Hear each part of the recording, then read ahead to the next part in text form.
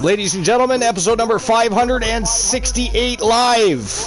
Welcome to Twitch All-Star Wrestling.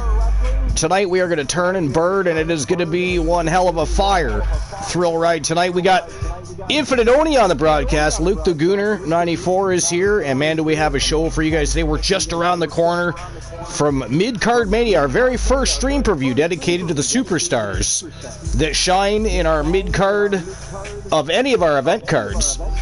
And it is going to be fire. We've got Mayhem Championships, Junior Championships will be on the line. We'll see Tag Team Championships on the line. It is going to be a fire evening.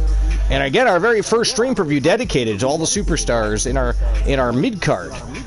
And boy, do we have a deep mid-card. I mean, we have a deep roster, period. Doesn't matter what division you talk about. It doesn't matter what brand you're talking about. Mid-card Mayhem, Twitch All-Star Wrestling, Wrestle Wars Genesis, they're all absolute fire.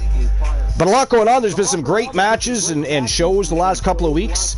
And I think, sadly, the one thing lately that's overshadowed everything is Archer's big loss to the People's Champion. Of course, we all know that he's always losing, Archer. He's always losing, it seems, lately anyways. Except for when he's leading his faction. The Coalition have done well as a tag team. But singles competition, however. Nah, he's good in singles. But of course, the one championship came into existence, and automatically people want to see the one versus the People's Champion. Unfortunately, while Archer did initially win the one championship, he became the inaugural champion, but The Rock argued with management that he had to use a stop sign, and he did not care for the outcome of that match, and basically forced a rematch, in which, of course, Archer lost. The People's Champ beat up the one. So The Rock is now the one champion. The people have spoken, and we of course ran a poll with the TWA Universe, and everybody selected two people. It was a tie. Two people were chosen to face The Rock tonight for the one championship, and those two people, one from Team Infinite Oni, it is Johnny freaking Rainbow. The other from Team Joe Link, it is the Phenom Joe Lincoln. That's going to be a huge matchup. Now, we also know that Lion Sin Escanor, Team Lion Sin Escanor, of course, challenged the Coalition. Their team would like to see the new Wyatt family go up against the Coalition. The Coalition, of course, have a huge legacy in TWA. They've got many championships under the belt, singles, tag team, you name it. They are gatekeepers, if you will. They would like to run through the Coalition. Whether or not they can do that, I don't know. We are definitely going to find out tonight. But Archer not being treated, he's in a very bad mood. Very bad mood. He's been reading in the dirt sheets, people making comments like, well, better luck next time. Looks like the People's Champion bested the one. One of them said, Archer, you lost, haha. Pretty sure that came from Team Variance of Strife. I can't verify that, though. But there's been all kinds of negative publicity. Archer's not in a good mood. The Coalition, of course, not in a good mood as a result. And they, of course, Archer specifically, of course, was very specific in saying that there will be hell to pay when he returns. Now, we know he's going to be here tonight because he has to go up against the Wyatt family. So we are going to see Archer in action with the Coalition later tonight. So a lot going on tonight. Lots going on. But before we went live, Oni and Luke and myself, we were talking a little bit about Liv Morgan and Drew McIntyre and some of the champions we have. Who's a believable champion, who had a bad run as of late, who we're not really invested in. And the most we've been talking about in the last probably 5-10 minutes is Liv Morgan and Drew McIntyre. So, of course, Oni says Drew McIntyre is a very believable champion. He makes a fantastic champion, and he's not wrong. Drew McIntyre, first and foremost, should have never lost that title back in the COVID era.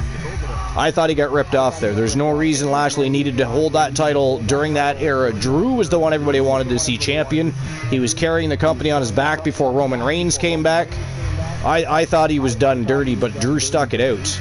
And, of course, there's actually an article about him being expected to re-sign, so we'll check that out, and there's some other information.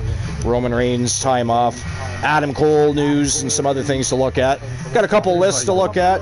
It's going to be an interesting night. But, yeah, no, he's absolutely a believable champion. I mean, first of all, he's such a big man, isn't he? He's very large, very thick. But he's very quick, he's agile, he's athletic, and he's always been one of those guys that you were hoping did well, and now he is doing well. But he deserves to be champion. I'm not saying Damian Priest does not. He's worked his ass off too. You know, he earned he earned the position that he's in. It just sucks that it had to come on the shoulders of Drew McIntyre, who had just finally won that championship again. And then, of course, he was looking for contendership. Did anybody see Monday Night Raw? Roni, did you see Monday Night Raw? Did you see what happened to Drew McIntyre? No, you didn't. Okay. Are you watching Raw? Do you plan on watching it still? Oh, okay. So what happened was... Sorry?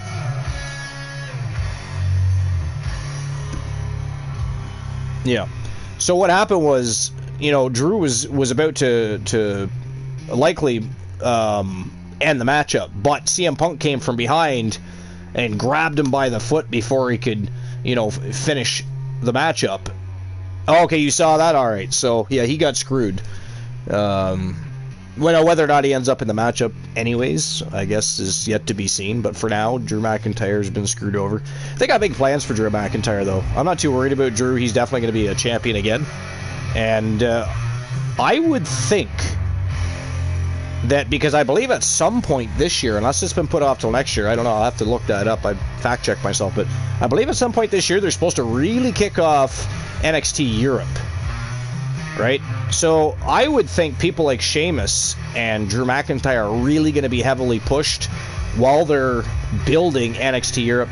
And I'm going to bring this up again. I know, Oni, you're probably going to remind me we've talked about this before, so will you, Luke. But I'm really hoping, whether it's the NXT version or whatever, I don't care. I'm really hoping the European Championship makes a comeback. That to me would be absolutely fantastic. I understood why they retired it at the time, but if you're going to build around a market like Europe, I think you need to have the European Championship as a centerpiece there. Just like when it was NXT UK, they had the United Kingdom Championship. Well, they need to have the European Championship. A modern version of, I'm not saying bring back the old one, right? That's not what I'm saying. But it would be awesome to see the European Championship make a comeback. I would really enjoy that. But I think a lot of people would really. I think a lot of people really enjoyed. Think of the great matches that we had for the European Championship and some of the people that held that title. Even Jeff Hardy held that title. I don't know if you remember that or not, but a lot of really great people have held that title. British Bulldog, Bret the Hitman Hart, Owen Hart, So it just has a lot of prestige and a lot of history. And I think it would be fantastic to see it come back. Now, Liv Morgan, we were talking a bit about Liv Morgan as well as Drew McIntyre, because although I like Liv Morgan, I don't really care for her gimmick. And her championship run was horrific. So it kind of looks to me like they're probably leaning towards putting the belt on her again. Now, I don't know if that's just so they can battle back and forth, because Charlotte Flair is going to be back sooner or later. And I would have to think that, she's going to be in the mix somehow, even if Liv Morgan is. Here's the thing, before we continue that conversation, I read recently that not Liv Morgan, Rhea Ripley might only be gone a few months. So if she's only going to be gone a few months, why does she need to vacate the title?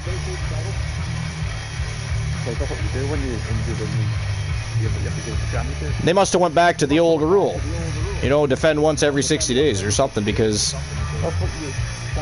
Roman Reigns missed more months than that, when you think about it. Well, Roman wasn't really active, was he? Not really, no. He was active here and there. But Roman was involved in a big, massive storyline. No, he didn't get injured. You're telling me they couldn't have found a way to use Rhea while she's recovering and still keep the title on her and build a story around that? I don't know. I don't agree with it. It sucks that she has to give up the belt, to be honest. It really does suck. It does suck. I really hate that she has to give up that belt. Me too. Me too. But yeah, I don't know. That's weird for me. And here's another thing. How come we're all of a sudden having a matchup next week for that women's world title? Why are we not having, I don't know, some sort of elimination? You know, Gauntlet or Chamber or something. Put that belt up and make it exciting. Because it looks to me like they're going to put that belt on Liv Morgan. I don't know if you guys agree with that or not. It's a tournament, isn't it? Is it a tournament? I mean, is it a one-night tournament? Because they plan on awarding the belt next week, to my knowledge. Are they not? You can't award the belt next week. It's too early. Way. Way. I agree with you. But man, you're gonna go put that belt on Liv Morgan right now. I won't give a fuck about that women's championship. Nobody will. It's too soon. What has Liv done to even what? So she attacks Rhea. That's what gives her the push for to be a world champion. No. I don't think everyone should be hating on Liv Morgan, though. But I mean, no. Like again, it's not Liv Morgan. It's just a gimmick. She's just. They don't do anything good enough with her that people want to see her as champion. Now, see, that's interesting. Io Sky, I thought was a good champion. She's had a long reign, man. No, she didn't. That was a downfall. But was it really her fault, though? The problem, and here's the problem with the Rhea Ripley situation, was Rhea went through everybody. Like, she gave up the world title, but let's be honest, if she doesn't, it's a few months before they have a legit contender anyway. She's run through everybody. You know? Probably most of the people... Sorry? Yeah. Yeah. No. So to me, nobody is quite there yet to be on that level to be in a match with her anyway. So this is kind of good for the women's division in a way because it gives those guys a chance to fight for the belt. But let's face it, Rhea's coming back and taking it. You know? She's going to waltz back in here and she's just going to take that thing. Probably SummerSlam. You can't keep a belt when you're injured. That's why she's gave it up. Yeah, but I'm just saying if it's only going to be like 3 months, they could have found a way. But, like I said, that's a new era. And they're making that very clear. So maybe they went back to the old rule. If you can't defend once every 60 days, then you have to vacate. By the way, I like the new tag titles. I do actually. Yeah, no, they look very good. I was never overly fond of round championships. It just really depends on what they detail it with.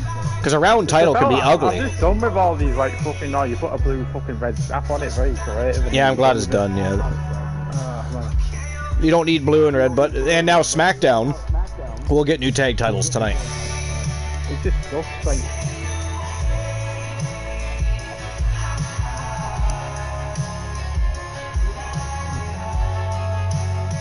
Yeah. By the way, Chronic OG, I see you. Variants of Strife, Lion Sin Escanor. What's going on, guys? Welcome in. I think we shouldn't be really hating her because things are really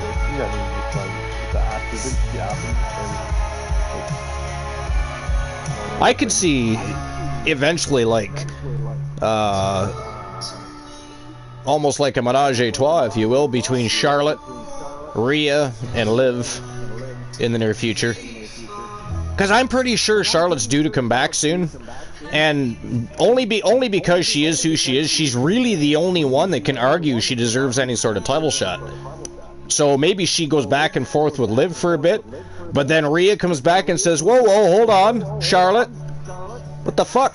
I'm back. This is my title. I'm taking it. And then all of a sudden they end up in, you know... Not really. Charlotte from SmackDown. Well, we don't know where she's going to be. There's a draft and she's injured. She's nowhere. They can put her wherever they want. Luke, it's fucking early. Stop your yawning or go to bed, sir. How dare you? No, you were yawning. That's because you're from the fucking UK. Get some sunlight. Get some fucking sunlight. Buy some. Some artificial. Oh, Jesus. But yeah, I don't know. Who would you guys like to see? Well, Oni said Io Sky. Who would you like to see have the belt? While Rhea's gone. Why Rhea's gone? I'm trying to think of somewhere else who can actually match Rhea's like fucking winning champion. Right, that's the problem. Is like Oni said, for over a year she's run through everybody. I don't know, like Boss Apollo. I could only really think the second she's had a million championships, so it's like, you know what I mean? Like, Boss Apollo says, "What's up, everybody?" And Variants of Strife would like to see Asuka hold the belt. Yep, me too. I think at least Asuka. Here we go. At least Asuka's been relevant. Honestly, what has Liv done? Like, I don't understand. Like, did I miss something? Did she do something spectacular in the last couple months? She's just come back.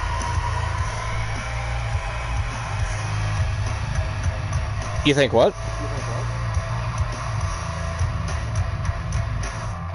You like Sarah Logan? Yeah. Yeah, no, I don't disagree with that. She's actually pretty impressive. I'll be honest. But there, you know what though? That's what's making pro wrestling so interesting right now. Is there's a lot of really good up and coming superstars, and not just from the men's division. A lot of them are coming from the women's division. There's some up and coming talent that are going to start blowing people away with their body of work. It's nuts. I've said it many times. I feel, especially in today's, we can call it new era, we're going into an era, I don't care, but women have been outshining men in many cases over the last few years. You know, that's just the way I feel about that.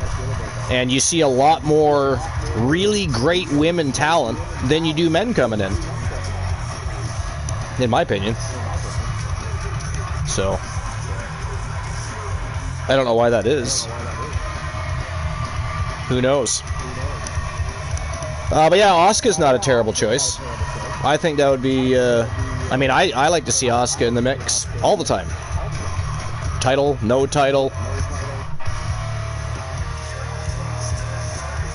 Who did?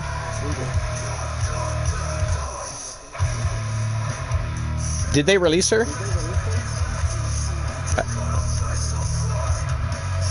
Maybe they're sending her back to NXT for a bit or something. I don't really know, though. You'd like to see Raquel win it? Yeah, I mean, I think she could be a believable champion with the right storyline, yeah, actually. She really could be. Yeah. What are they doing with Shayna Baszler?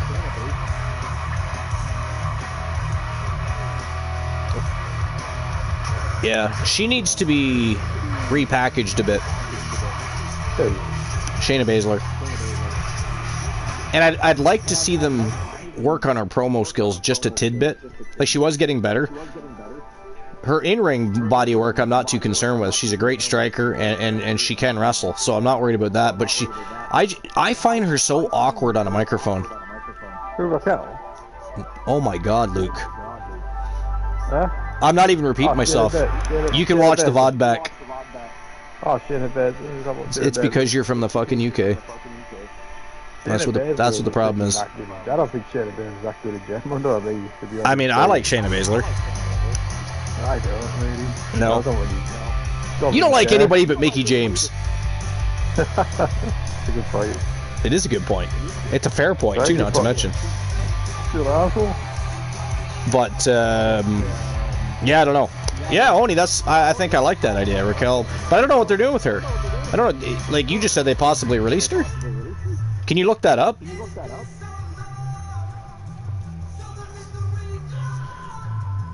Everyone's an asshole. Everyone's an asshole. Luke's throwing it out there. You're all assholes. My review, imagine they do like a review of like Monday Night Raw, like SmackDown, or like a fucking AEW down. I'm like, I think I get kicked off the air to be honest. Just tell me exactly how I feel about this show. Right? It was good or bad. If I thought it was absolutely awful, yeah, I'm telling you straight away, the show was fucking dog shit. So I expect more news about MJFs to start circulating anytime soon. Anybody else? You know, they just keep speculating about his hiatus. And then, of course, other articles you read, they're like, well, he's still under contract, etc. And he's doing a good job with social media because he's been, you know, talking with WWE superstars during his hiatus too, right? So he's really building intrigue, that's for sure. You wanted to see Nia Jax? It's time for her to get a run. Nia Jax? I don't know. Yeah, I just have never been a real Nia Jax fan. Fucking don't like Nia Jax at all. Don't you get know? me started on the team. Yeah. I didn't. She's fucking dog shit on it. She's like. Yeah, she's not great. I think the only reason she's back is because her cousin is in, you know, a higher place, so to speak. You know what I mean? It is what it is. Yeah, absolutely. All right. While we continue this conversation, these folks are here to see a show. I think it's time to turn and burn at Twitch All-Star Wrestling. We're just a couple of shows away from our next big SPV for 2024, Mid-Card Mania. It is going to be absolute fire. Superstars from our Mid-Card Mayhem show putting on a spectacle all night long. There'll be junior titles, tag team titles. It is going to be a thrill ride. You don't want to miss out on that. But tonight, and of course Wrestle Wars Genesis, we are going to blow the roofs off the joint, starting with tonight's show. And we're going to be kicking things off tonight. Our tone setter of the evening, we're going to have DJ Snow from Team DJ Snow Beast defending his Pure Wrestling Championship against the #1 contender, not the junior champion. He is facing the #1 contender tonight. That's one thing we're going to do in Season 5 is we're going to have more of a balance between junior champions and the actual ranking system. There are people waiting in the ranking systems for their shot at the championships, and if we keep leapfrogging them, if you will, for our junior champions who can wait, we do have stream previews for a reason, then the ranking systems don't stay accurate. So we're going to fix that problem with Season 5. We're going to have a more balanced routine between when we decide to have our junior champions cashing in and when we have our rankings, our people in the number 1 to 5 spot challenging champions and junior champions or whatever it is they decide to do. But so tonight, the #1 contender is facing DJ Snow for the Pure Wrestling Championship, and I'm pretty sure Team Infinite is going to recognize this #1 contender. But let's get the show on the go. It's time to turn and burn. Let's rock and roll. This is a special guest referee matchup. The one Elijah Archer. Again, going to be the special guest referee for DJ Snow. Of course, last match that he refed for DJ Snow got frustrated at the counting, and then he eventually ended up slugging Archer during the matchup. And then at the end of the match, when it was time to present the belt, Archer was like, screw you, threw the belt at him and left. I don't know what's happened since then, but he's out here again tonight. Special guest referee for the Pure Wrestling Championship matchup, LA Knight versus DJ Snow. That's our tone setter of the night. It is going to be a fire matchup. It is a great way to set the tone for the evening. And good to see LA Knight getting a shot at a championship belt here tonight. Archer promises to be back with vengeance. He has got his eyes locked and set on The Rock. I hope that doesn't, become a focal point for him, because he does have to lead the coalition later tonight against the Wyatt family, the new Wyatt family. That could be a big problem, right? Because if he's focused on thoughts and agenda with The Rock, going in against Bray Wyatt and Eric Rowan and whoever else they bring to the ring tonight, that could be very, very bad for Elijah Archer. And the coalition, for that matter. But here we go. Special guest referee matchup. LA Knight, DJ Snow, Pure Wrestling Championship on the line. It is showtime and go time. Let's go.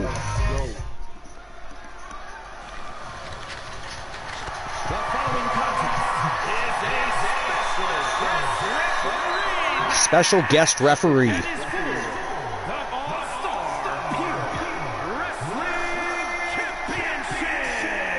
You're kind of muffled. We can't really hear you. Oh, okay. Yeah, I'll check that out in a second. Is it in the chat?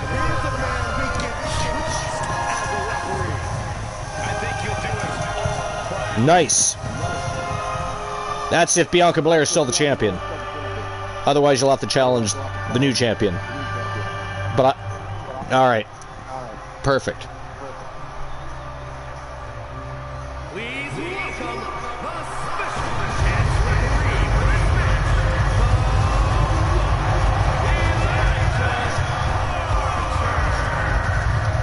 You know, guys, I always thought I would make a great referee.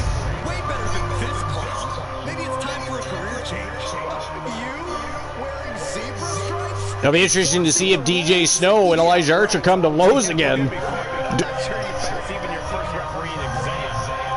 Out to ref a match, and DJ's taking shots.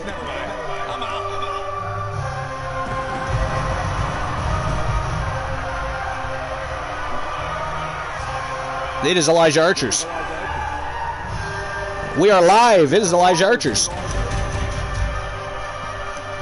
It is Elijah Archer's.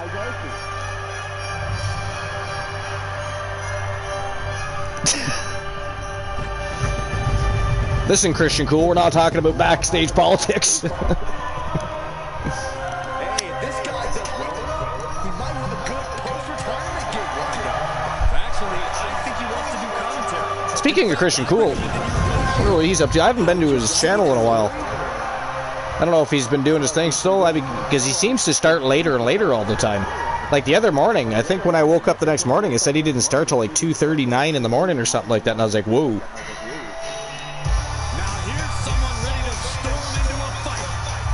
And here comes L.A. Knight.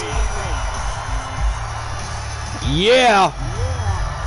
Imagine if L.A. Knight takes that title from DJ Snow. Man, we'll never hear the end of it. L.A. Knight's not a fad. He has proven himself to be legit. He's trending because his style... I would like to see L.A. Knight get a world championship matchup. I see Jey Uso is getting a chance to fight for the world title, but the problem is, does anybody really believe they're going to take that title off Damian Priest right now? I think it's too soon to have a world championship contender. I know it's a new era, and they want to get things moving, but I mean, damn. Rhea Ripley gives up her title due to injury. Bam, they've already got a matchup for the title. No build, no story. Let's just get a new champion. You know, same with Damian Priest. He just screws over Drew McIntyre with a Money in the Bank briefcase, takes the title from him, and now all of a sudden main event Jay is facing Damian Priest for the title. Like, I don't know. And don't get me wrong, Jay has worked very hard. You know, he's earned his spot, and I think eventually he's gonna, it will pay off. But it's way too soon. Again, does anybody really believe they're gonna take that title from Damian Priest yet? I just don't know. I don't think so. I don't think so. It's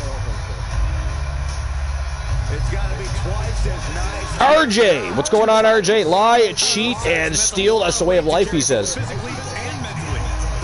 The target... RJ, that's you all the time, DJ says.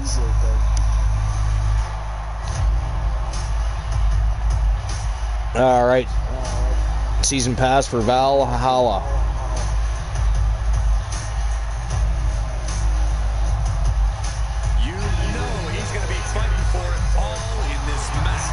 Lionson says, I was here damn fast. Weren't even a minute in before I joined.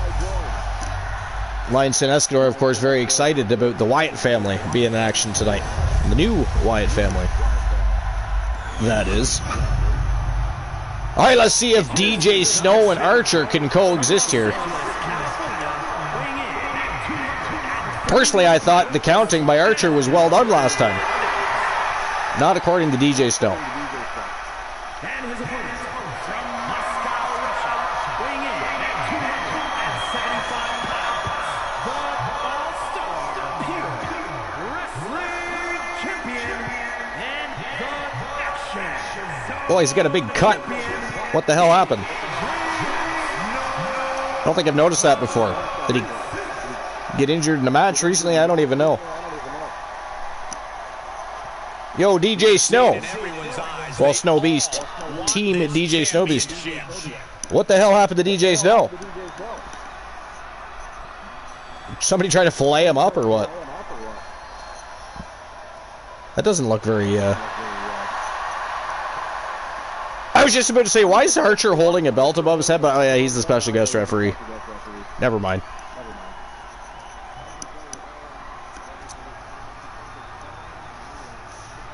Drank his prime. Primed and ready. Nice. I bet you no pun intended there at all. What the hell? A 2 count already?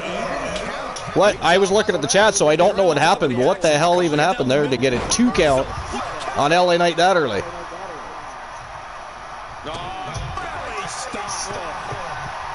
Oh, whatever it was. Knight's in control now.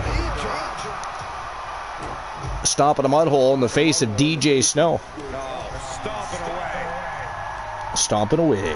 So yeah, apparently Drew McIntyre is expected. You know, there's lots of talk about whether he'll re-sign or not or go elsewhere. It is pretty much a done deal. He's expected to re-sign with WWE. Apparently there's belief in WWE that talent are less likely to opt for AEW now as well. I don't know if they're just saying that just to further add salt to the wound type of thing. You know, throw that out into the media, get it trending. I don't know. But I don't know if that one incident's going to be enough that if you need a job as a pro wrestler, you're going to say, well, you know, I don't really need to go there. I'll just take my chances elsewhere. But so this is a WrestlingHeadlines.com article. It was published by Joey G. It says 2 big stories on this Friday morning. Well, it's not morning now, but according to the latest Wrestling Observer newsletter, Drew McIntyre is expected to re-sign with WWE. The Scottish Warrior and WWE have been negotiating new terms for quite some time with the company, announcing the former world champion for several dates post his contract expiration. It's also noted that McIntyre, at one point, wanted to take some time off due to not being creatively fulfilled, but he very much is now, and is considered one of the WWE's top full-time wrestlers alongside Seth Rollins and Cody Rhodes. Another interesting claim by the Observer is WWE talent are less likely to go to AEW at this point. While there's no exact reasoning given, one would assume it would be due to WWE's incredible business over the last year, with talent who have re-signed, getting huge pay bumps from their previous contracts. I didn't know that, but that's very cool. Good for them. McIntyre, of course, won the WWE World Heavyweight Championship from Seth Rollins at WrestleMania 40. Did they not edit this shit? Anyway. But would get cashed in on by Damian Priest afterwards. CM Punk played a huge role in McIntyre getting cashed in on, and with the 2 top stars expected to clash at some point in the future. So here's the thing. None of that's surprising, right? I think we already kind of knew that, but people threw they had a heyday with the fact that Sheamus wasn't necessarily back in top form. So does everybody realize that they brought him back to add to star power? He wasn't supposed to be back until closer to SummerSlam, which means he came back before he was finished, you know, getting back into shape. He had surgery, right? He had neck problems. So, and I'll be honest, he didn't look that bad. I saw some of the pictures that circulated and trended, but they were edited. He wasn't that out of shape. He just didn't look as ripped as he normally did. When he was done that match, you could see his abs, you could see the muscles in his shoulders. That dude is such a big and such a great athlete. Shame on everybody that made fun of Sheamus. He's a great, great wrestler and has been loyal to the fan base, loyal to WWE. And I really hope he gets another championship run before he's ready to hang up his boots down the line. But, yeah, I didn't understand that.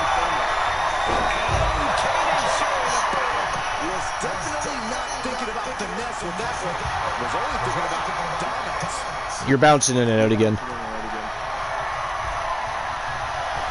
There we go.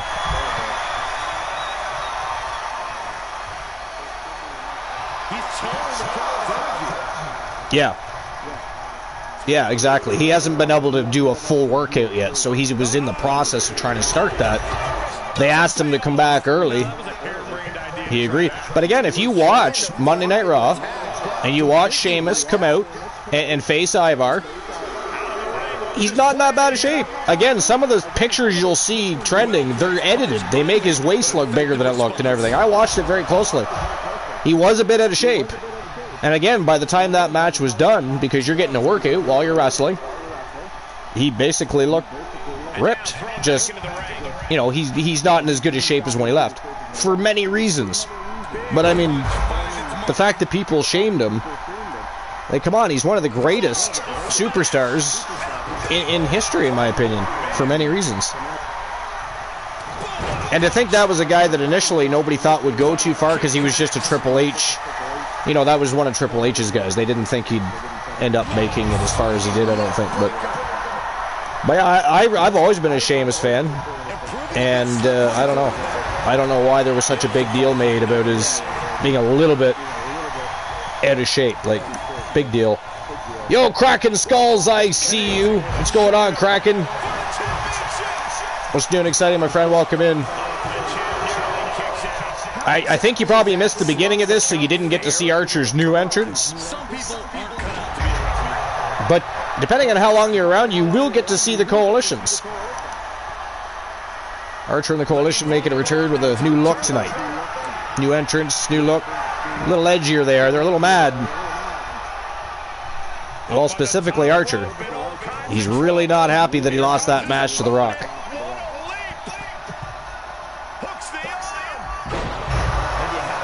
Wow, LA Knight with a big superplex. DJ Snow is down. Oh, look at this. LA Knight measured him up. No, sir. Nice evasion and retaliation there by the champ.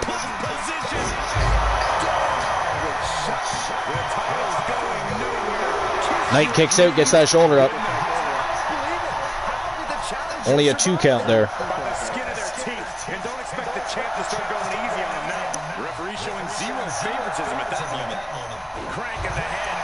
So I see Cody Rhodes believes a match with The Rock could happen. I think it's not really could. I think it's just a matter of when, not if.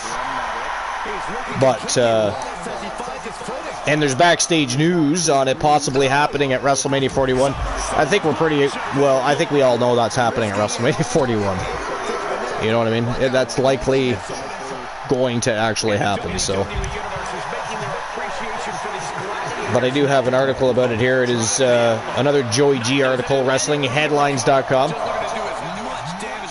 So it says, Cody Rhodes does think a match with The Rock is on the table. The American Nightmare spoke about a showdown with the final boss during a recent interview with Good Morning Britain. And Cody says The Rock became a little obsessed with him, especially after he became the new undisputed Universal Champion. Which now he's not even that. They've changed the name of it. He said, and quote is, I didn't go to Hollywood. Hollywood has come to me in the form of The Rock, Dwayne Johnson. He's got like a little obsession with me. I await his return. The last thing he did after WrestleMania, we wrestled on Saturday. Sunday was the next match. He came out on Monday on Raw. We had a little moment where I was waiting for him to come back. At this point, he's looking for me, apparently. Says when Cody was asked about the match, he says, it is dependent on him being a great champion like Roman Reigns was. He says, I want to say yes, I want to say yes. It will really come down to whether I can be as good of a champion, a great champion. Roman Reigns was a great champion. Will that be enough to entice The Rock? That's what is going to have to happen here. Rock will tell you he made wrestling cool again. Rock made wrestling cool maybe in the first place, but this run, it's a whole new generation and a locker room. Seth Rollins, Becky Lynch, myself, Rhea Ripley, all these people. The more we keep this, the better we do, the more chances that it lures Rock back into the fray. I'd like to see it. We've had one tag match together. The singles match is definitely something fans look forward to seeing. According to the latest Wrestling Observer newsletter, the match between Cody and The Rock is tentatively taking place at WrestleMania 41. The report notes that even if Cody is not champion, it could still take place. The Observer adds that The Rock still might wrestle again in 2024, but that he has yet to be, he hasn't committed to it and has yet to be confirmed. Yeah, I didn't care for them plugging Cody and The Rock so soon after Mania. Just simply because if we're led to believe that that is likely what's going to take place. Wow! Snow kicked out. I thought LA Knight had the wraps there. That was a close count. That had to be like 2 3/4 right there. Holy hell. But if that's what they want us to believe is going to take place, then any championship match he has in between, again, unless they're going to take the title off of Cody, before Mania, then all of his championship matches in between are kind of all for nothing. Wow! Ladies and gentlemen, that is it. That is all. The winner of the match and your new TAW Pure Wrestling Champion from Team Infinite Oni, representing the Prime Megastars, LA Knight. Yeah, he is your new Pure Wrestling Champion. Congratulations, Oni. You got a speech? Do you have a speech you need to deliver here? I mean, you're the one that has had the. You've believed in LA Knight. You hired him. You hired Logan Paul. Put them as a team, and by the way, they make a great team. And now here, not Logan Paul, but LA Knight holding championship gold. I mean, that is fantastic. Drink some Prime. Fuel up. Has anybody tried Prime? Has anybody tried it?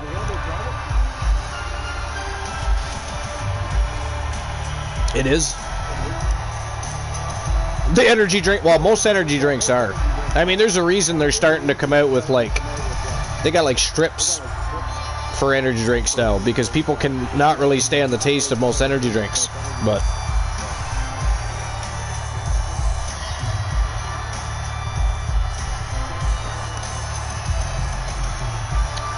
I haven't had that one, actually.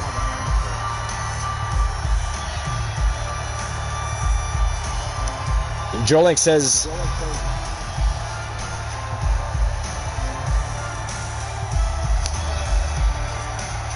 I mean, I'm not one of them. Well, I mean, I wasn't always a fan. Yeah. And I was just going to say I wasn't always a fan just because of how he and his brother behaved or whatever. He seems to have, decided maybe he's going to grow up, and he actually chose what he wants to do for a living. And man, he's got good at it. I got to tell you, what an athlete he is. But, of course, his brother is still in the boxing world. Apparently, he believes he's going to beat up Mike Tyson, so we'll see how that turns out. But hopefully they don't bring him in, because I don't want to see Jake Paul in WWE, I'm not going to lie.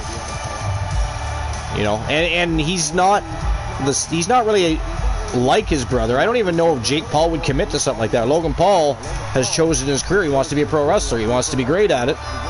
He's doing it. Jake Paul, I don't know. I don't think he would commit. I don't think he'd be as good as Logan.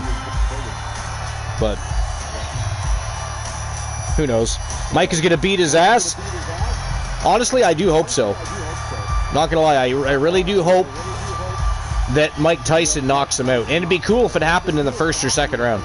Because I'll tell you, Mike Tyson, for the first 3 rounds, is going to be so fucking dangerous. And, even at his age, he's powerful. He's got the boxing knowledge that Jake Paul does not have. I don't know, man. I wouldn't want him punching me. I don't care how old he is. I don't want him punching me. That's for damn sure. Lions says going to end his career. That'd be cool. That was, because here's the thing, I personally don't believe Jake Paul is good for the sport of boxing. Not to mention, if you want to be a pro boxer, now okay, he's going to fight Mike Tyson, I get that. But go fight some legit contenders. Come up through the rankings. I think. But he chose Mike Tyson. He finally got Mike Tyson. I just hope Mike Tyson has enough in the gas tank to light his ass up. I really do. When is that fight? Does anybody know? Is it coming up? I shouldn't call it a fight, it's a boxing match. MMA is more of a fight. There's more than one dimension to it. Boxing's boxing.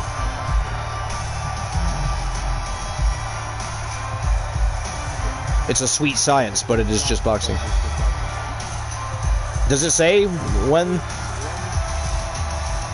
Boss Apollo says July. Is it in July?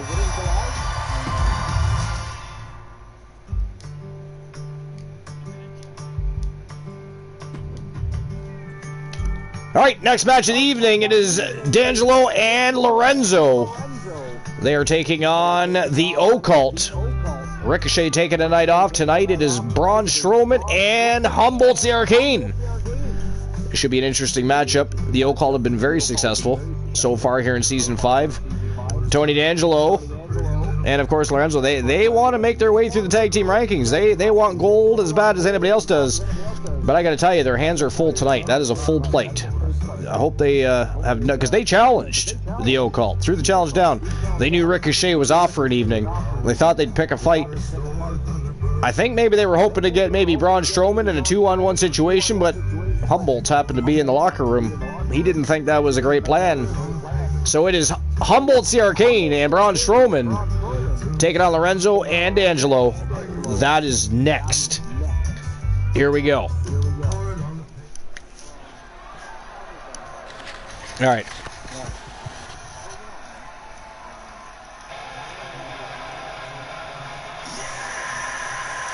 You mean the championship matchup? Sure, what would you like to do?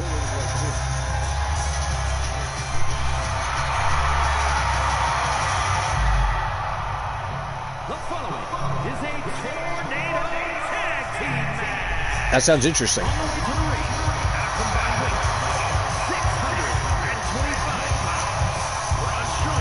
TJ Snow cut my fucking cords.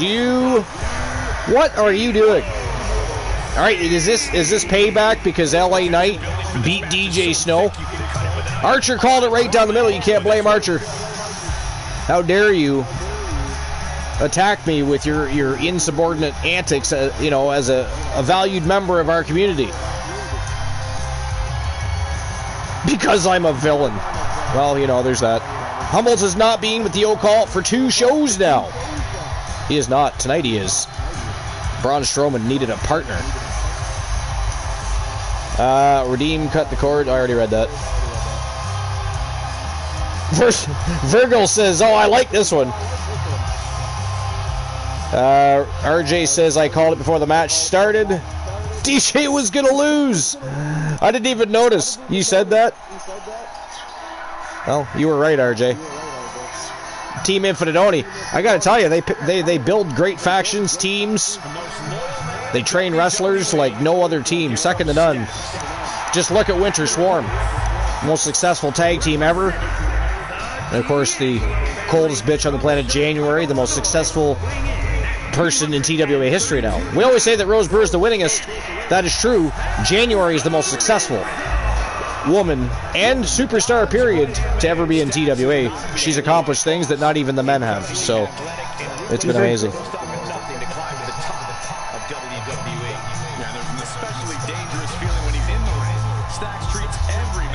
Oh, okay. Stacks has 2 educations. One from the streets and one from school. That's what makes him twice as smart. Yeah, no, I will. I will check that out, yeah. Unfortunately, I'm apparently going to be gone for 15 minutes because one of our, valued members of our Fam Jam decided it would be funny to cut Archer's cords.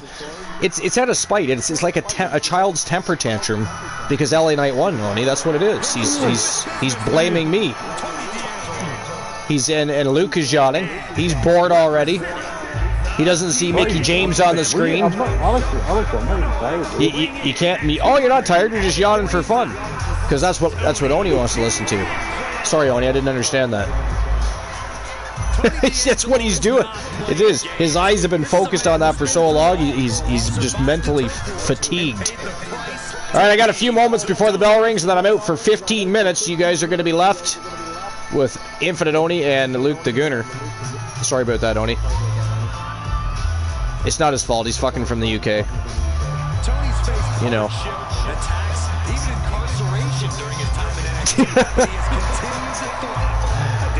Pretty boy Gooner. I mean, did he have a facial or something? Why is he so much prettier than last season? I don't understand. Did he have like a spa day? I don't even know. All right, bell's about to ring. I'm gone for 15 minutes. Enjoy the show. Enjoy Oni and Luke the Gooner. The D'Angelo family has been running the underground of the WWE for a while now, and it's brought them quite a bit of success. I agree. Though whether Tony D and Stacks are doing that by the book or not is up for discussion. But there's no arguing that their success is due to their incredible in-ring ability and presence. I think it might be a little bit of both. Perhaps they've graced a few corners in the WWE. I'm willing to bet the action we're about to see in this tag team tornado match will be unlike anything we've seen in recent memory. Oh my God! Kick to the midsection, grabs the attack. He's getting scattered. How's that for a count?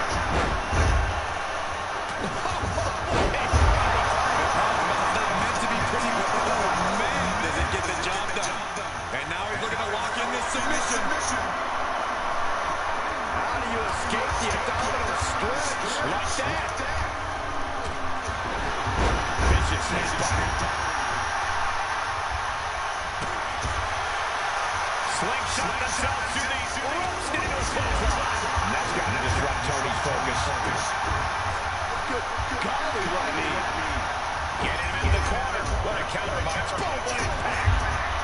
Look at this, going right after a left arm. Gotta hurt. Not a whole lot you can do with a butt wing, guys. Uncork the big punch. Punishing the right. The legs are a base that you do not want to lose. Chopping down the tree at the base here. Speed came around with ease. Down to the pocket. Here continues the broken right here.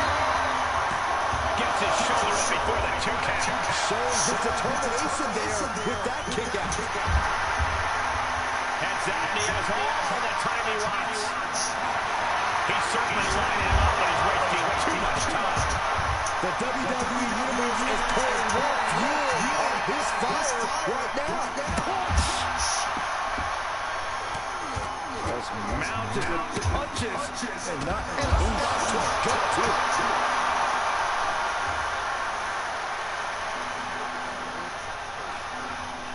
Yeah.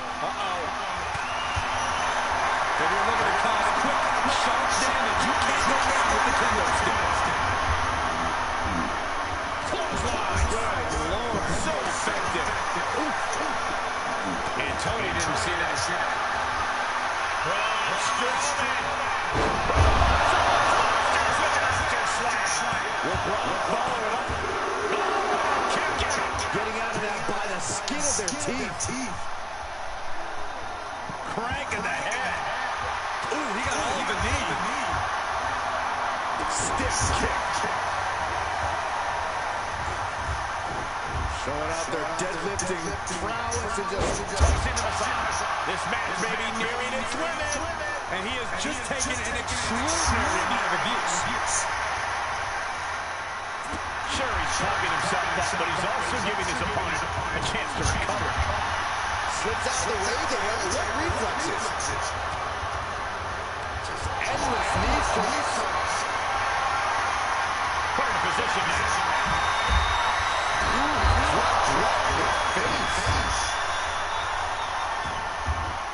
He's outside the ring now. He's got a burn. He's reaching under the ring for anything useful. He'll head to the right. And this one might be headed ringside.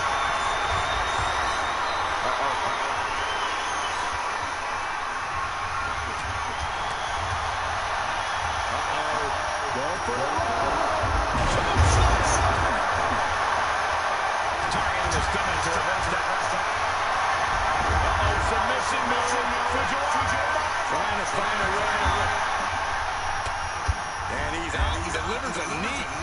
Caught with the boot. That mostly in his face. Hope he's okay. And the cover for the win. This is it. How did he kick out there? He kicked out. He actually kicked out. I had that well scouted. And he rolls out to create some separation. He should have created separation by never coming out here. Power slam. Brutality.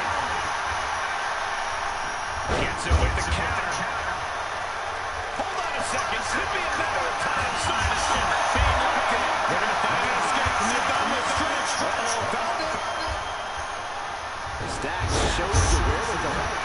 What impact.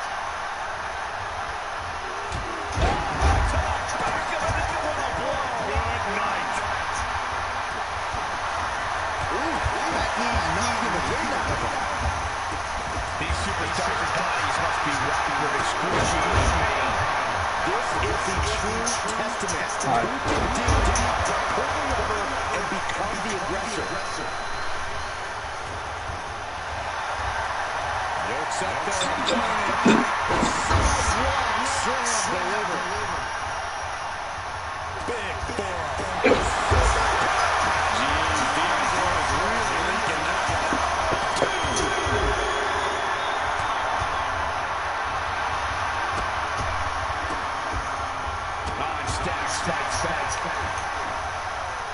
Here's the pump handle. He was waiting for him to make his move. Suplex.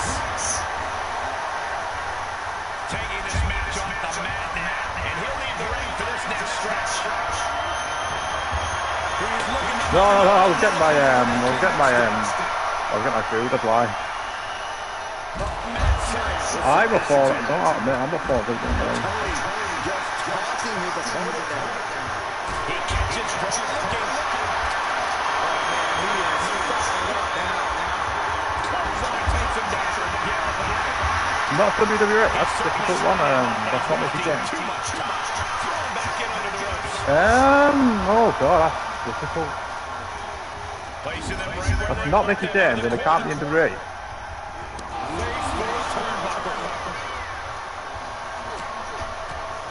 As their opponent pulled the cover. Triple H. Triple H. Great men's wrestler of all them.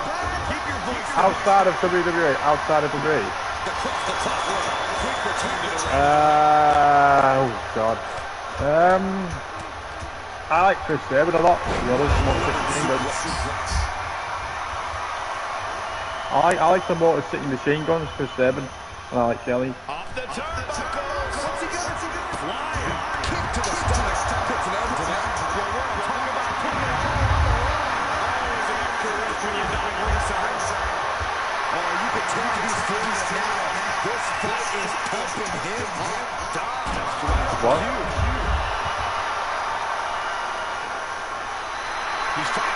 Chris Sabin, you know, Chris Sabin's really good, by the way. Like, you just like watching his matches and be like, this guy's criminally underrated.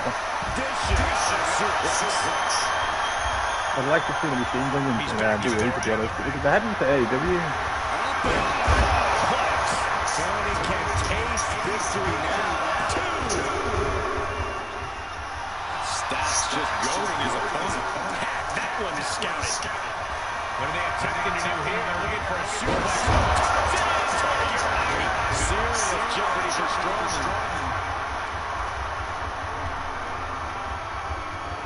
Launched with us. Here he goes for the win. Can he close it out?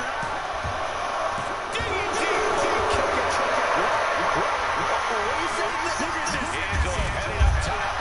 That is the attitude of a daredevil. The ability to take risks with minimal trepidation. No fear, absolute reckless abandon. Placed it over into a suplex. Boom. Jumping neckbreaker. He's my favorite wrestler of all time. Altogether. Outside the ring now. He has no need to rush. First Strowman looks you. Stacks just adding salt to the wound right now.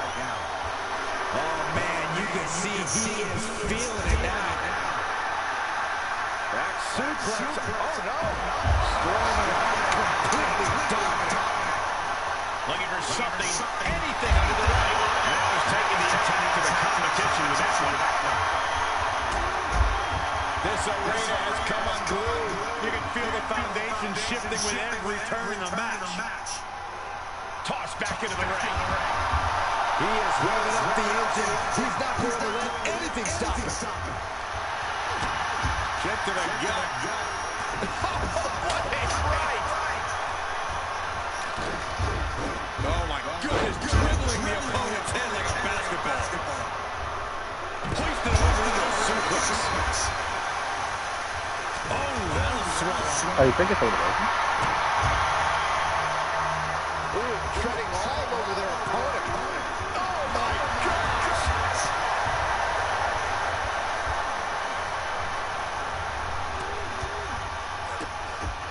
And the Don hooks the leg in the numbers. A swinging fisherman suplex.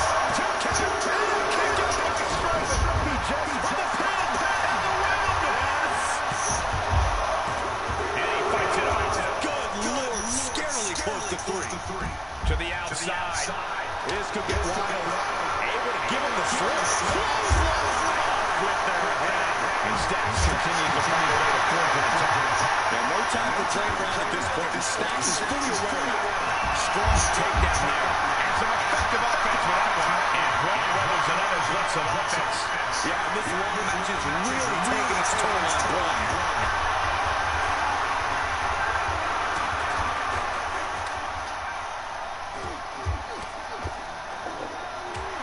Stacks just adding salt to the wound right now. Vicious right forearm.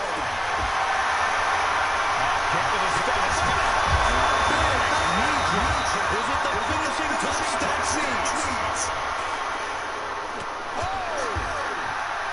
This place is going insane. Well beneath my feet is shaking. Face buster.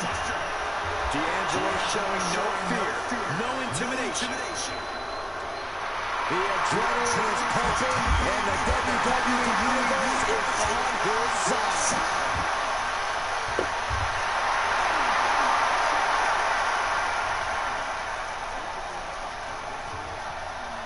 He's doing a whole lot of gesturing, and it could cost him.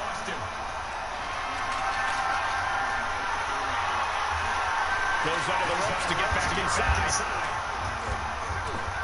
Oh, connects dead on. Oh, he got him. Is he going to knock this in? The cross-body chicken leg. This one's over. His partner's got to be thankful for that. What a save. Kick connects with the body.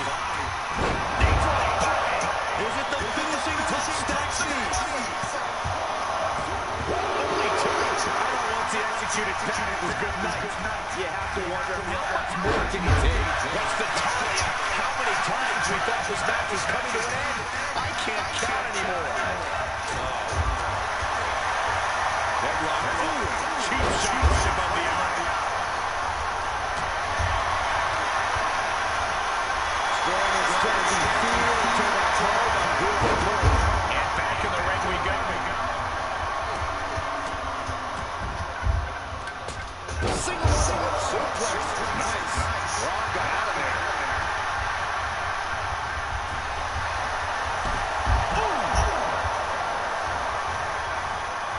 This could be big. Going a rather crude facial reconstruction. That's not very nice. Ripping and tearing at the face. Oh, God. He's going for the pin. This could be it.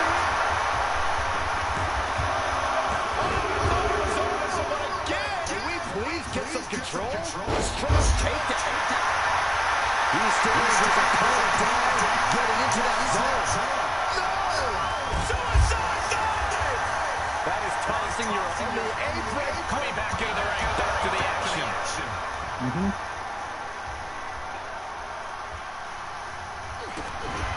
Connects with the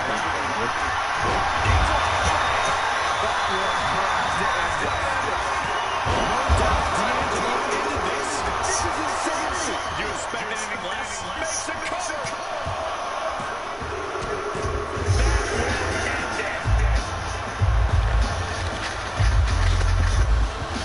Here are your winners. Tony D'Angelo and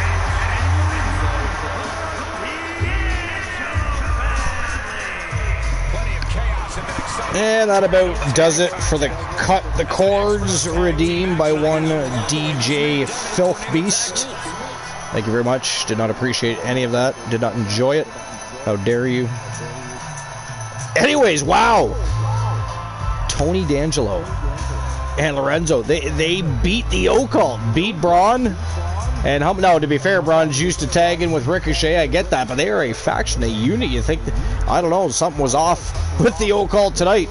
It looked like they were going to win a couple times, but then Lorenzo and D'Angelo, they just stayed the pace, wore them down, and picked up a huge win over the Occult there. Wow. That puts them in really good standing in the tag team division to beat a team like that. So congratulations to them. A little surprised, I'll be honest. I thought the Occult was going to win that match. I don't know about anybody else. But as it is, they did not. All right. Bada bing, I guess they just won that thing. They did. Braun and Humboldts. As we said earlier, Humboldts is not with the Occult. He may not be with the Occult, but Braun needed a tag team partner. I don't think Braun cares who his partner is. He just wants somebody to help him win a match. Sadly, much to his dismay, it didn't work out. So, yeah. But anyways, just going through the chat, see what else I missed here. RJ, did you find Naked Contract?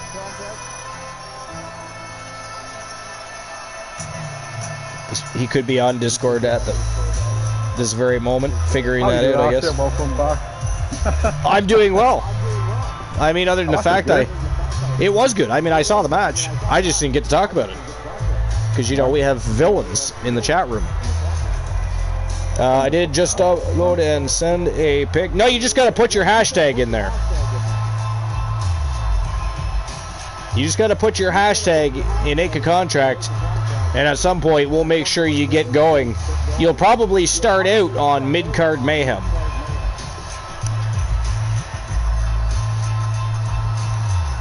Mid-Card Mayhem. Some great matches have come out of Mid-Card Mayhem already this season.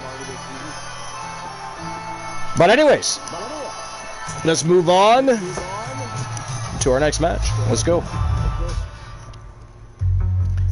All right, here we go. Former #1 contenders and junior tag team champions, the Goldman Brothers, taking on Imperium, Giovanni Vinci and Ludwig Kaiser, and of course Gunther coming out to escort them to the ring. I wonder if it's going to be a bit of a numbers game issue here. You never know what kind of mood Gunther's going to be in, but I have a hard time believing he's just going to come out and do nothing. Just stand there and watch, whether his team is winning or losing. I think this could be a problem for the Goldmans. You never know. They're a formidable team. They just about became tag team champions. They just didn't, you know, it was close, but no cigar. It was close, but no cigar. The Public Enemy are also still champions. Of course, Phenomenal Soul still holding on to World Tag Team Championship gold. So it's going to be interesting. Now, of course, the Public Enemy does have a defense tonight.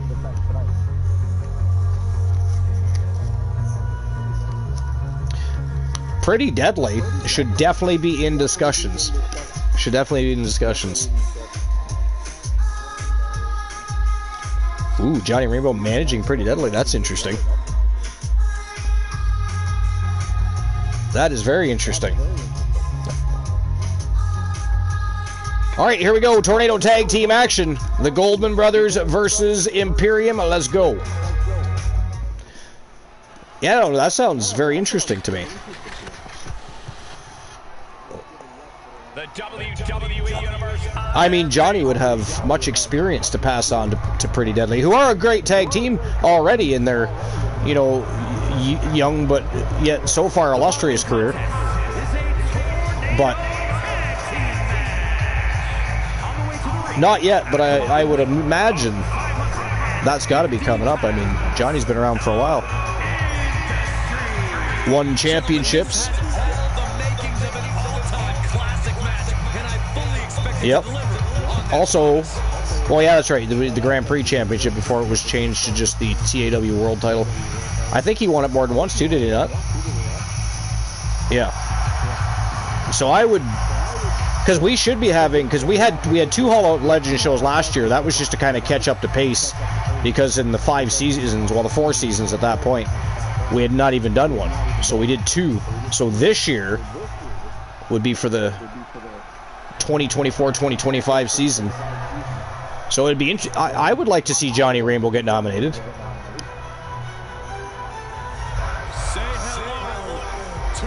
Yeah, absolutely. She only has 1 championship currently, does she not? Yeah. Yeah, she's had that championship. You can't... So if you're on Discord looking at the champions list, not former champions, but the champions list, take that with a grain of salt, because I changed the championship belt design, so it's not accurate. Arya's been champion for quite a while. Been champion for quite a while. Yep. I mean, not long ago, before Alice Blade lost her title, she, of course, challenged Arya, champion versus champion.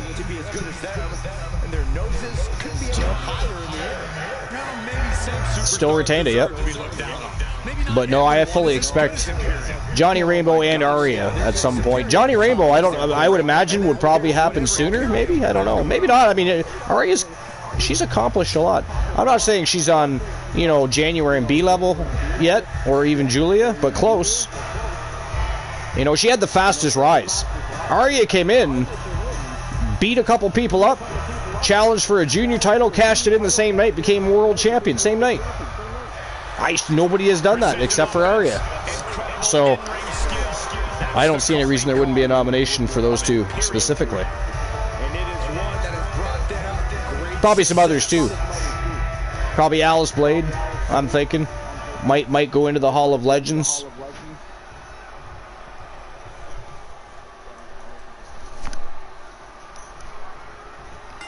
Alice? No, not yet. The Blades aren't out.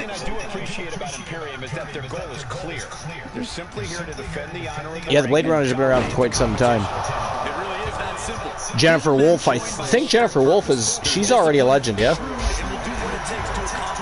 Of course, she was at one point, yeah, because at one point she was part of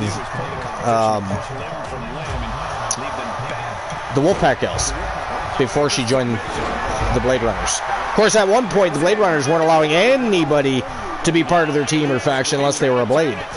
But for some reason, they really took a shining to Jennifer Wolf, so... And history, the rest is history, because currently, she is definitely part of the Blades. And they've been champions, so... They just lost the belts not too long ago.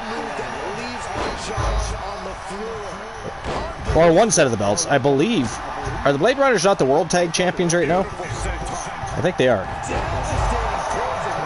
Let's find out.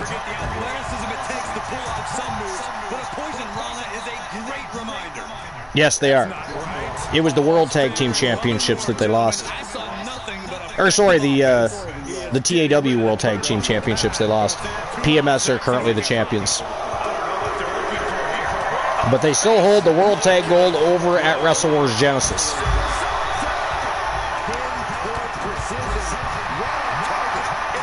Oh yeah, I told you that he was going to get involved. No way that Gunther was coming out and just standing by. Redirected Chase Goldman back into the ring. I mean, he's got to do something, because I got to tell you, Ludwig Kaiser and Giovanni Vinci not looking so good right now. The Goldmans are opening a can of whoop-ass. Nice reversal, though, by Giovanni Vinci.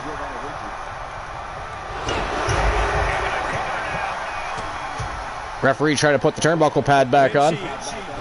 I didn't even see anybody remove that. Did Gunther do that? Anybody see who did that? Was it Gunther? Okay.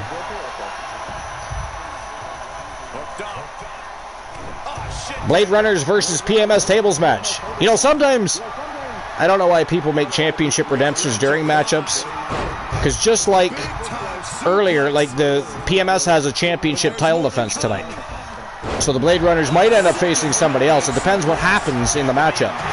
Don't forget, we're almost to mid-card mania, so there's some big matchups. Tonight happens to be a huge tag team championship matchup for PMS's titles.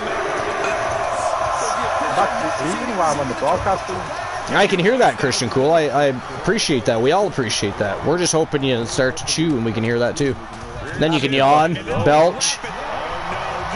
You know, there's all kinds of opportunities there for, well, for something. Some ASMR on your end. Some people like that thing, you know.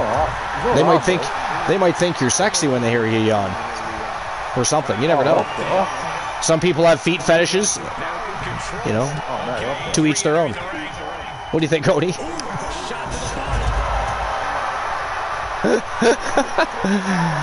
Oh, I don't know why I ask Oni questions. He always gets me laughing. Oh, because Oni's got this... Well, you guys can hear him talk, right? So Oni's got this kind of sexy voice, right? But when he talks to you and he's ready to start, you know, talking trash, it's just hilarious.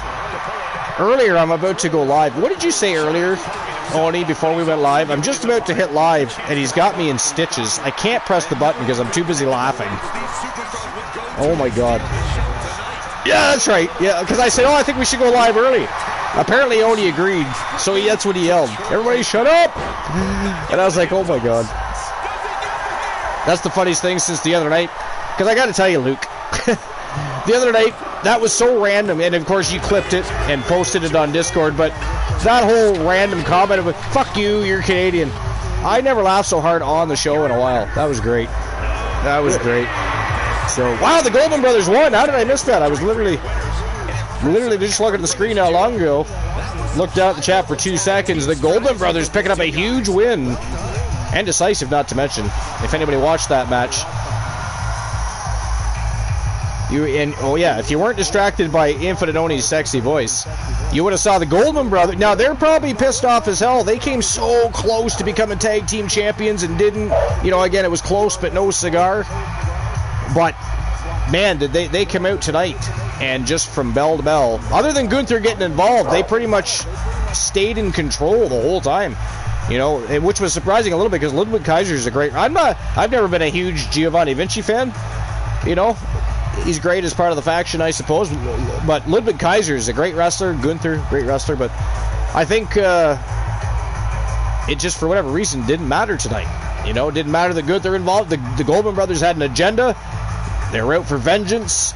And they took down one of the best teams in TWA right now that are looking to become tag team champions. So, down goes the Imperium. Sorry, say that again. I have Gunther one of my contracts. You do, yes. Good. Well, so that's probably your fault then. You were probably behind that whole trying to interfere on the Goldman Brothers matchup. How dare you? Yeah. How dare you allow that to happen? I was behind it all. It didn't work though. It didn't work though. Your plan failed, sir.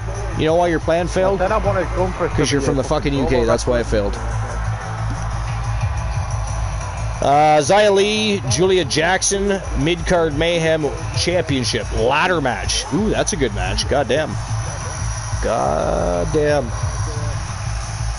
There was a Mid-Card Mayhem Redeem. I mean, that wouldn't be the one right above that sentence, would it? Strife. But anyways, congratulations to House of Fear. Another big win for the Goldman Brothers. They've been absolutely phenomenal since inking contracts. They were undefeated. Then they become junior tag team champions. And again, they came so close, but they just could not beat the Public Enemy. And now they're going to be back looking to chase down those titles again. And tonight was their first act of vengeance. Imperium moves further down the ladder. The Goldman Brothers, rung by damn rung, they plan to get back to where they were and challenge for those titles again. So congratulations to House of Fear. Here we go. Next match of the evening is a 6 Vixen Gauntlet match. And this is for the Junior TAW Junior World Championship. And look at the villainy in this matchup. We, of course, have the Viking Rose Brewer. The 3 Faces of Fear, Angel Terror. Mrs. Snow Beast is in action tonight. Zoe Stark. Liv Morgan, who is, by the way, our reigning defending TWA television champion. And Ivy Nile from the Diamond Mine. This is a great matchup. These are literally your top 6 that would be in line for that junior championship. I thought it was a great lineup, and again, we're trying to balance junior titles and ranking system, and I thought that was a great match. So here we go. That's the next match. 6 Vixen Gauntlet for the TAW Junior World Championship. It's going to be a slobber knocker. What do you think, Oni? Who wins this matchup? As long as Liv loses.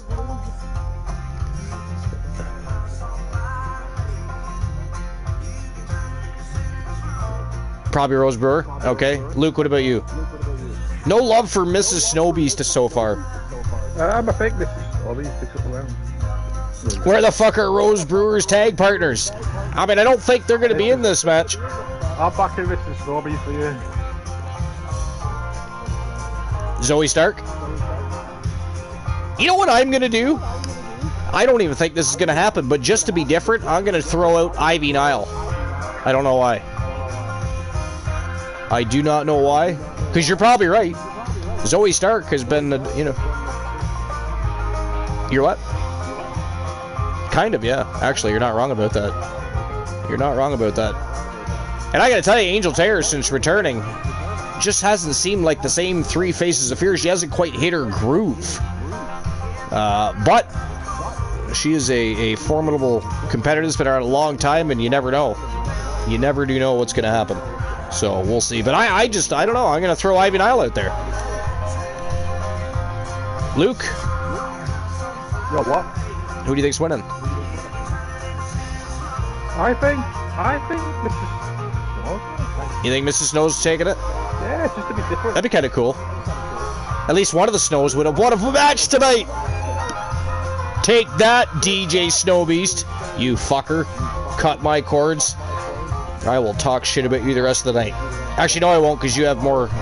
He has more Archiver's bucks, and there are other redemptions. We don't need him casting on me.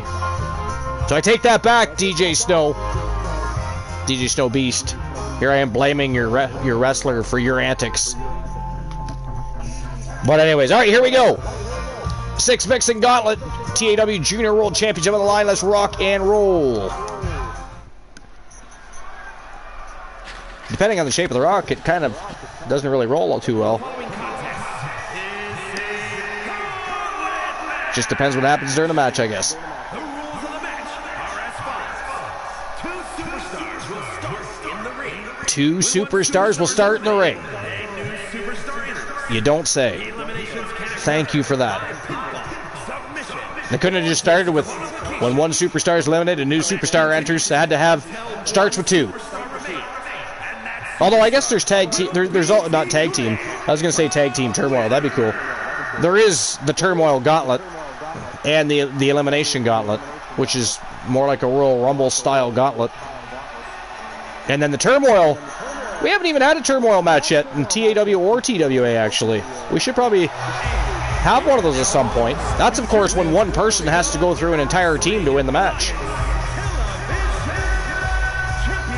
I have not seen the booking committee pop that one. Oni has Neon Pro Wrestling, NPW, have they had a turmoil match yet? No. Yeah, me neither. I don't know why that is. To challenge Liv Morgan for the television championship. Oh, turmoil. Yeah, I know. It's intriguing.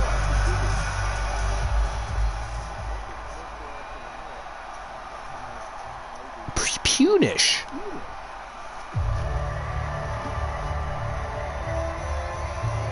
Lionson says I also have 22.7k. But what is your point? Are you tossing out threats here?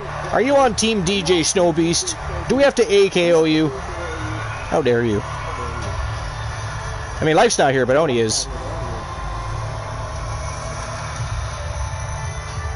I have 104,000. You have 104,000? Jesus Christ, Jack.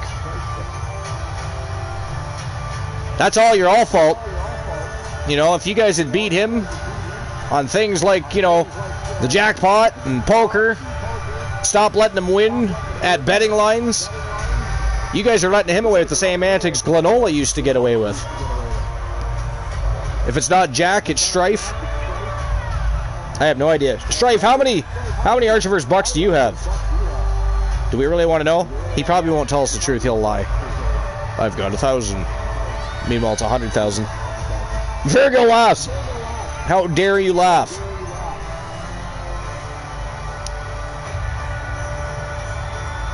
Angel Terror is creepy as fuck. She always has been, though, right? I remember when she came in to TWA the first time.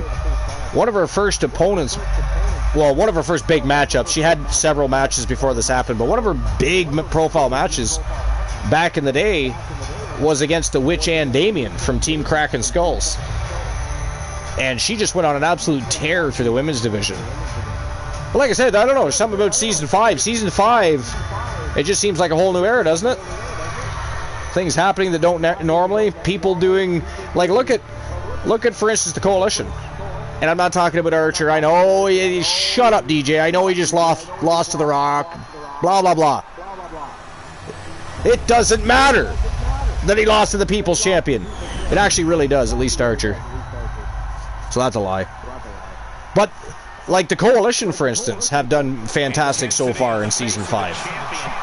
You know, DJ Snow has, you know, he's had a loss here and there, but majority of his matches have been wins. He's a champion. He's held more than one title so far in Season 5. Arya is already off to an amazing start in Season 5.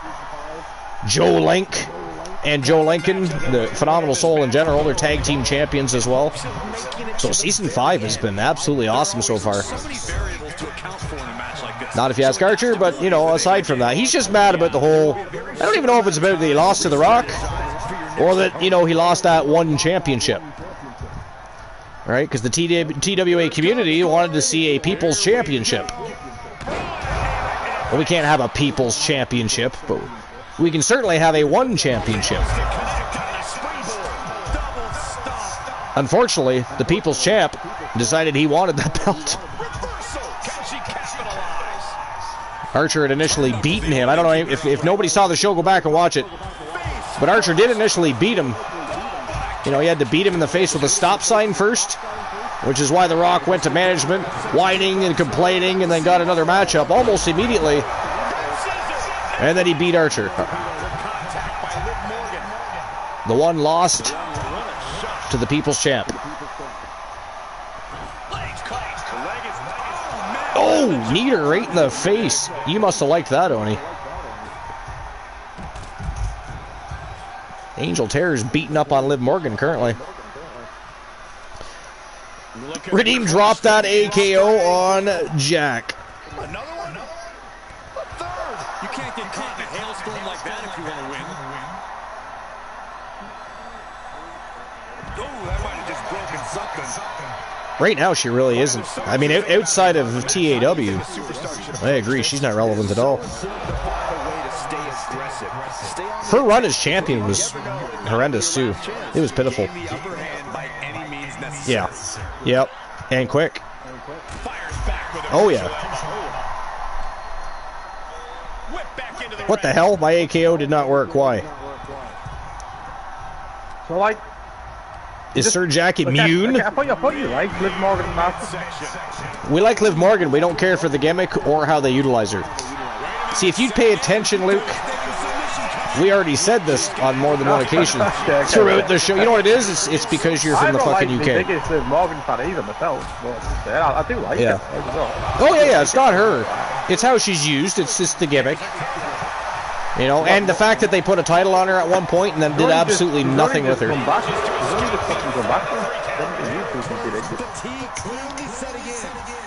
This is the fight.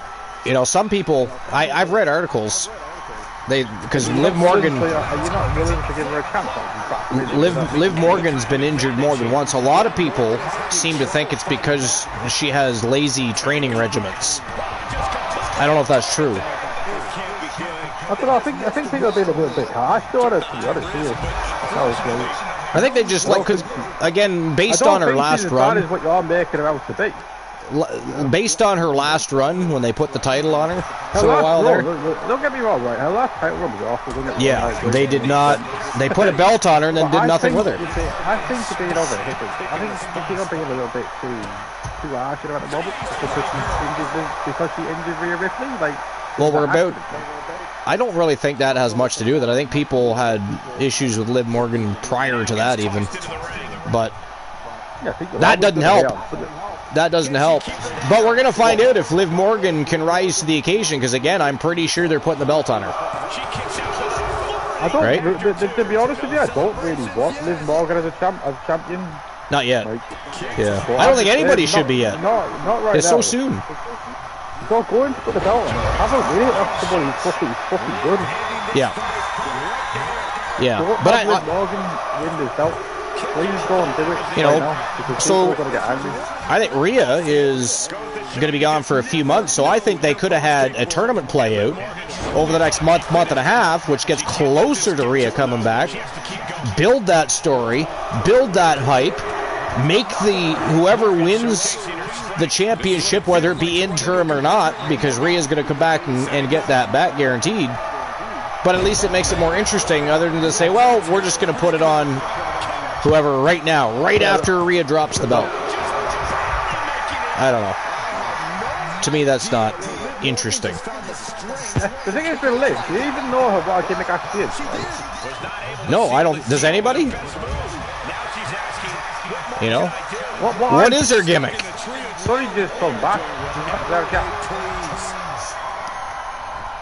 Well, I'm pretty sure Creative has had plenty of chance. What is that noise? Is somebody playing with their mute button?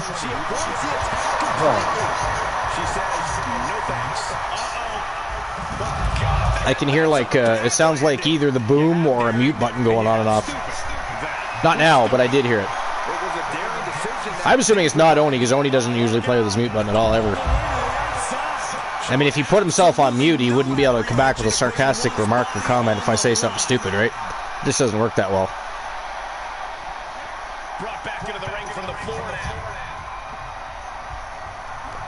I gotta tell you, this has been a great first match in this gauntlet. I thought, personally, that the three Faces of Fear would annihilate Liv Morgan, but Morgan holding her own pretty well against Angel Terror here.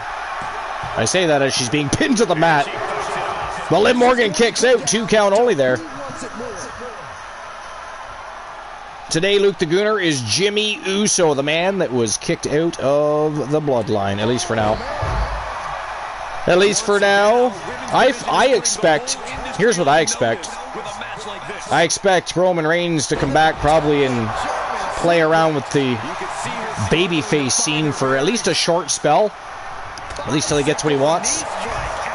And I think that you'll probably see Jimmy and Jay at one point or another rejoin Roman. They're family at the end of the day.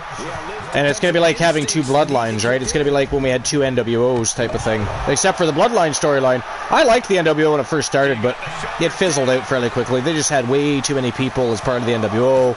The storylines got worse. They were having random, stupid things happen. But the bloodline storyline is one of the most intriguing storylines in recent history in pro wrestling. So they can legitimately have Bloodline versus Bloodline and have it interesting. Now you got Solo seemingly take over. You got Paul Heyman still with Solo. They bring in Tama Tonga, get rid of Jimmy. So I say Roman comes back. Main event Jay probably helps out. Although main event Jay's going to Raw, isn't he?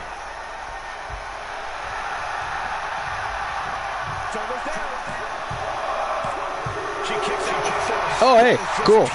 Stop for a visit, that's nice.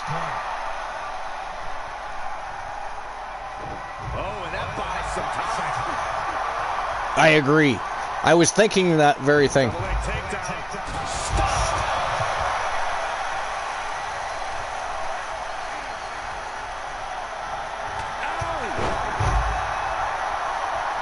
Are we talking about Archer again? Stop it. It's not very nice. Oh, Soul Skull, yeah, okay. No, he hasn't. No, he hasn't. No. I liked what he was doing. Oh, there goes Liv Morgan. Oni, there you go, buddy. Liv Morgan as the television champion is out of there. the three faces of fear. Angel, did she get a boob job? Is it just me or her breast bigger? I don't know. I don't know how I just noticed that. And that was completely random, I understand, but good God. The first one probably has the biggest because they probably Tiffany Stratton. You think? Yeah. What do you think, Oni? You can't miss the Tiffany. Luke thinks that Tiffany Stratton probably has the bigger bust in the women's division. Oh my God! Did you see that? What a kick! Wow, that was close. Angel Terror just about decapitated Zoe Stark.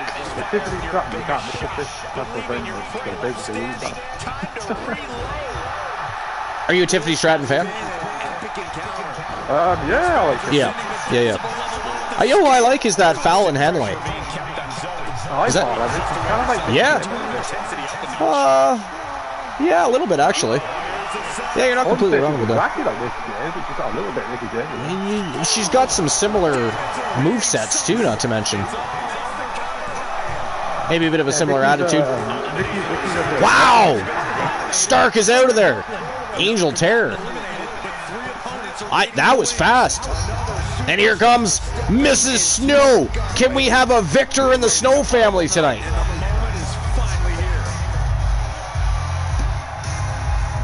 Sir Jack says Tiffy time, MFR. Strife. Who doesn't like Tiffy time? Go home happy matches are usually always a possibility.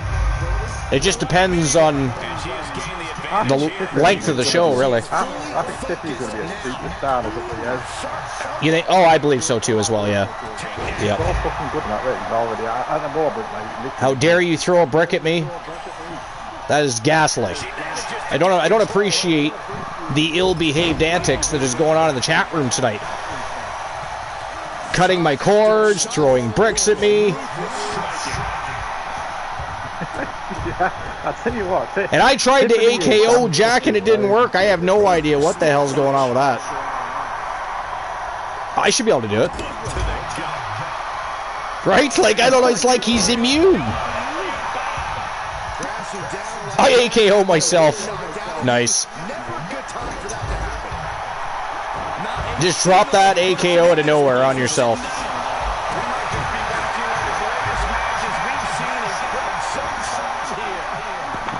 I'll tell you. Maybe Mrs. Snowbeast or Mrs. Snow needs to train DJ a little bit. Look at her go in there against Angel Terror. Well, I mean, not now. If you're looking now, yeah, not so good. Angel Terror's kind of turning the tides a bit here. But, oh my God, I say that. Nice reversal, ripcord knee strike right to the face by Mrs. Snow. Chronicle Ghost OG, Zach Payne. Time is struck 1, 2, 3 for Liv, and just like that, she's done. Liv losing has consequences. The Ego Club doesn't need someone like you. You've been kicked out. Oh, good God. Not only did she lose, she lost her spot.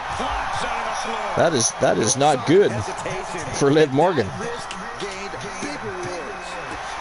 Well, yeah, because didn't Chronic just contract Liv not long ago? Somebody contracted Liv. Who was it? I believe it was Chronic. She is still the television champion. Just check the claim section.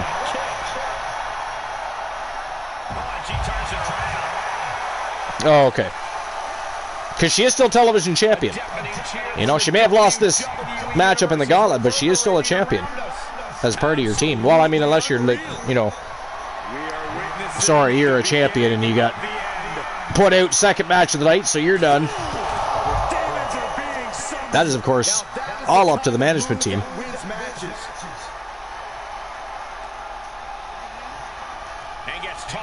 This is for it's for a vacant junior championship.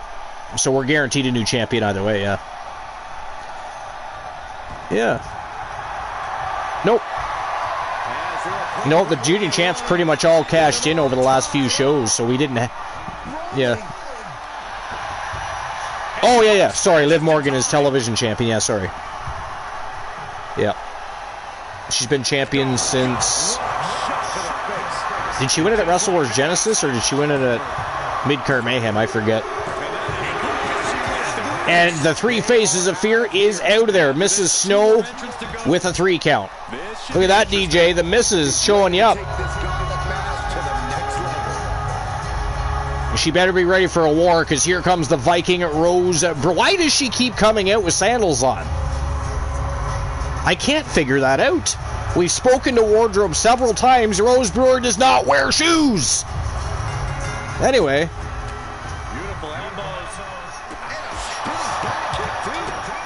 I've literally removed all the shoes from backstage where Rose Brewer's locker room is to make sure there's no possible shoes that could end up on her feet. And here she is wearing sandals again. Who the fuck wears sandals in a wrestling ring?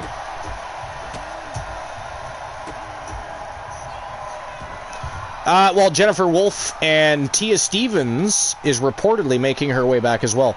So Team Tyliana Pierce made her presence known last show, and she was, of course, on Discord, I believe. And she has requested that Tia Stevens re-ink a contract for Season 5. So they're about to become 3 strong again.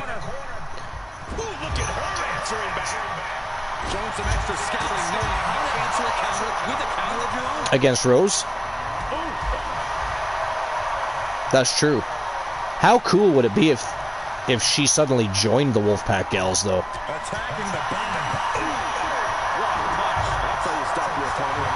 That is true.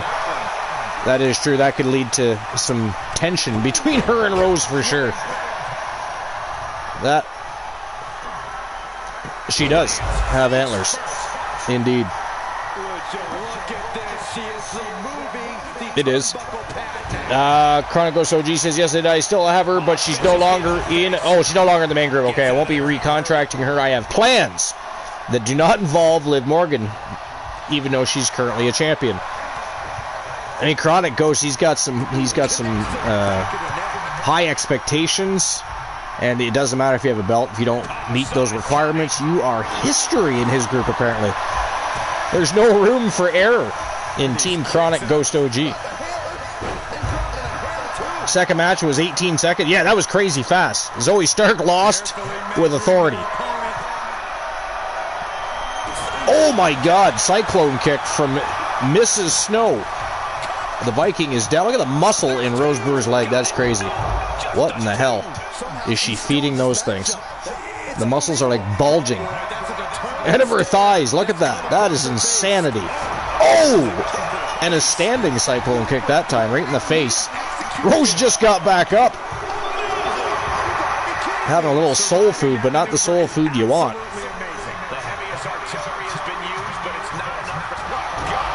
Damn, 3 cyclone kicks in a row. That's got to do it. No, Rose kicks out. Wow, 2 count only there. I'm literally shocked right now. Not even going to lie. Thought for sure that was going to be an easy 3 count. I mean, Rose Brewer is as tough as they come, but when you take 3 cyclone kicks, 1 to the back of the head and 2 to the face, somehow Rose Brewer is still in it to win it. I don't understand it, but it is what it is. She's going to have to. She's going to have to kill her, and the same in return, I think. If Rose wants to make a comeback here, she's going to have to, like, I don't know, tear her head off or something. Mrs. Snow on a roll. Rose Brewer kicks out again at the count of 2. Liv just been mouthing off in the meetings. Run your mouth and lose. You can get gone. Fair enough. I mean, I understand that. Invisible Guy. What's going on, Invisible Guy? What's you doing? Exciting, buddy? Welcome in. Appreciate you being here. We're, of course, hot on the road to the next big SPV for 2024. Mid-Card Mania just around the corner. Our very first stream preview we've dedicated to the superstars of our Mid-Card division. Junior champions will be tested. Our Mayhem champions will be tested. And we're going to see some tag team championship matchups at Mid-Card Mania. It is going to be a fire night. Sorry, say that again. Oh, Strife. Who said that? Who said what? Just chilling. How you doing today? I'm doing fantastic. And I'm glad you're chilling with us. We really appreciate that, Invisible Guy. Thanks for being here. We appreciate it. By the way, if you're not already on our Discord, be sure to check it out. Join us if you will. You can always have discussion with us over on Discord. Join the after party. If somebody wants to drop the... Never mind, Infinite Oni was 10 steps ahead of me as usual. I love it when he tries to make me look stupid while I'm on the broadcast booth. You know, he doesn't wait till I'm gone to the facilities or grabbing a beverage in between a match. No, he just waits for me to screw up and lambaste me while I'm on the show. I love it. Cool, I'll go join Discord. Fantastic. Where is that voice coming from? Voice? I mean, I hear Oni. I don't hear myself because Luke has us on mute right now because he's eating. Not sharing again. Oni. Have you noticed that? He keeps going to concession stands. He brings back beverages, brings back snacks, food. Never once did we get an offer. Not once. How are we doing? We're hungry and thirsty because you don't share. Oni, a team member for one of the greatest teams of all time, doesn't even get an offer. I'd mentioned my... Here we go again. Good Lord. It's because you're fucking Canadian. You're not getting any of my... Wow, Ivy Nile. Holy shit. I called it. I said that at the beginning. I didn't say she'd be the dark horse, but I said for some reason I'm throwing Ivy Nile out there. Wow, from the Diamond Mine, ladies and gentlemen, the winner of the gauntlet and your new TAW Junior World Champion, Ivy Nile. Wow. That's nuts. So Rose Brewer made it through Mrs. I don't know how she made it through Mrs. Snow, because Mrs. Snow whooped that ass. That's kind of crazy, right? How the hell she made it through that, I have no idea. But Ivy Nile gets the call last, and she pulled it off. She took advantage of the situation, and she's your new TAW Junior Champion. Shadow, say his name, and he appears, I believe, in Joe Hendry. What's going on, Shadows? Welcome in. Did you happen to see Steve Winter's matchup? I think it was on Genesis. Might have been Mid-Card Mayhem. I actually forget now. You did? Okay. Excellent. Steve Winters is very impressive. I don't know where you guys found him to ink him to a contract, but goddamn, he is good. He is so good. And he's already started off Season 5. Fantastic. He was awesome in Season 4. What are you laughing at, Luke? You know what, Shadows? Can you do me a favor? Can you talk Steve Winters into beating the shit out of the Gooner? Can we do that? We are not talking about Elijah Archer's loss, sir. How dare you? Nobody cares that Archer lost. Nobody cares. Oh, of course you care, because I'm fucking Canadian. That is like just the running theme of the show now. We're just carrying over from the last one. Everything is...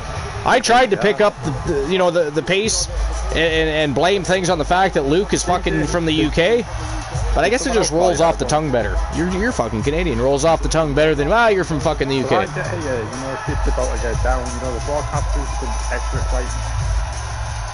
Strife tried to AKO you. How rude. Shadow says okay. I'm gonna give Strife a GTS. A GTS? Ouch. That's not nice. That is not nice at all, but I like it. Invisible Guy has joined the Discord. Welcome to the Fam Jam. Now, the other question is, Invisible Guy, I can't remember if you did or didn't, but did you smash that follow button?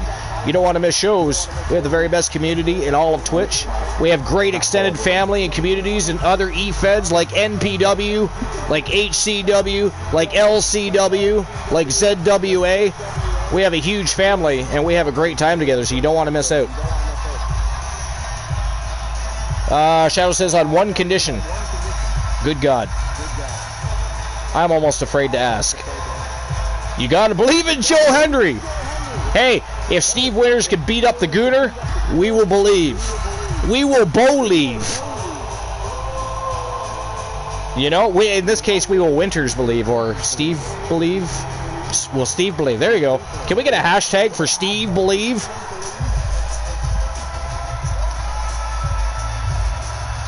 Sure. Oh, he says. It's stupid, but I'll do it. A worse punishment? Ooh. Hey, they have history. They have history. They have history. That I would like to see. As a matter of fact, when the Gooner was world champion, because he was double champion for all the Gooner was, if everybody can believe that. I mean, Oni and I are still trying to. I'm not backing out of a title match. You said you don't want to overbook him. You said we didn't want to what? You said you didn't want to overbook him. Well, of course we don't want to overbook. I'm joking about it. We don't want to overbook people. He didn't really say that. Because what happens when your wrestlers fatigue? They lose. Then you lose a title. Exactly. Oh, I get injured. But anyways, the Gooner was double champion. And Rainbow was one of his competitors. I believe it was for the TWA World title. It could have been the TAW World title. I forget now. What a match, though. And Johnny Rainbow got fucked over. If I recall. Yeah, Johnny won that match. You know, the Gooner's done that to people more than once. I don't know how he gets referees in his pockets. But we've seen the Gooner lose on a few occasions and somehow win. Maybe he's related to War of the Machine.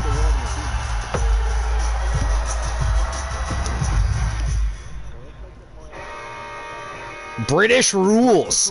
Ooh, that's fun. Oh, British rules. British rules. That's what the man said. So we're going LCW style here. Look at hell, because I have. By the way, how's the new UK Championship division working out for you? That's doing good. I like it. Fantastic. Yeah, that was cool. Ready Awesome. to go with a show on a Saturday. Yes, LCW has a brand new UK Championship that is already in action. Who's the champion? I'm actually ready to go tomorrow, to be honest. DJ Snow. DJ Snow is the UK champion? Nice. Yeah. Nice. All right. Next match of the evening is for the TAW World Tag Team Championships. It is the Junior Tag Team Champions, the Wolfpack. The Wolfman Alan Severn and his ghastly, disgusting, grotesque partner, Luscious Luther Brody. They're cashing in to challenge the undisputed TAW World Tag Team Champions, the Public Enemy, Alpha Woods and Psycho Dragon. This is no ordinary Tornado Tag Team Hell in a Cell. No, we are bringing back a very old matchup we haven't seen in a couple seasons. This is a Cell of Pain. 2 tag teams will enter the cell. Only one will exit the cell. The way to do that, you got to knock out your opponents. That is next. It's time to turn and burn. Let's rock and roll. All right. He didn't really say that. He just said, fuck you tonight, Luke. You're not wrestling because you're English. I didn't say that. You fucker. I did not say that. No, I didn't. Nobody heard me say that. Look at this bullshit. Look at this grotesque scene. Brody's got 2 junior titles. He's half the junior tag champions, and he's got the goddamn junior world title. This is all Alan Severn's fault, by the way. He is the one that brought that slob. It is not funny. Why are you laughing? It is not funny. He should not even... You know how long it took us to finally get rid of Luther Brody? I mean, we had to convince him it would be better if he went to a different promotion. He'd make more money, win more titles. And here he is. With the Wolfpack. Not to mention, he didn't just come back and look for Rick Rude or his old tag team partner. Form a tag of his own. No, he comes back at the request of the Wolfman Alan Severn. Starts tearing through the division, and then Severn's like, well, you know what? You're Wolfpack. By the way, that makes the Wolfpack kind of disgusting now. I once considered them a formidable group, a formidable faction. They're just kind of, it's gross. It's gross.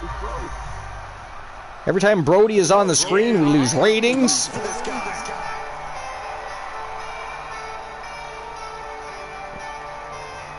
And here comes the Wolfman.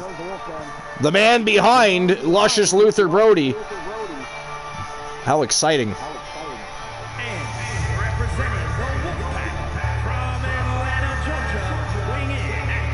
Wolfman, multiple-time champion, though. Tag team, singles competition, you name it. He's done it. He's been a Legends champion. There's a guy we'll probably eventually see battling it out for that one championship. For those that don't know, the one championship is a brand new title for TWA and TAW. Now, one of our community members were joking around. They suggested we should have a People's Championship. You know, there's always that one title, like a 24/7 or the $1 million championship.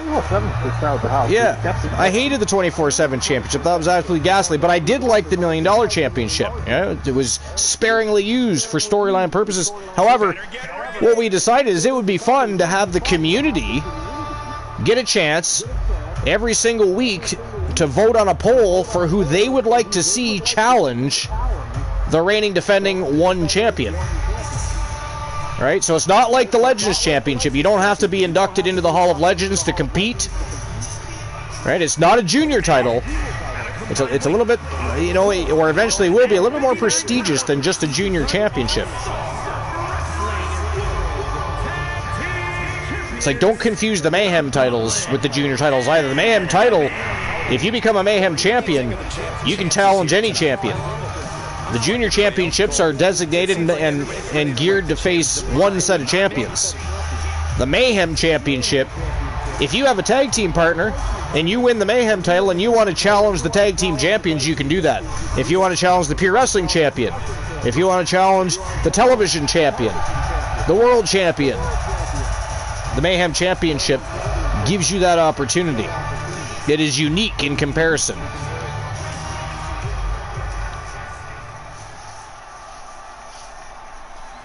World champs are out. Titles are officially on the line. Here we go. It is Cell of Pain time. You know what, though? I need a beverage. Oni, I'm going to leave you in charge, because if I leave Luke in charge, he'll start belching. And then he'll start, you know, I'm going to head off for a bit anyway. Oh, hey, Oni, you get some peace and quiet. Wow. Oh, go fuck yourself, man. I'll go fuck myself. I make this shit exciting, you fucking... Let me guess, you're the greatest addition to the broadcast booth ever.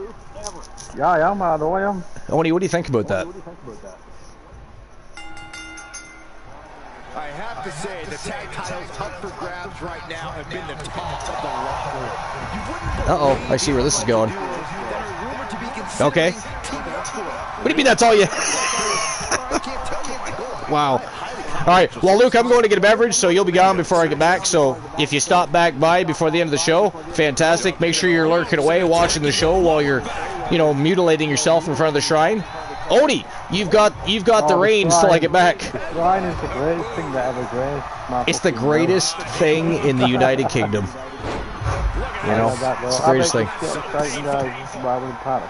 But if you guys want to ask Oni some questions, if you want to make him tell a joke, you got lots of things you can do.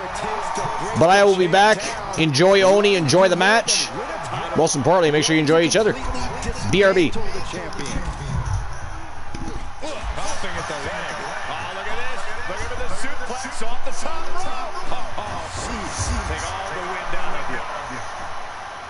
It truly cannot be stressed enough. Hell in a Cell is a match where you simply have to adapt to your environment as quickly as humanly possible. Or inhumanly possible, considering the demand. Trying to work the same match as you would the other night would simply be a fool's errand. Oh, and a stop right to the back. Escapes in a nick of time. And talking about giving a DDT with authority.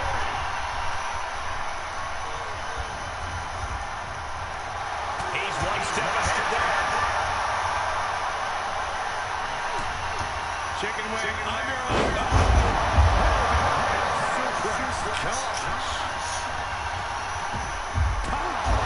The challenger's looking shaken. Trampling the opposition. Uh-oh. Right to the knee. Hammered away. And any one of those shots could take... Beautiful takedown into the account. All the pressure on the left knee. He's trying to fight him. He's trying to break out. It doesn't. Quick thinking pays off. What's he got in mind? And there's the elbow. Land.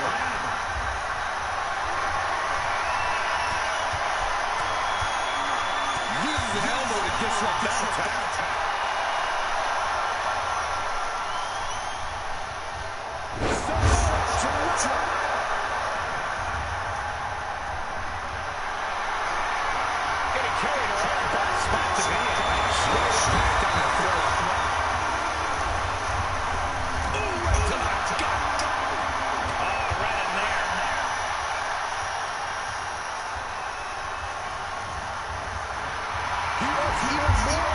opponent. Saw that one coming, took advantage.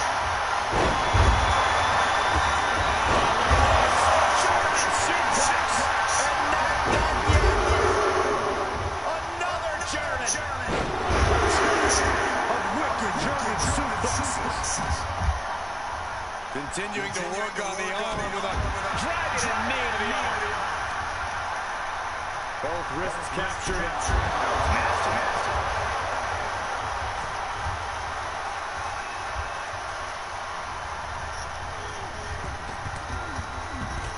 Oh, he retaliates. That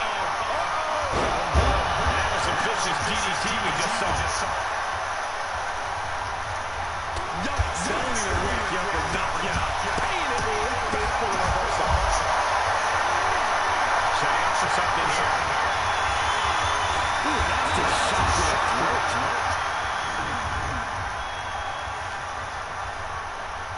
Setting him up for the flatline. Face first.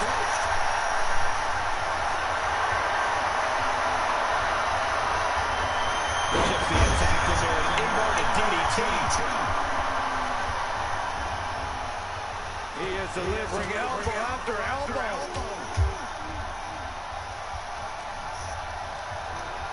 Sent into the corner. Boom, right to the midsection. Turns it around. Sole of foot meets the stuff. Attack to the midsection. Front face lock applied. It's about to get more painful. Honey plus the top rope. Vicious stuff, and this superstar just reminding everyone how vicious they can truly be. Hammerlock applied. And this superstar is just imposing their will on their opponent.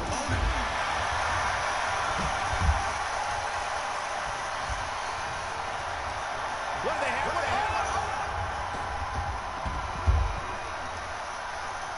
Out of the ring and even closer to the chain link enclosure.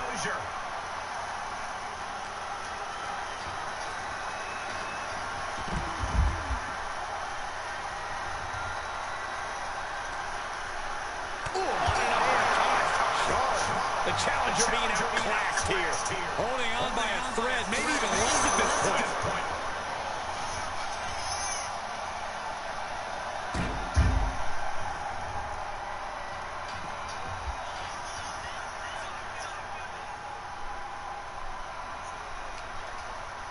With an uppercut.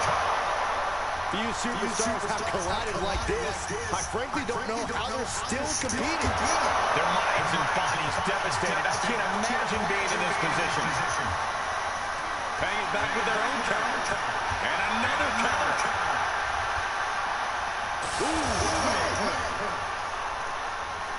And it is to show. And his opponent, too. They say the cell brings out the worst in people, but even I didn't see that coming. I gotta say, I'm impressed.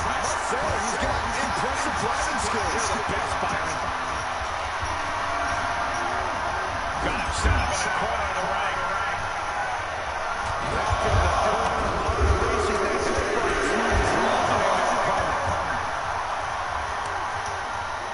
shifts it back onto it.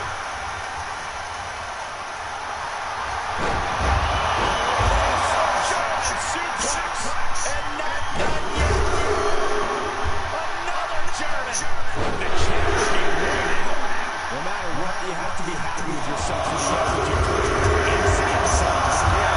happy with the win. Nice takedown.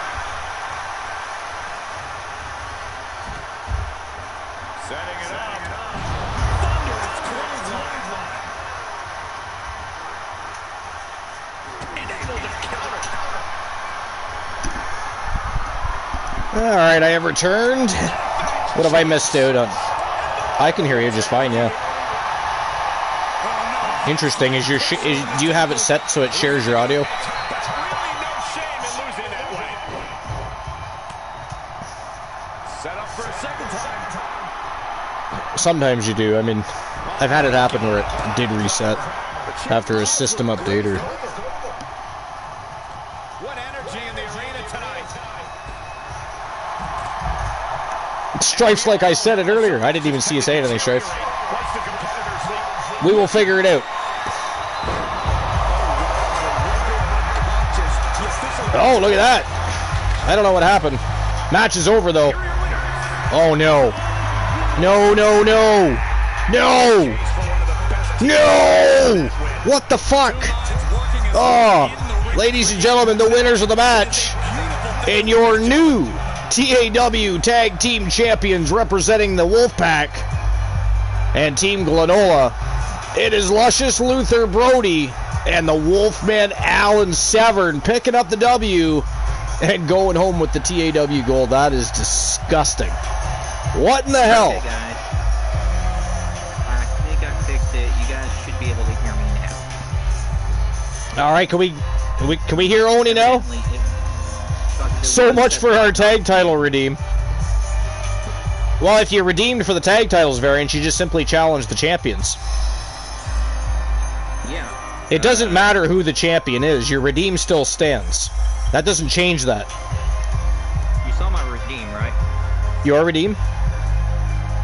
I'm trying to remember. I think I did. Deadly Oh yeah, Pretty Deadly versus the winners. Yeah. With the rainbow accompanying them. Invisible Guy says, share them championship because sharing is caring. Not with Luscious Luther Brody, it's not. Not with Luther Brody. Nobody wants that dude holding. Look at that grotesque, disgusting slob. Who the hell wants him carrying your championship, much less representing your company? But anyways, that is all the doing of the Wolfpack and Alan Severn. I have no idea why they're, they've got this fascination with Luther Brody. I don't know. Joe Gacy getting powered up. That's a fine choice right That there. is. I was almost tempted to grab it myself, so be thankful I didn't claim them like I did 50 million other wrestlers. Yeah, so Team Chronic OG, they actually claimed and signed Joe Gacy, I think the last show. Was it the last show? Chronic, or was it the show before that? I forget. But now has decided to power Gacy up and let him loose. Should be interesting to see what he does. But yeah, that's a very good pick. Maybe I should claim Dijak just to have a rivalry with him. Hey, that's interesting. But I mean, how big is your team already? I don't need more people. Although you said you were lightening your load at some point too, didn't you? Yeah. I am thinking about releasing some people. Yeah, you said something about it. I just didn't. I'm not really booking anybody. I have the bullies, but I haven't done anything with them. Yeah. And I would like to get Pretty Deadly in the mix. And of course, Ronda Rousey decided she doesn't want to be a pro wrestler, so. Well, I was going to say, what about Raquel Rodriguez replacing Ronda Rousey, maybe? I don't know. if I That's get just. the money, I'm just going to squander, just give you the $20 to get the WrestleMania pack. So you can get the other people. Yeah. Sign those contracts. I swear to fucking God, I'm about to redeem a title match between these two and the Bludgeon Brothers. I mean, there's lots of people redeeming. If everybody redeems at once, there's going to be a train length of people waiting to get in on that title match. All right, but anyways, congratulations to the Wolfman and Team Glenola for all it's worth. It's nice to see Severn hold the championship. Not so much Luther Brody. It is what it is. We've got to deal with it. All right, here we go. Moving on to the next match of the evening. We're very close to the championship rounds. The next matchup of the evening, ladies and gentlemen, this is a huge matchup for the TAW Women's World Tag Team Championship. It is a fatal four-way elimination style tag team matchup. Indy Hartwell in the house tonight with Candice LeRae. We've got Alba Fire and Isla Dawn. The Outlaws, which are the junior tag team champions. Dr. Britt Baker, DMD, and of course Dangerous Amber Extreme. And all three teams looking to dethrone Melissa Archer and Jade Cargill, better known as PMS, Pretty Mean Sisters. That is the next match of the afternoon, and of course then we'll be going right into our championship rounds, the final three matches of the show. And of course, Variants of Strife looking for a go-home happy match later, and of course depending on how everything plays out, we do like to have those go-home happy matches. And at this point, I'm thinking I don't see a reason really why we wouldn't have one. So I don't know. What was your idea? What was your idea? Strife for a go home happy match. Did you have one off the top of your head you wanted to share with us? Power up the Wolfpack. I'm pretty sure the Wolfpack doesn't have to worry about that. Pretty sure they don't have to worry about that.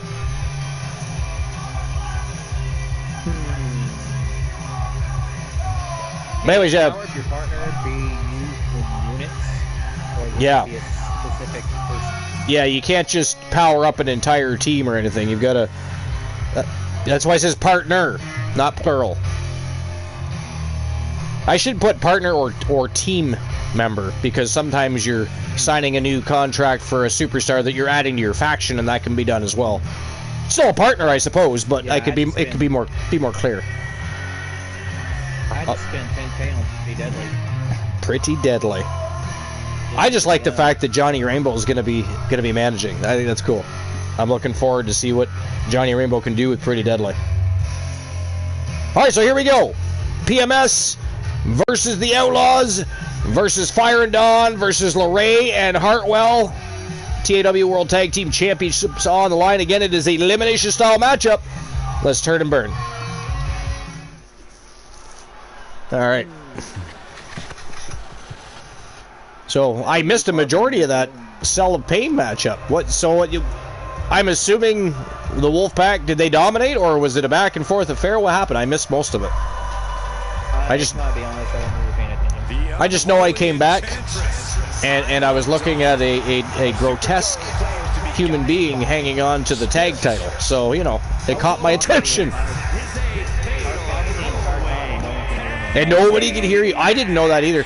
And I didn't see Strife mention it earlier, but at least we figured it out. At least the problem is rectified. Yeah. It's weird that it now I have had it happen one other time where it was after a system update, and then suddenly I had to reset my sharing, like for audio sharing and everything. So that's why I asked. What's Bray Wyatt's, Luke Harper, and Eric Rowan's? I mean, you should know that. You're the one redeeming.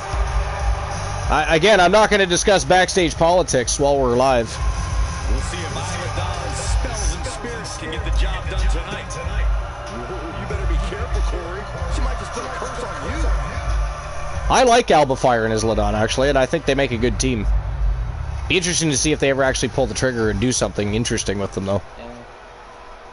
I really like Isla Dawn. She Yeah. is a woman reborn in Oh, yeah, it's pronounced Isla, isn't it? the longest reigning NXT UK. Yeah, like Island. Yeah, I should have known that. I always call her Isla Dawn. It's because I'm fucking Canadian, okay? I'm pulling a Luke the Gooner.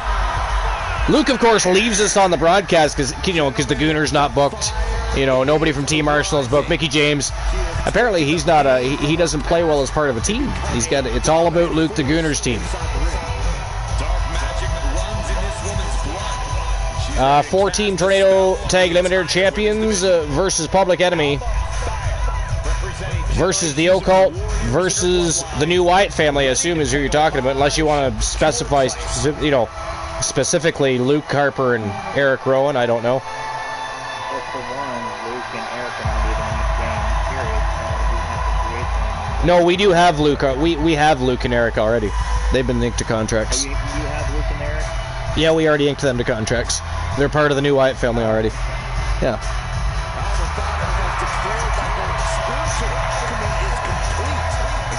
518 unlucky. Man, nobody's won the jackpot in a while. Sorry, somebody won the jackpot the other night, but it was only one. It was I believe it was a championship up. But that was the first time in a while. Okay, so here's the irony of this damn tag team. Which one? Okay, they got... Oh, these guys? Yeah. And a witch. Here comes trouble. What does everybody usually say? Burn the witch? Yeah. Right? That's just such irony.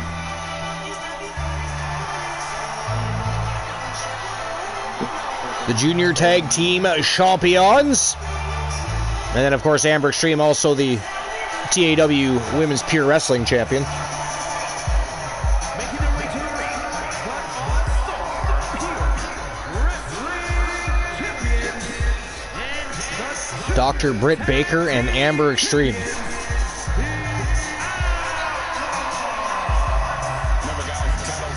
You know, it's funny, we were talking earlier about different championships, and I did mention the $1 million championship. I always kind of liked what they did with that here and there when they used it properly.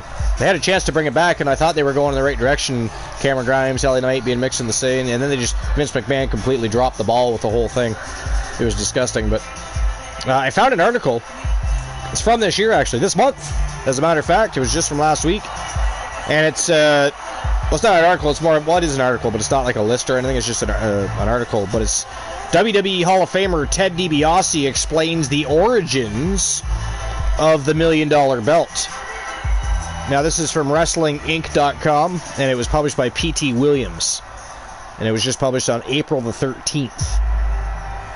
So it says, one of the greatest championship belts in wrestling history in terms of pure visual aspect was specifically designed for Ted DiBiase's $1 Million Man persona in the late 80s. One could argue that wrestling's predetermined nature makes every belt a prop, but the $1 Million Championship embodied this concept since it was mostly used as a tool for DiBiase's character to flaunt his wealth. On a recent episode of Everybody's Got a Pod, DiBiase said that it was Pat Patterson who originally approached him with the idea for his own belt. At the time, it was maybe going to be me and Hogan, and I'd beat Hogan and I'd have the WWF World Heavyweight Belt for a while, DiBiase recalled. But then obviously, if you're a heel in the new WWF, you're not going to be the champion very long because kids want to see their champion. The good guys have the belt. But Pat says, here's the deal. In your arrogance, you basically say, I don't need your stinking belt. I'll create my own championship. And that's how the whole $1 Million Championship came to pass. Beginning in late 1988, the WWF began airing vignettes with DiBiase overlooking the belts, making at Betteridge Jewelers in Greenwich, Connecticut, where the belt was legitimately crafted. Though its cost was not actually $1 million, DiBiase estimated the original price tag to be around $40,000 due to the roughly 700 cubic zirconias used in the design. Its estimated current value could be north of $200,000. So it is an expensive belt, but it's not worth quite $1 million. It's still very interesting. Aside from DiBiase, the $1 Million Championship has been waved in and out of storylines involving likes of Steve Austin, Ted DiBiase Jr., and, of course, LA Knight. I liked it. I was disappointed when they dropped the ball because I thought LA Knight would have made a great $1 Million Champion. Well, I was going to say Goldust was involved with the storyline with that title. Yeah, no, he was for a while, yeah. But the $1 Million Championship would be such a great championship to have circulating on NXT. And one in particular person I think would be good to hold it, again, is Cameron Grimes. Do you think they ever actually do anything with Cameron Grimes? You think they're going to pull the trigger on Grimes, probably do something with him? Yeah. I mean, I would like them to, but...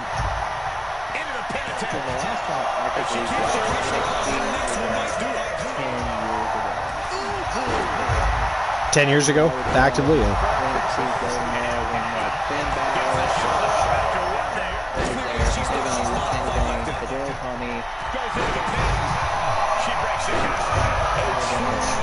Yeah. So here's something interesting. Vince McMahon apparently cooperating with authorities and has not had any contact with WWE since resignation. I mean, I suppose it depends on which resignation we're talking about, but anyway. So this is a write-up by Matt Boone from WrestlingHeadlines.com. Says, Vince McMahon is reportedly cooperating with authorities. NBC News ran a new profile piece on the former longtime WWE chairman where they stated that McMahon is cooperating with authorities, according to one source close to him. McMahon believes officials won't bring any charges against him and that Grant's civil case will be settled out of court, said a person close to the former wrestling executive, the NBC News report stated. I mean, here's the thing, though. Just because something settles out of court, if that should happen, that doesn't mean that it was all false. You know what I mean? You can settle with anybody in a suit without the actual truth coming out. That's just the way a settlement works, right? It's like a plea deal, you know? But the article also states that McMahon has not had any contact with TKO or WWE executives since his resignation back on January 26th, but has been in touch with John Cena and The Rock since then. Well, that probably doesn't throw them in the greatest light right now, but hey, apparently they've been in contact with Vince. The other thing is how little contact is there really when, I mean, he just sold a bunch of shares to TKO Holding Group. Now, I guess that doesn't mean he specifically has to discuss anything with those people. He can pay, you know, I'm sure he's got somebody on payroll that can handle it for him. But let's say that isn't the case, and at that point he would have to have communication with somebody in TKO if he's going to sell shares back to them, right? I would think. I don't know. I don't know what to think about that, really. Grant's attorney told NBC News there have been absolutely no settlement talks with McMahon. Right? So there's that.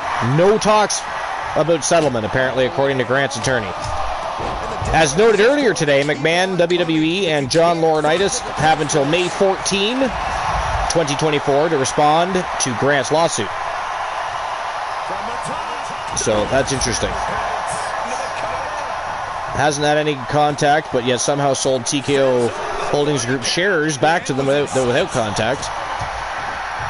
And has been talking with John Cena and The Rock since. So I guess they're not technically WWE. They are, you know, contracted employees of WWE, but I don't know. I don't know. Wait a minute. Ruby Soho is pregnant? I did not know that. Did you? Okay, because, yeah, this article's from like a day ago. It says, more news on Ruby Soho being pregnant and how it was worked into a storyline. And they worked it into a storyline? I didn't know that either. I did not know. Because I haven't religiously paid attention to AEW in the last couple of months. Really? Yeah.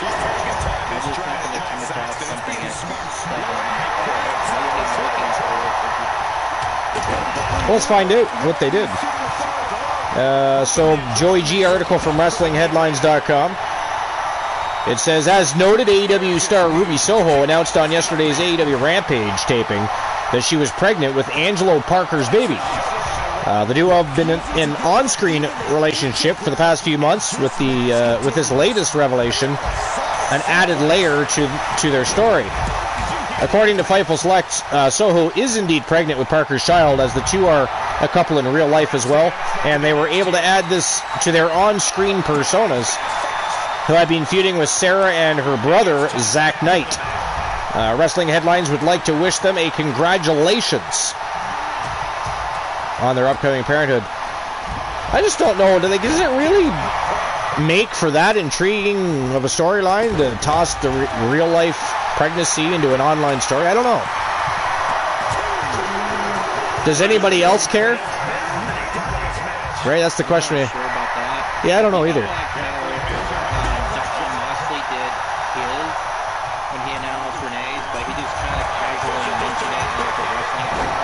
Yeah. I like that. Yeah. Casually just said it. Yeah, didn't try to drag it into an ongoing storyline, just sort of brought it up, made it, newsworthy type of thing. But apparently these guys are working it right into their on-screen storyline. Now, they're a couple, so whatever, they can do what they want, but I mean, I don't know. I just don't know. With a lack of actual credible storylines and long-term storyline and match booking, does it matter? Is what I wonder. You know, are they that intriguing to their their on-screen programming that anybody really cares? That's my question. Oh, yeah. Yeah, that's the thing. Makes you wonder.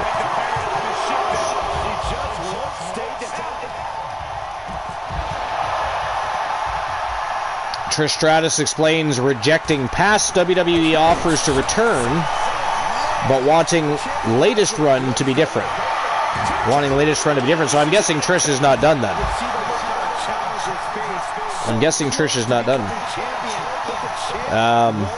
So this is another Matt Boone article, WrestlingHeadlines.com. Says Trish Stratus won't be returning to the pro wrestling world for any old reason. She must deliver Stratusfaction. During a recent Inside the Ropes interview with WWE Hall of Fame legend, explained why she turned down an offer to return to WWE back in 2009, as well as how she wanted her return to the company last year in 2023 to be different. Featured below are some of the highlights from the interview where she touches base on these topics with her thoughts. So on why she rejected a past offer to return in 2009, she said, and this is a quote, "I always said when I retired, if I go back, it's got to be for something important. Not important, that's not the right word. It's got to be for something that's good.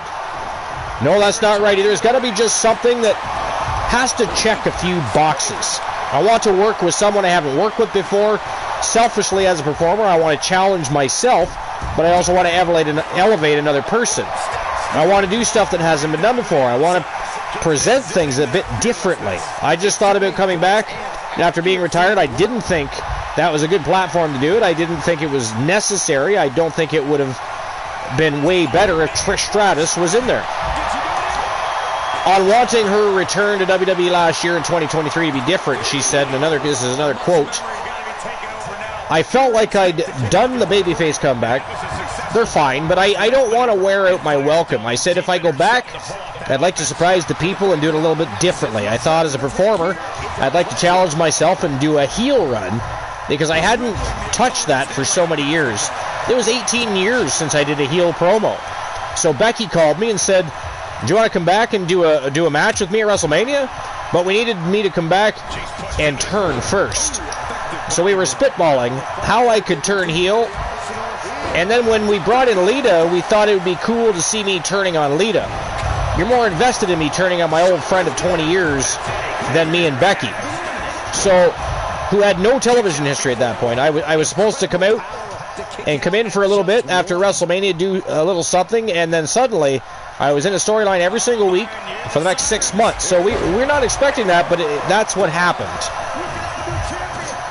So that's interesting. I didn't know that she was only supposed to be around in short term, and she ended up just as a result of, the storyline actually being, something of relevance and decent and entertaining. So that's interesting. Update on Motor City Machine Guns to AEW, Drew Gallagher, WWE, more AEW Dynasty matches. I think that's supposed to say Dynamite, not Dynasty. Or is there something called a Dynasty match on AEW now? I don't know. And information on the WWE UK tour. See, I'd like to see the Motor City Machine Guns end up in WWE, I'm not going to lie. I've said that a few times. I've always liked the Motor City Machine Guns, especially now that the new era is ringing in. I think they would actually be able to come and be successful and do something interesting. So, yo, Joe Link, welcome in. Bucket, Phenom, welcome in. What's going on, guys? Appreciate you guys being here. But yeah, that's what I'd like to see. I don't know. Personally. So what's up, Joe? You at work? Or on your way to work? Hope the show is going great. Been popping in and out. Oh, you are at work. Okay, I see that now. Show's been great so far, yeah. Show's been great. Even better now that the Luke the Gooner has left the broadcast and let Oni and I, bring back some prestige to the broadcast booth. Don't me and Joe have a date later at the Rock? Yeah, indeed, actually. Team Joe Link and Team Infinite Oni are going to be meeting later, I'm sure, before the matchup. But we got Johnny freaking Rainbow and the Phenom Joe Lincoln were the two people. I mean, we were looking for one. We ended up with two that the people wanted to see face The Rock for the new one championship. Of course, he just beat Elijah Archer, was the inaugural champion, but due to The Rock getting hit in the face with a stop sign, he whined and cried, got his way. The next thing you know, it was Archer and The Rock hooking it back up again, and The Rock beat him. So he is the one champion. But the one championship is that championship that every single week everybody in the community gets a chance to vote to see who they'd like to challenge that champion next. We didn't get one, we got two. Johnny freaking Rainbow and the Phenom Joe Lincoln both challenging The Rock later tonight. It is a triple iron matchup. Triple threat. Iron Man for the championship. After you win that championship, yes. We've got some confidence coming from Team Infinite Oni here. It'd be cool that Johnny Rainbow have some, I don't know, glittering rainbows for side plates or something. That'd be fun. Prettiest title ever. What do you think about that, Joe Lincoln? Do you think that Johnny Rainbow can beat Joe Lincoln and The Rock? What do you think? Or do you think Joe Lincoln rarely ever wrestled Johnny Rainbow, so it should be good? Yeah, that's true. They have had a couple matches here and there. I think they were multi-man matches, though, to be fair. I don't think they've actually had have they had a one-on-one? I don't know. I can't remember. Have they had a one-on-one before, Joe? I know they've been in multi-man. I don't think they have either. No, I think it's all been multi-man situations. Pretty sure. Oh, Dynasty is next AEW pay-per-view. Okay. So, AEW Dynasty. What's the Dynasty? Like, you know, when you come up with names, at least have a reason. What Dynasty is there in AEW, much less have a pay-per-view name? Dynasty. I don't know. I mean, do they understand the term Dynasty? Have they Googled that shit? Looked it up in a dictionary? I don't know. No, they have never wrestled one-on-one. Always multi-man. Yeah, that's what I thought. The Dynasty of Empty Arenas. Chronic Ghost OG. Tossing shots at Tony Khan. I love it. I can tell you that Johnny is looking forward to that match. Oh, it's definitely going to be a good one. Even though it truly sucks. It was. Oh. That could be taken a few different ways. I mean, I am really trying not to be dirty-minded right now. But that's yeah.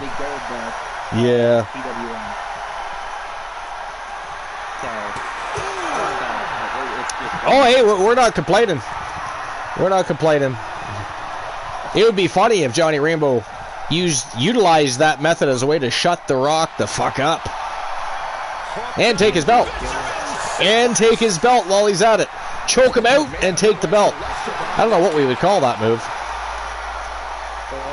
When he does win the belt, one of the first things he's going to do is, you know, the picture of Shawn Michaels where he's laying down with just the title. Yeah, you can do that with Johnny. Johnny's going to do a photo shoot if he wins. Holy shit. Damn. Fucking Indy Hartwell came flying through those ropes. Wait a minute. Let's see, we have Amber Extreme. We have Britt Baker. We have Indy Hartwell. Who else is in there? And Candice LeRae. It's down to the Outlaws versus LeRae and Hartwell? Really?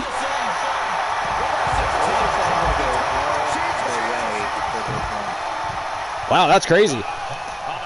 You're going to go all the way with that one? Yeah. You want Tony Khan in a casket match right now. Tony Khan has been banned from TAW and TWA because, you know, they only associate with people that know how to book shows and how to build talent, not just sit on social media like a 12-year-old. and let his active wrestlers run the show for him. I like picking on Tony Khan because it's not his company that's the problem. They have great talent there. It's him. I'm telling you, he is his own company's worst nightmare. Speaking of Tony Khan, I think we have some security footage we need to show later. Some security footage. Yeah. We need to have some yes, we need to reveal some backstage. For no reason. Yeah, for no reason at all. Yeah. Yeah, I don't know. I still don't know what to say about that. I don't know what to say. I've tried not to have too much to say about it at all, just because it was so stupid. I mean, it really was. It was so stupid. I'm just gonna not really like AEW per se, but as far as Vince's competitors go, like in the past, of all the ones, I think Eric Bischoff was the best one. Yes. Well, I've said it time and time again. If I was Tony Khan, even in a short-term contract, I'd be reaching out to somebody like Eric Bischoff and asking for a little guidance, little help. Oh, I know. Well,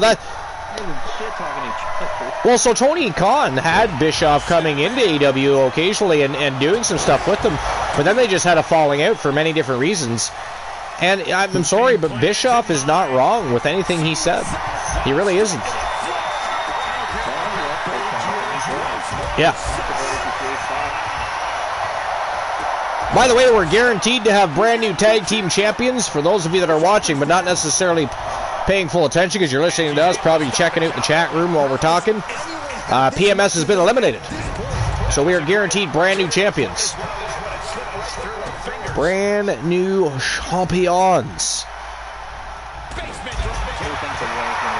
Alba Fire and Isla Dawn are both eliminated as well. I can't believe it's down to the Outlaws and Indian and LeRae. That's crazy. I don't even know what to say.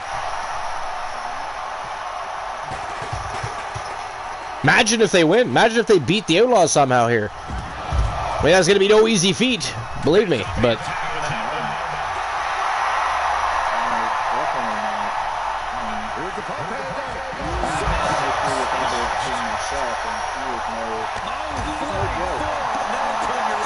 She is definitely no joke. Her and Daniel had some brutal fights. Chronic says it's for the best. He wouldn't have been able to handle Zach Payne. Tony is weak. Oh, I heard that wrong, but I just saw it in chat. No. That is funny, though.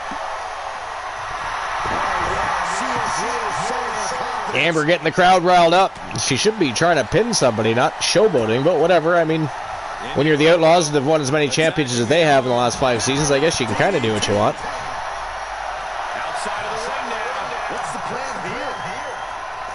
Oh my God. That's like a running neck breaker from fucking Indy Hartwell. Oh, and she tosses Amber Extreme right into the steps, chesticles first. I gotta tell you, that really can't feel good. You know? Those meaty little love mountains getting slammed into steel.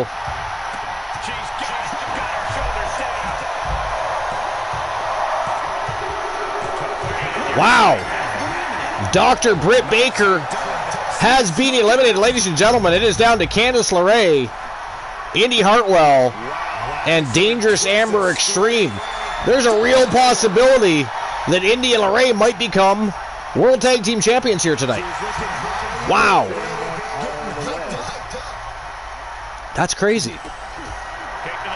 Amber Extreme going to fight her ass off, though, to try and make that not happen. We'll see what happens with that, though. Spinning a power bomb on the unforgiving floor. Because I got to tell you, there may be pads in TAW, unlike Wrestle Wars Genesis where you're fighting on concrete, but those pads aren't very big. They are not very thick. Can you imagine if Amber just beats them both here? Just holds her own and ends up winning the titles for the Outlaws. I guess I wouldn't be overly surprised as Amber Extreme is that good, but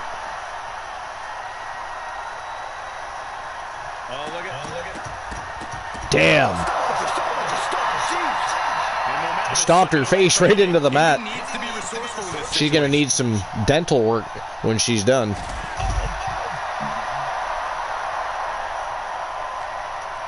Britt Baker finally leaving the arena.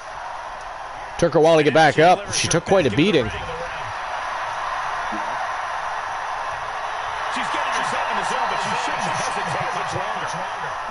See how Amber continues anyways to handle the numbers game. So far, so good, though. Oh, baseball slide right in the side of the head. Slingshot body press. Beautifully done by Candice LeRae. And now she's taunting Extreme. Yeah, that was a bad idea. Pissed her off. But Candice very quickly regaining control, and here comes Indy Hartwell. Is the numbers game going to start affecting Amber Extreme here? I mean, let's be honest, it probably should. I mean, it's 2-on-1. I guess it just all depends on how much in the gas tank these two ladies have.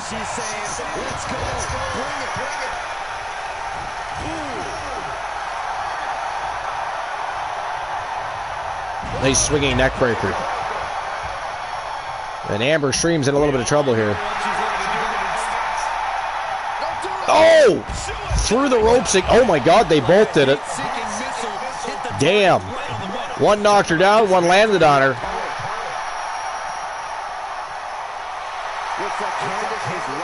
And Candice and Indy are wasting a lot of time here. They could be throwing her back in the ring and trying to pin her.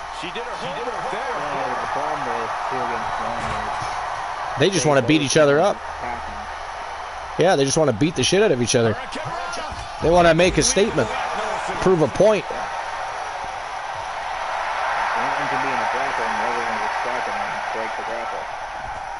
And then it comes down to who gets to pin or submit. They both want to do it. Maybe they should just pin her at the same time. That'd be fun.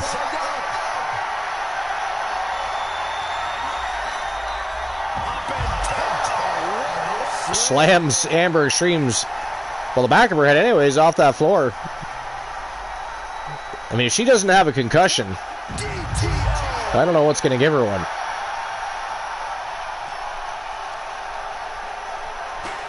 Nice reversal by Amber Extreme. No.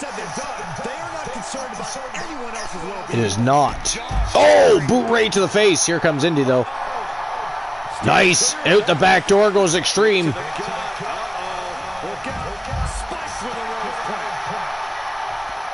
Now it is Indy Hartwell that's going to need some dental surgery.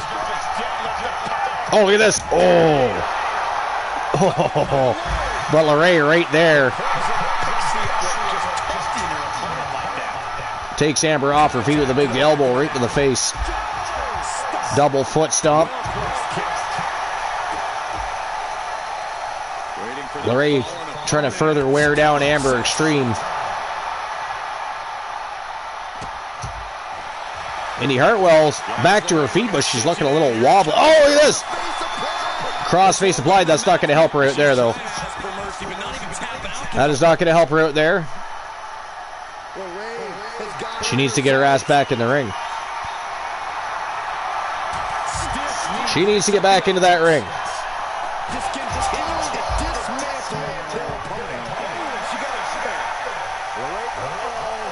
Oh, out the back door goes LeRae. Whoa, look at this, look at this!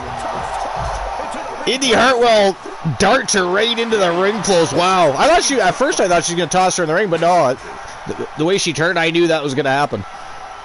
Lawn darted right into a fucking ring post. That had to hurt. Now she's being used as a soccer ball by LeRae.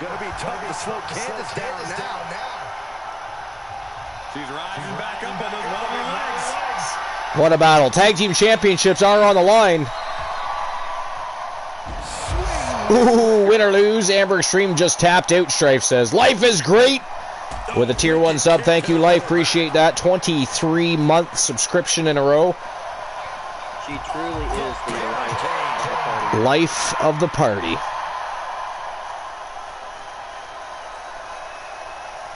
I've been so bad about making the shows. I mean, you've been here, just not necessarily for the entirety, but that doesn't matter.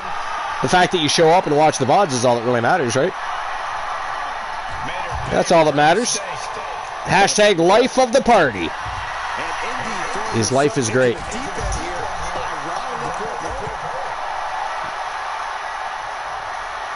Well, they already smashed one kendo stick. They're going to go for a second here. Oh! Goddamn, hit her own partner. Did you see that? Went to throw it at Amber Extreme, and that hit Indy Hartwell right in the face. That's kind of funny. That is kind of funny.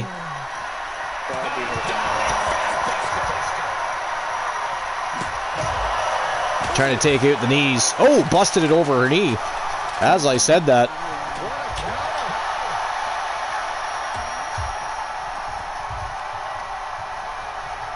Nice reversal by Amber Extreme.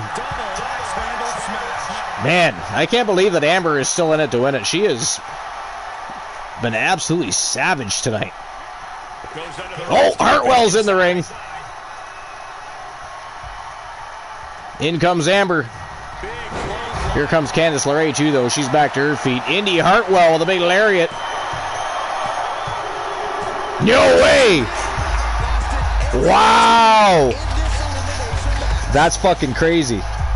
Ladies and gentlemen, the winner of the match and your new TAW Women's World Tag Team Champions, Indy Hartwell and Candice LeRae, pick up the W. They are going home with gold for the very first time. Holy shit.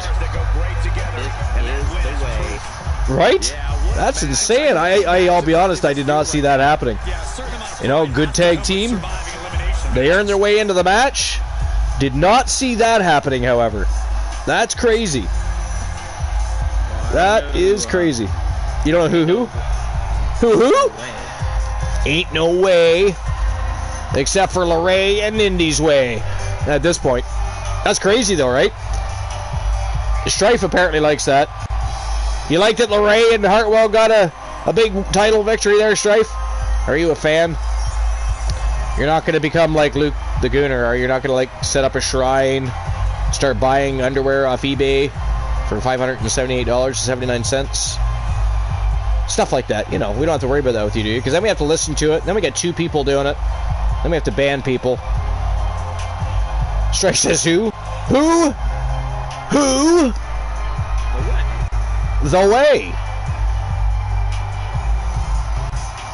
The way. QZ Mosley. What's going on? That never happened in my universe stream. I'm quitting 2K forever. Well, you feel free to do whatever you want in your stream. We don't stream here.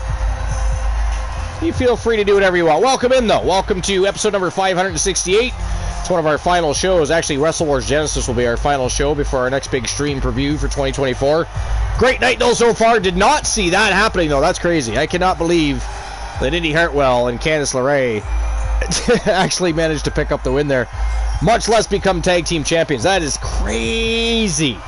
Stripe says this is the way. I'm shocked. All right, here we go. We're moving on to the championship rounds. The final three matches of any card, of course, in TAW and TWA, considered the championship rounds. This is the first matchup of that championship round. Bray Wyatt, Eric Rowan, and Escanor all challenged. The Wyatt family, the new Wyatt family, challenged the Coalition to a fight. The Coalition accepted that fight. Now, that was, of course, before, you know, the Coalition didn't realize Elijah Archer was going to lose to the Great One and then go on a tangent, get a little crazy, a little, you know, his lack of focus is what I think the worry is for the Coalition tonight.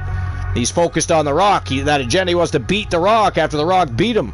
Looking to get back into that one championship channel picture. But tonight he's going to focus on the Coalition. They've got three monsters in Escanor, Eric Rowan, and Bray Wyatt coming at them. It is a big challenge. It's going to be a great matchup. And this is a six-man elimination matchup.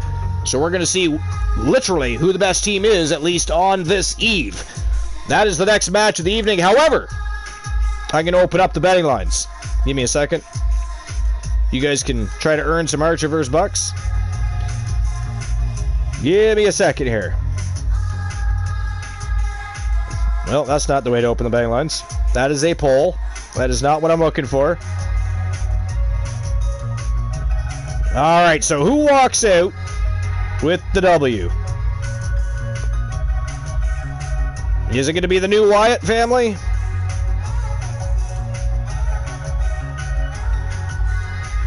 Or will the coalition rise to the occasion?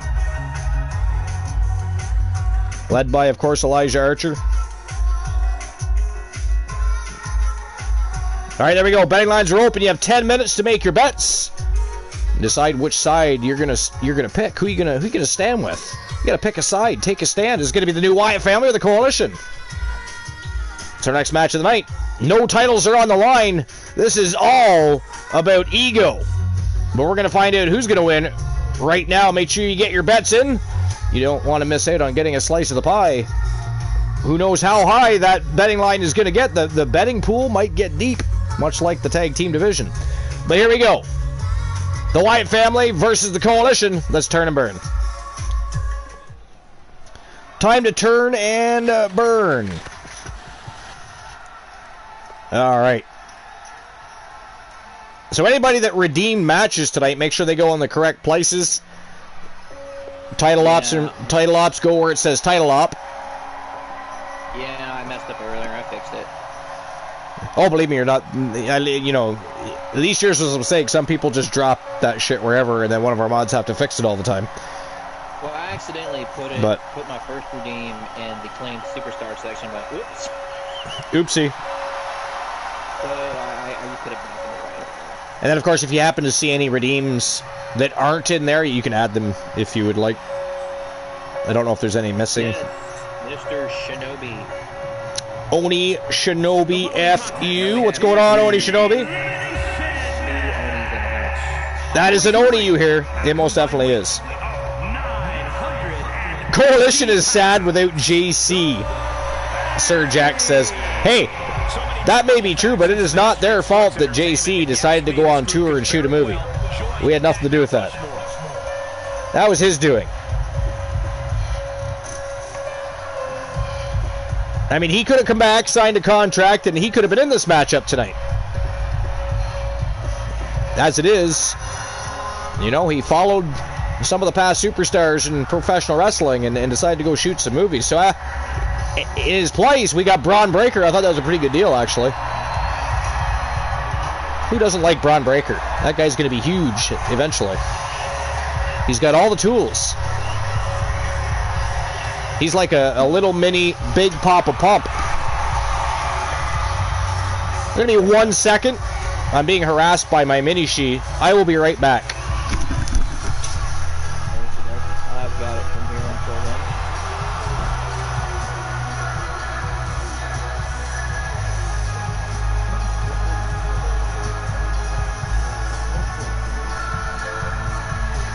Yeah, if you guys would like another channel to check out, I highly recommend Oni Shinobi here.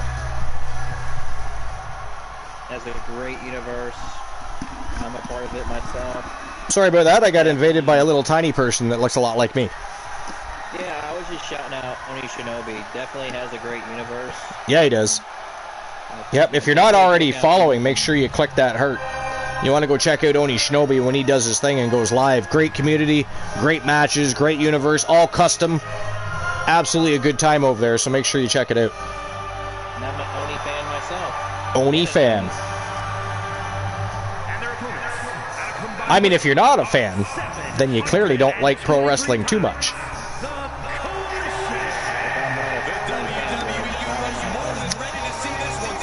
Oh, that too. There's that. Eric Key. Yeah, like that. Ooh, look at this one. The Coalition making their way to the ring. It's gonna be one hell of a slobber knocker. I am seriously clicking in my boots right now. Coming out with a different edge, different look, different edge. As you can tell, Archer, you can tell by the look of his eyes, he is not happy. You can also see in there, though, he may not be fully focused on the matter at hand. Again, he's got the Rock on his mind. He lost to the Great One. He wants to get that match back. Well, who knows when that's going to be? The Rock has a date with 2 other people tonight. I like this version of Elijah Archer, honestly. It was time for a change. He's like more intimidating instead of, I mean, no offense, being a Hulk Hogan impersonator. Hulk Hogan impersonator. He is a big Hulk Hogan fan. He was a big Hulk Hogan fan. I'm a Hogan maniac myself. Don't get me wrong. Always have been. I'm not so much a Balea Maniac fan, but I think everybody agrees on that. We all love Hulk Hogan. We're not so much sure about Terry Balea. But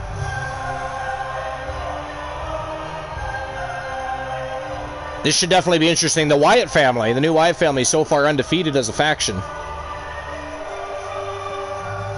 The Coalition have done very well since Season 5 began. To my knowledge, I don't think they've lost as a tag team or a faction yet themselves. But the new Wyatt family is a whole different ballgame. They are monsters. Let's see what MJF, Archer, and Braun Breaker can do. Looks like Archer and Eric Rowan going to kick things off here. Here we go. Damn. Well, that didn't look like it felt too good. That was a big-ass clothesline. No, look at that, out of nowhere with a spear. Takes Rowan off his feet. This is going to be an all-night affair. Nice springboard headbutt. These guys are just going to beat the holy hell out of each other. It's going to be very interesting. Just like I beat the holy hell out of this bot just now in the chat. Oh, we had a bot? I missed. Oni all over that shit. That bot was blown up quick. We do not like bot holes. We do not like bot holes.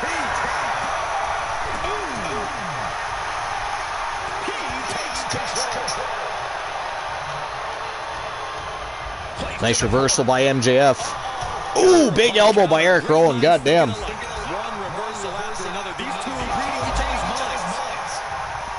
Crazy. Alright, I do have to help my mini shoot for a moment, so I'll be right back. Which is why the success of either team is most likely going to boil down to deferring to veteran experience. Flying shoulder block! Now he's been put on the defensive. And what need is there to go looking under the apron like this? Brutal knee right to the face. Ladder being set up on the outside. What do you have planned? Glory for the world to see.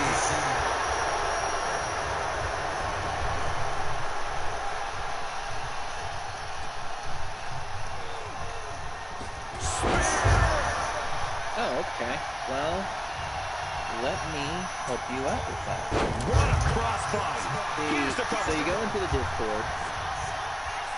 And the referee stops the count before 2. He could make much of that pin attempt. There is some power behind that punch. Guys, we're about to see the... That's where you go in the Discord. And basically... Where's Wyatt going now? Yeah, he doesn't have anything. Basically, just go to the Discord and go to Ink Contract and drop your hashtag. That's all you do.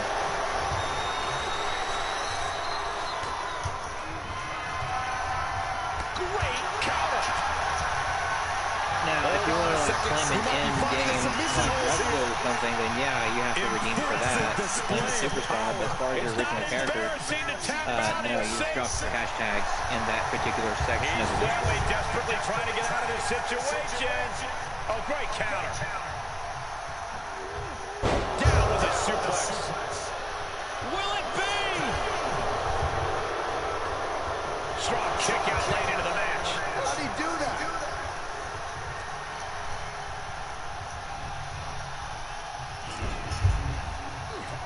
His tag team is just tremendous, working together, double teams. And it's about to get worse. Oh, draping double axe handle. Able to elude it.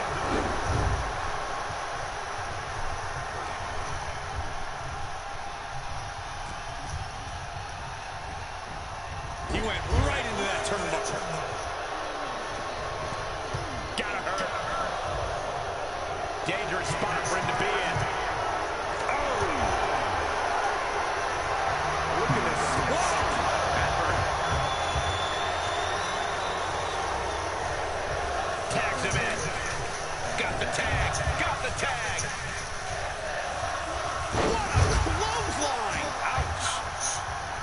What a beautiful moonsault.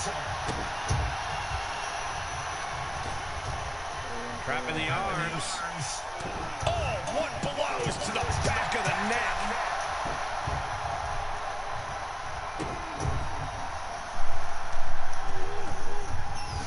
He moved, but can he capitalize? Bam! Oh, ouch! Oh, look at this. Out to the apron.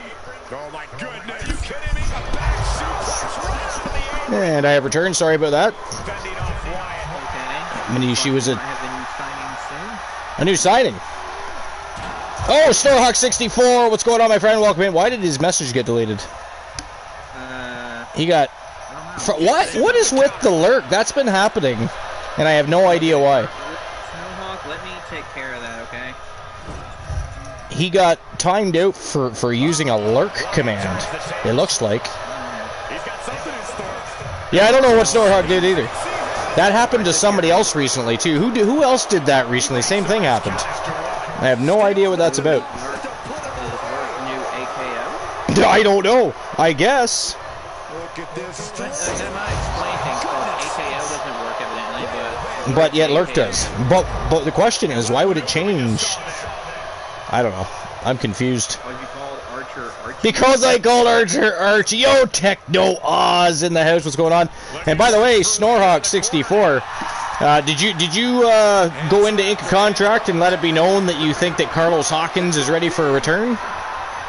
I haven't seen anything. Well, he's been here before. Carlos Hawkins has been in TWA before. He thought he had a redeem for it. Oh, no, there's no redeem. You just got to go to your ink a contract section and then wait to start. You'll start it on mid-card mayhem. Like, you won't start it on this show or Russell or Genesis. But Techno Oz, I'm doing good. How you doing, buddy? How was your day? Or night, I guess. It's evening here now, so it's probably evening where you are. Could be morning, bro. Well, yeah. I mean, if you're in the UK, it is what, 12:30? So, or almost 12:30. Or if you're in Australia, it could be the next day. Evening, could be the next evening. One never knows. Techno says, appreciate the shout out, Oni. And how do you do? 9:27 Saturday morning here. Nice. Yeah. And some parts of Australia are longer than that. I'm pretty sure there's a place in Australia that's almost basically a full 24 hours ahead, I think. At least from Eastern, anyway. Alright, just finished the gym. Need to rest and recover. What'd you do at the gym today? Was it arm day, leg day, chest day? Did you work those thighs? What are we doing? Don't tell me pelvic thrusting. We will ban you. We don't want to hear that. Shoulders and legs, nice. Now, do you have a goal, Snorhawk? Are you just doing it to stay fit? Are you looking to bulk up? Were you looking to lose a little bit? Maybe you had a bit of a COVID belly on there? I guess nobody really has that anymore. It's been a few years, but a couple years, whatever. Techno says, I'm the East Coast. Only place that's ahead of us in time is New Zealand. Okay, so maybe it's New Zealand that's farther ahead then. That makes sense. Try to gain weight, okay. I mean, I suggest, packing on the protein. Eat some chicken, some fish. Cheese is a good supplement for a lot of proteins. Yeah. Protein's the way to go. I mean, you can always get dietary supplements and other such things, but honestly, if you eat healthy, it is actually a quicker result. I know this from 38 years of staying in shape. A lot of people like to go to those supplements because they think it's going to benefit them quicker and longer term, but the fact is, if you have a good diet and you're eating lots of healthy proteins, it will build those muscles up. Still Friday for us, Strife says. We didn't ask you, Strife. Oni, did you ask Strife? I don't remember asking Strife. No. Yeah. But anyways, Techno, do you have anything going on tonight? Are you live at some point today? What's going on there? What is going on there?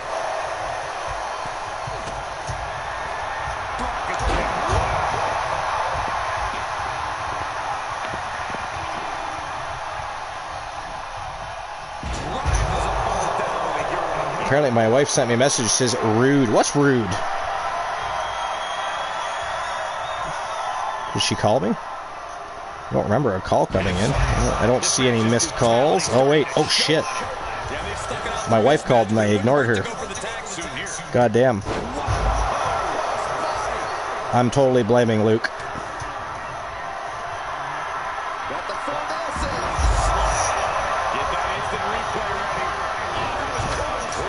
Well, I'm just telling her now if she wants to call back. She can. She may be busy now. But that was like a half hour ago. Oopsie. Or something like that. Hold on, let's see. Yeah, half hour ago she called. Oh, that's bad. Totally Luke's fault. He's getting all the blame. And when he asks why I blame him, I'm just going to say, because I'm fucking Canadian. And I'm going to toss that shit right back at him.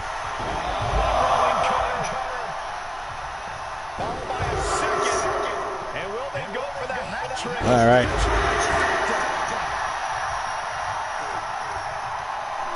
Techno says, unsure as of yet. Don't have a schedule set.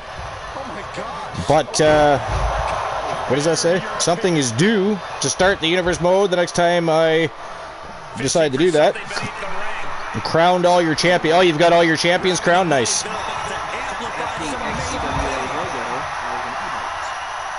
Oh, is that what that is? Okay. I couldn't quite make it out clearly.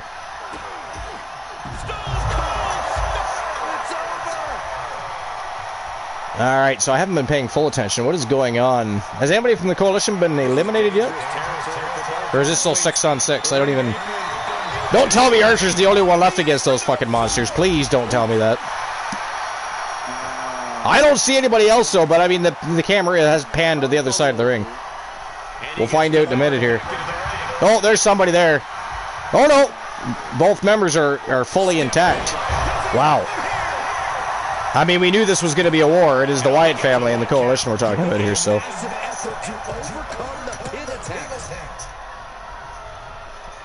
Is Oni Shinobi doing his thing? Oni, are you still here? The other Oni. I was just wondering if Oni was running the show today or not. Or if he already did and I missed that. I don't know. I'm just trying to figure out who we might invade later.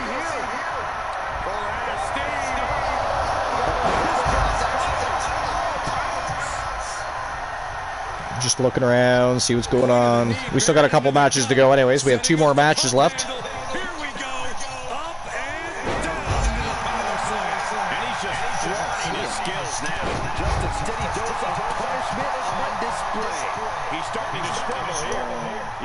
He may be lurking, but... Yeah, he's lurking. You have a potential raid?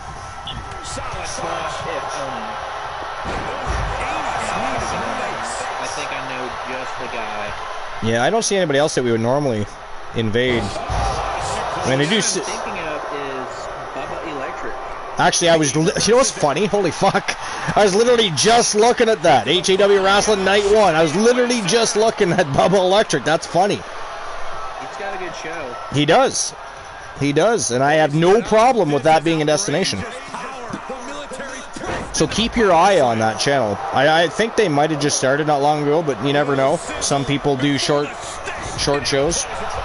Others, not so much.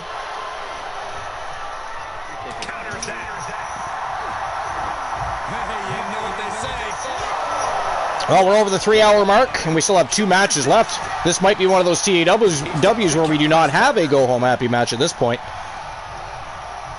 He's been live for like 30 minutes.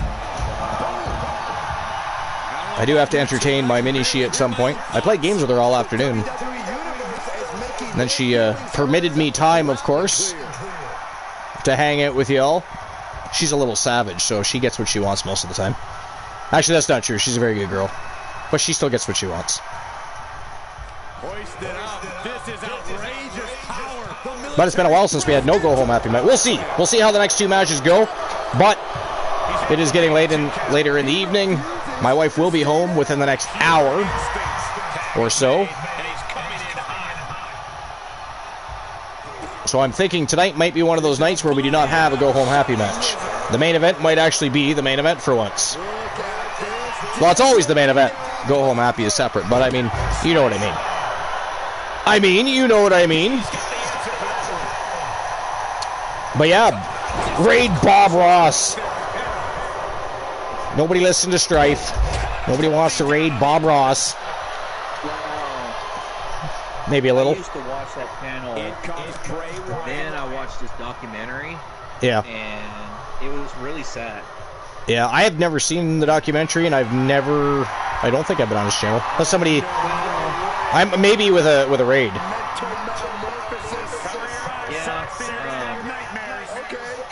I can give you the very short version of what happened, basically. Okay. Basically, his name got stolen, like on his deathbed. Oh. By this couple of convicts. And so any proceeds that goes to Bob Ross Corporation, whatever, it goes to them. They did him dirty. Interesting. So now what? Oh, Archer got knocked out. Oh shit. The Wyatt family still 3 members strong. The coalition down to 2. And Bray taking care of Braun Breaker. MJF's in the ring. Here comes Bray. Looks like he's going to bring a toy with him, though. Eric Rowan. That was silly. Turn your back to Eric Rowan as you're getting into the ring next to him. That makes sense, MJF. Way to go. Way to go. That's the way to do it. Nice electric chair drop by MJF, but he's got Escanor and Bray Wyatt on him. Oh, face first into the steel post.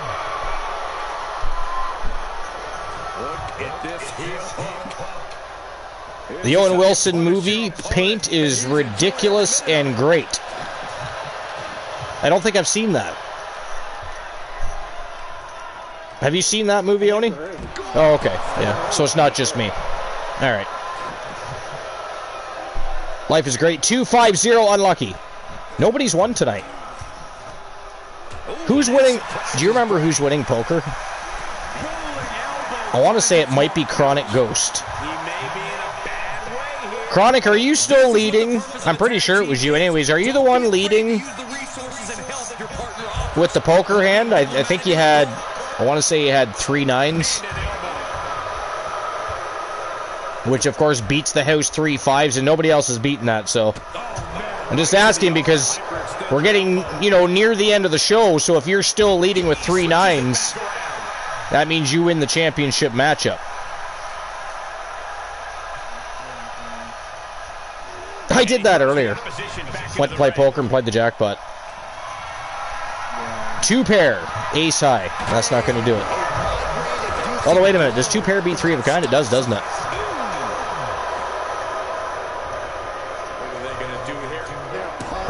I think it does. Hey, Joe! 2 pair beats 3 of a kind, right? I know you're working, but you hear us. You're here. 2 of a kind beats 3 of a kind beats 2. Okay. Does it? Okay. I couldn't remember. It's been so long since I played actual poker. I used to play Texas Hold'em a lot. But it's been a hot minute. MJF with a pinfall on Bray. No, Bray kicks out. And Escanor and Eric Rowan had such confidence, they didn't even move a muscle. They just let Bray do his own thing. Fujiwara armbar locked in from a side mount. Bray's in trouble, but Bray, apparently he's not in trouble at all, actually. He very quickly got out of that. Very quickly. Oh, big lariat. Dropped MJF like a bad habit there. Goes right after Eric Rowan. Nice snap suplex on the big man. Look at that. Rowan just gets right back up. Completely no-sells it. Another Fujiwara armbar, this time on Eric Rowan. Couldn't get the big man to tap out, though. He's tagging out. Could not get the big man to tap out. Roll flush. Straight flush. 4 of a kind. Full house. Flush straight. 3 of a kind. 2 pair. 1 pair. High card. There we go. There we go. I mean, I would pin that shit, but they don't allow you to pin on mobile anymore. I don't know why they took that away, but apparently we don't get to utilize that function. Oh! Yo! Braun Breaker taps out Eric Rowan. We're down to 2 apiece. We're down to MJF and Breaker versus the Wyatts. Braun Breaker's... Uh-oh. Oh, shit. Oh, shit. MJF's in trouble here.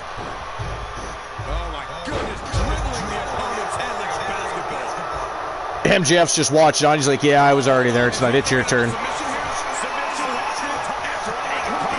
Oh, Breaker's out cold. Breaker's out cold. 2-on-1. Bray, MJF, and Escanor. Oh, look at this. He's trying to tear... Oh, he got Bray. It's down to Escanor and MJF. It is down to MJF and Escanor. Let's go.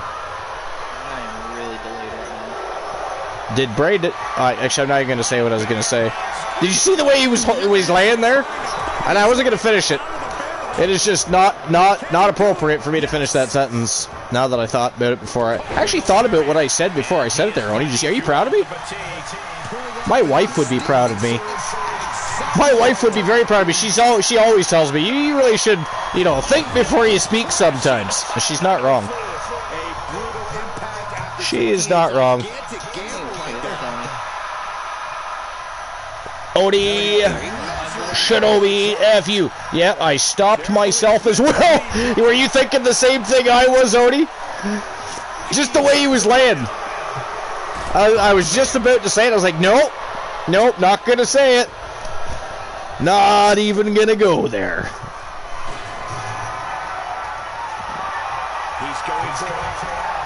Uh-oh. Air Escanor. Look out, MJF. Yo, oh. That was 2 big mix coming down on the top of MJF's head. He's got a stop sign here now. The damn stop sign. Oh. Escanor plants him spine first. This has been a crazy, crazy fucking match. It's been everything we've all wanted. You know what? It doesn't even matter who wins this match. This was a war. This was a great match. Wow, MJF kicked out. He's still in it to win it. Escanor and MJF both wearing crimson masks here. They are bleeding all over the place. What a great match this has been. Uh-oh. What's Escanor got planned here? What's he got going on? Oh, kicked him right in the balls. What the fuck? Oh, did you see that? Nice reversal. MJF might be a little mad here. He got kicked in the cojones. He must... Nice. I am spoiling things for you. Oh, MJF tapped out, but it is outside the ring. Oh, if that was in the ring, we would have just saw the end of the matchup. Escanor would have picked up a huge win there. Lionson's probably chewing his nails right the fuck off right now. Guaranteed. You notice he's been quiet. He hasn't said jack shit. We know he's here. He's watching. Wow. Craziness been going on today. Great matches. We still have 2 more to go. And the next matchup is a triple Iron Man matchup.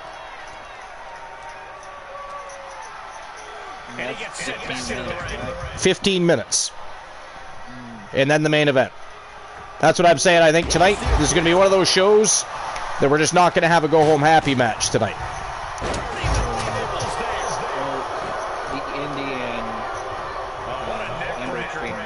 Oh, that was long, yeah. That took forever. This one has been fairly lengthy in itself. This has been just a lot of fun, though. This has been a fun match to watch. Oh, he did it! Wow! Ladies and gentlemen, that is it. That is all. The winner of the six-man elimination matchup, Eric Rowan, Bray Wyatt, and Escanor, the new Wyatt family, picks up a huge win over the Coalition. Elijah Archer, MJF, and Braun Breaker, handing the Coalition their very first defeat of Season 5 as a faction. Congratulations to Team Lions and Escanor, and congratulations to the new Wyatt family. However, I will say this, if anybody remembers the convo, Team Lionson thought that the Wyatts would absolutely destroy the Coalition. That was a war. That was a war, my friends. Came down to one-on-one, and it was Escanor picking up the big W for his team. So congratulations to all of them. What a fantastic match that was. I'll make sure I issue the payout for that. Oh, savage. And here we go with the next match. Before I open up the betting lines, issue the payout. This is for the One Championship. This is the championship Elijah Archer became the inaugural holder of. The Rock made management force a rematch due to a stop sign. I mean, there's a longer story to that, but we're just going to go with the short story. He wanted a rematch because of a stop sign, and he ended up beating the one Elijah Archer, and he is now the reigning defending One Champion. We had a poll, and of course the TWA Universe, the TWA Fam Jam, decided not one, but two people they wanted to see face the Rock. It is Johnny freaking Rainbow from Team Infinite Oni, and of course the Phenom Joe Lincoln from Team Joe Link.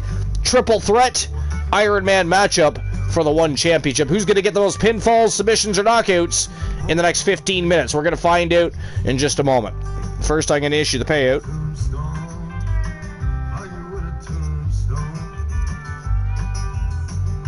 Let's see what the betting pool was at. So there's a little over 12,000 Archiverse bucks in the pool. The winners, the new Wyatt family. So there we go. Oni Shinobi FU and Chronic Ghost picking up a big chunk of cash from that betting line. Congratulations, Oni Shinobi FU and Chronic Ghost. Everybody was hiding in the background, being very quiet during that matchup. Did you notice that? They were all here. They didn't say shit during that nail biter. That was a great match. That was a fantastic matchup. All right, here we go. Next betting line. Yeah, I was genuinely shocked how well that matchup went. All right, so who walks out the One Champion?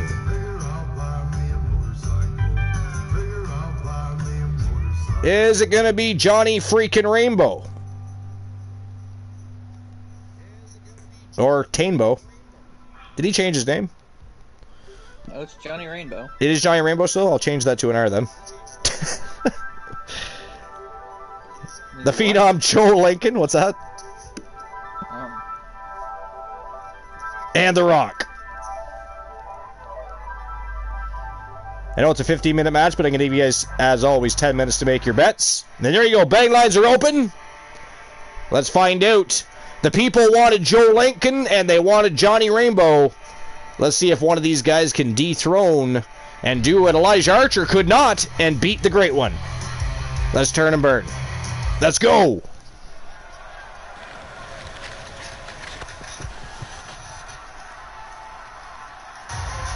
All right, while these guys make their way to the ring, I do have to use the facilities, so I'm going to be about probably 2 minutes. I'll be right back. The following contest is a triple threat, falls count anywhere match, and is for the Classic Pro Wrestling Championship. Introducing the challenger, representing the Enforcers from Ann Arbor, Michigan, weighing in at 226 pounds.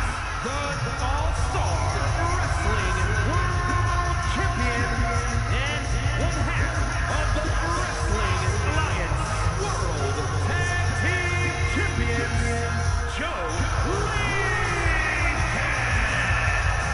Just think about the grind that comes with being a double champion.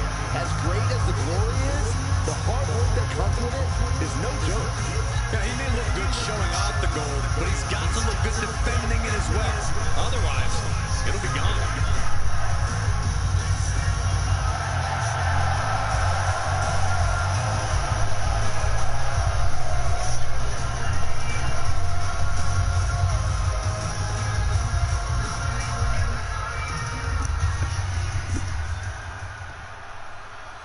We are about to see something good.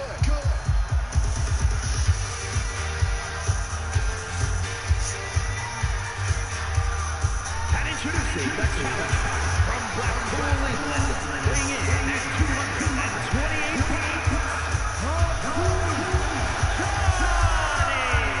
Here we go, gentlemen. Huge title match coming up, and a huge opportunity for the champ to prove to everyone that there truly is none better in all of WWE right now.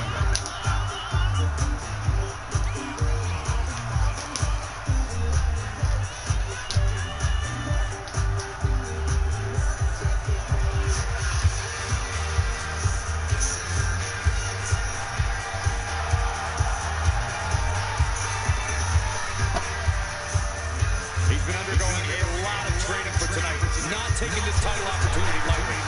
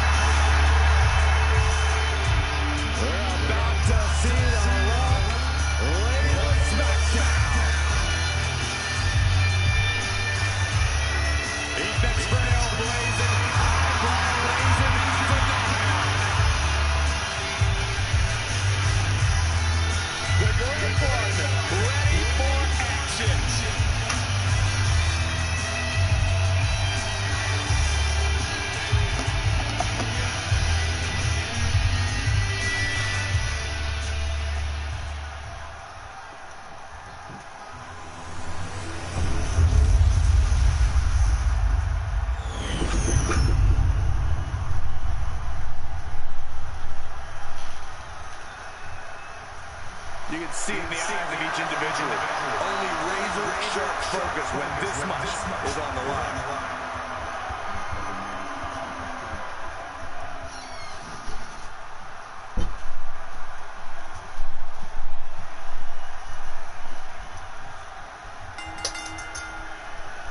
We see the scoreboard and the clock is ticking. How important is it to score the first fall in this matchup? It's of the utmost importance because then your opponent's fighting. All right, I've returned. And just in time, 15 minutes up on the clock. All I missed was the entrances for once. All right, so what did I miss? You missed the best entrance. Which one? Oh, Johnny Rainbow. What am I asking questions for here? Break time notice. Of course you come in late, give me a break time notice when we're in the co-main event. How dare you? How rude. Watch the quickness on this. Alright. Scrolling back, see if I missed anything. 4-2-4 unlucky.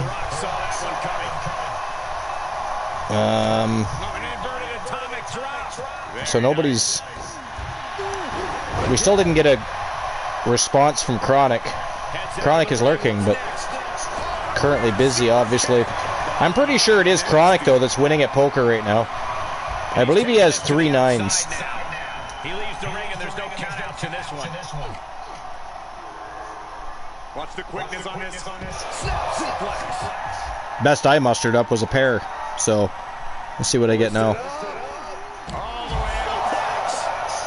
3 3s. So I get 3 of a kind, but it's not good enough. That doesn't beat the house, much less chronic.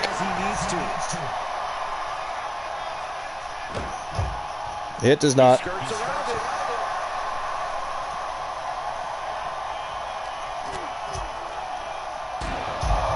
That should have worked. Try that again. Unless you did it at the exact same time I did it. Ruby Soho. Today Soul is pregnant. Interesting. I mean, lots of things happen in life you don't expect, but whatever. Soul's having a baby.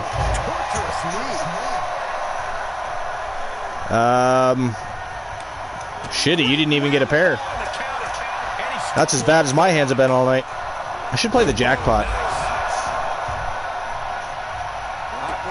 At least one more time. 801. Well, at least I got a little closer that time. 780 is the number. You got to come within 10, so I need 790, but at least I got somewhat close to a number, is all I'm saying. That's all I'm saying. Man, 3 minutes have already blown by in this matchup. Johnny Rainbow all over Joe Lincoln. Oh, look at this, the great one with a trash can. Hey, wait a minute. Man shouted and screamed about a stop sign, and it's okay to use a trash can? Now, technically, he hasn't used that trash can yet, so there's that. But I'm just saying, you know, the principle is, it wasn't okay for Archer to bash him in the face with a stop sign. He's pulling out a trash can. That's all I'm saying. It's a double standard. The final boss, it's a double standard, damn it.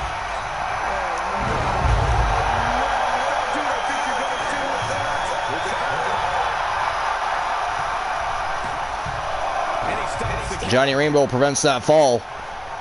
By the way, is there any falls yet? Did I miss any falls? I mean, I was back before the match started, but I was catching up with chat, so I don't know. I don't recall any bells ringing. That doesn't mean one didn't happen, though. No? Okay. All right, so we're all... All right. That's all we needed to know. Nice reversal by Johnny. That's right, take the bastard down. No, don't play with... Oh, Joe's... He's just not tired enough for that kind of thing. He's too big. See, he should have done that. He should have done that. Oh, nice knee. The Rock is laid out. What's Johnny going for? Johnny's got a table. We've heard chants of "We want Johnny" all night long. Now it's "We want tables." We want It is false count anywhere? I did not know this. I did not know this. Did it? Okay. Oh, well, I don't remember that being a thing, but okay. Triple iron? Yes. Falls count anywhere iron I was not aware of. Wow. 5 minutes have already blown by in this match. That's crazy. Going for a Lincoln ride. Oh. Man, and he almost went through the table. The Rock almost rolled through a table that Johnny Rainbow had set up outside the ring there.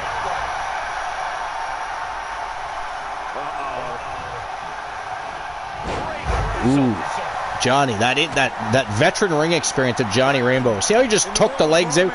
You know, the bigger they are, the harder they fall. That doesn't mean how hard it is to get them off their feet. It's how hard they crash to that mat. Took them off balance, took those heels out. But The Rock came up from behind Johnny. Nice! Neckbreaker, a falling neckbreaker by the Phenom, but Johnny Rainbow, man, did he ever recruit quick there. Johnny Rainbow's on fire. He wants that title. He wants to prove to the community, to the Fam Jam, that they didn't vote for him for no reason. I'm sure Joe Lincoln wants to do the same thing. I mean, he probably does, yeah. Joe Lincoln's been champion how many times, though? The man is a champion. Tag champion. Is he not still the world champion? He didn't lose his title, did he? I don't think he did. Boss Apollo. What's going on, buddy? Welcome into the co-main event. I'm looking right now. I'm pretty sure he is still the world champion. Oh. He's not the world champion, because War of the Machine is. Let's try TAW world champion, shall we? I'm on the wrong show here. Yes, Joe Lincoln. He is world champion. So he's world champion. He is also one half of the World Tag Team Champions. It's confirmed Tony Shinobi is live. He is live? Alright. So at that point, we can... I mean, I suggested Oni Shinobi earlier, but then you found Bubba Electric, so it just depends what you want to do there. I'm okay with either or. Who needs more help? I guess from our...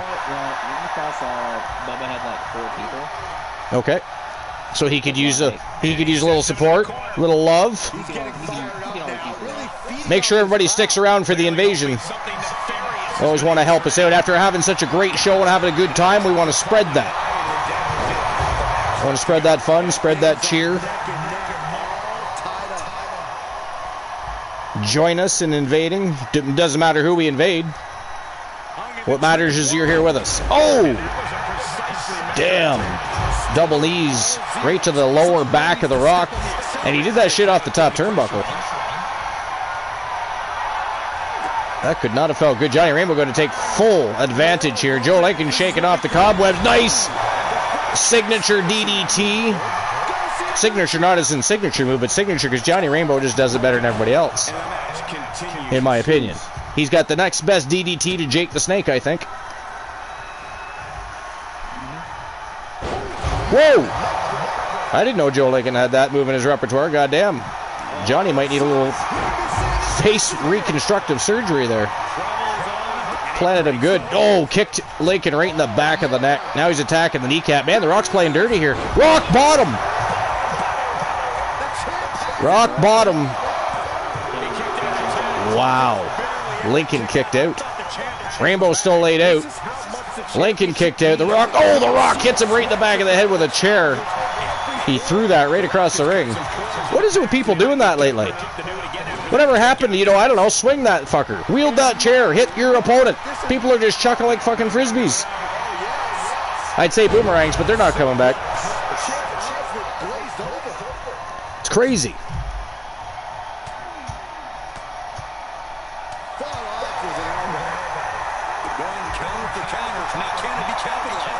My God. The Rock finally getting back to his feet. Here he comes. Lincoln needs to grow eyes. Oh! Did you see that? Johnny Rainbow just about took out both of them with one punch. The Rock literally walked by and ducked under that punch. That was awesome. Rock doing a little showing off here. Oh, he slaps Johnny in the back of the head. I would say what he was really truly meaning behind that, but nobody wants to hear that. Oh!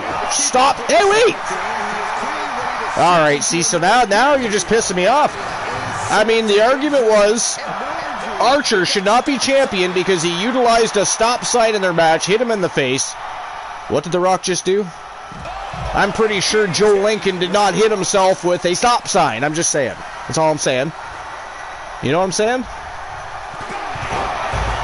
What the hell? That's going to piss Archer right off, especially considering the Coalition lost tonight. Speaking of which, where is Lionson? I thought he'd be boasting and bragging, jumping up and down, tossing out challenges to other teams.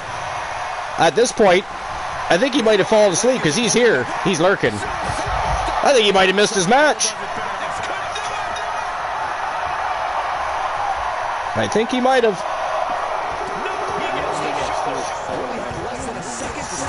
Speechless. I mean, it was a fantastic match. I think that was, I don't know if it was that one or the women's gauntlet. One of them have to be up for match of the night for sure. I mean, this matchup could be. I mean, this matchup so far, it might. I don't know if it'll have. It won't have the same length. There's a time limit on the Iron Man match, but quality. This has been a fire match. There's no falls. You got 3 bruisers in there. 3 technically sound bruisers. I guess you can't really refer to Johnny Rainbow as a bruiser. He's more like a silent assassin type of bruiser, but no falls between the 3 of them. Oh! Joe Lincoln picks up the first fall over the Rock. 3 minutes, 15 seconds remaining. Wow. Come on, Rainbow. Oh, the Rock wants to... Oh, sing along with the Rock. Is what I was going to say. He missed, though. Joe Lincoln moved just at the right moment there. Totally missed. Uh-oh. Oh, no. Not to Johnny. Kick out Johnny. There we go. That works, too. Thank you, Joe. Oh. Face buster. Sliding face buster. Oh, now Joe's got the guitar. Oh. Really? Joe. That couldn't have been meant for the Rock. Had to be Johnny Rainbow that took the guitar shot. Savage. I'm always impressed when Joe Lincoln does that. He is a big man, and the fact that he can pull off a hurricanrana like that from a standing position, damn. The athleticism, the agility of Joe Lincoln. It is why he's a double world champion. Oh! Catches the Rock with the DDT, but Johnny Rainbow's like, nope, that's not happening. You've already got to fall. Johnny going for an DDT. Can he tie it up? Can he tie it up? Oh! Lincoln kicks out!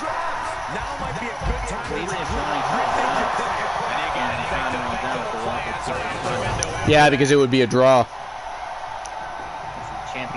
Yeah, look what we just threw out there. Look what we just threw out there. Johnny's going to get 2 quick falls. That's what's going to happen here. Or he's going to get hurricanranaed. I mean, that was my next guess. That was my next guess. Oh, shit. No. 2-0 for Joe Lincoln. Wow. And also, I mean, if Joe Lincoln wins this, he is once again a Triple Crown champion. He was Triple Crown champion, but he lost the World Championship. 40 seconds left of the matchup. The Rock needs 3 falls. Well, actually, technically speaking, he only needs 2 falls to tie it and retain. Yeah, it's 2-0.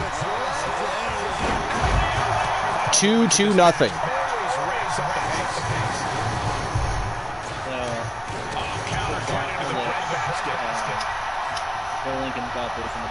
He does. 15 seconds remaining. It'll take a miracle. It's going to take the ref longer to count 3 than we have time left on the clock. Oh, the Rock with a savage spear toss over the top rope. Rainbow laid out. And ladies and gentlemen, that is it. That is all. We have a new one champion. The winner of the match and your new one champion from Team Joe Link. The Phenom Joe Lincoln, just like that, right back to Triple Crown status. But what a matchup. 2 falls to nothing. Nobody bet for Joe Link? Well, we're going to find out because I'm going to check out, I'm going to issue the payout right now. Sounds good. Leo King says sounds good to the Public Enemy. I have no idea what those guys are talking about. I hope they're not talking about a title match because they must have missed the show. Well, according to someone wanted a rematch. Leo King says the Public Enemy wants a rematch. Okay, and then the winner of that's going against the Ascension. Is that what the deal they're working out there is? I didn't catch the whole thing. I was trying to, but I got to issue the payout. You're going to have to catch up on that for me.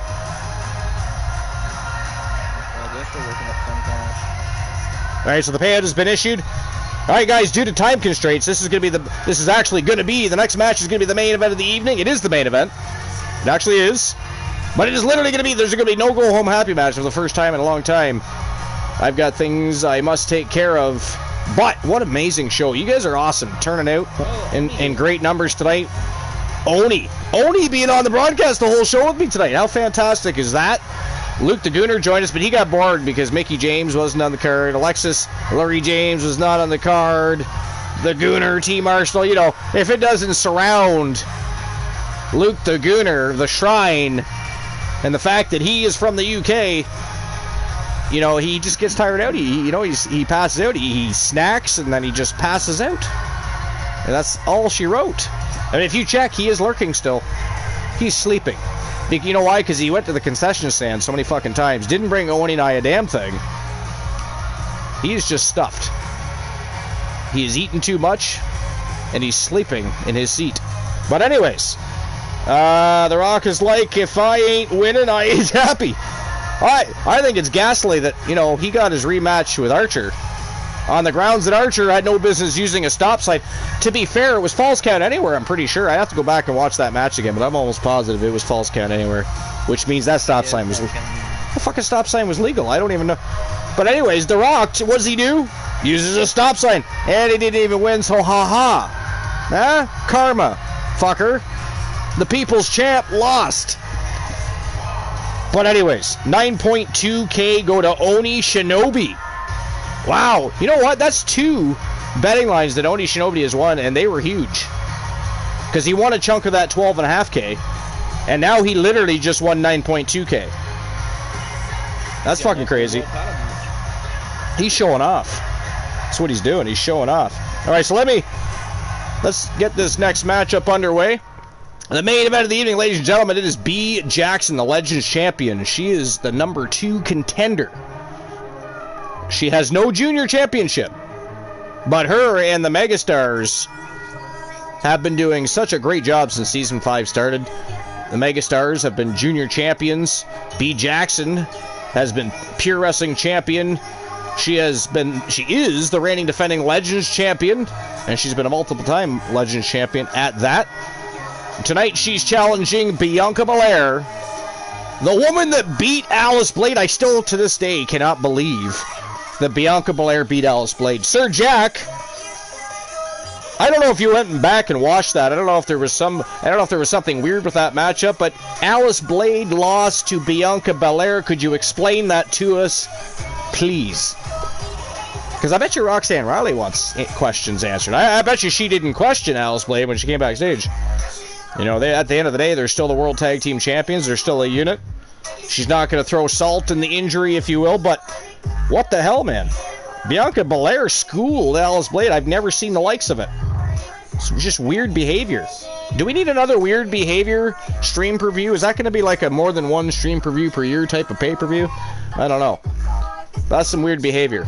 Did anybody else, honestly, jokes aside, did anybody else think Bianca Belair was going to beat Alice Blade? Did you, Oni? I didn't. I'm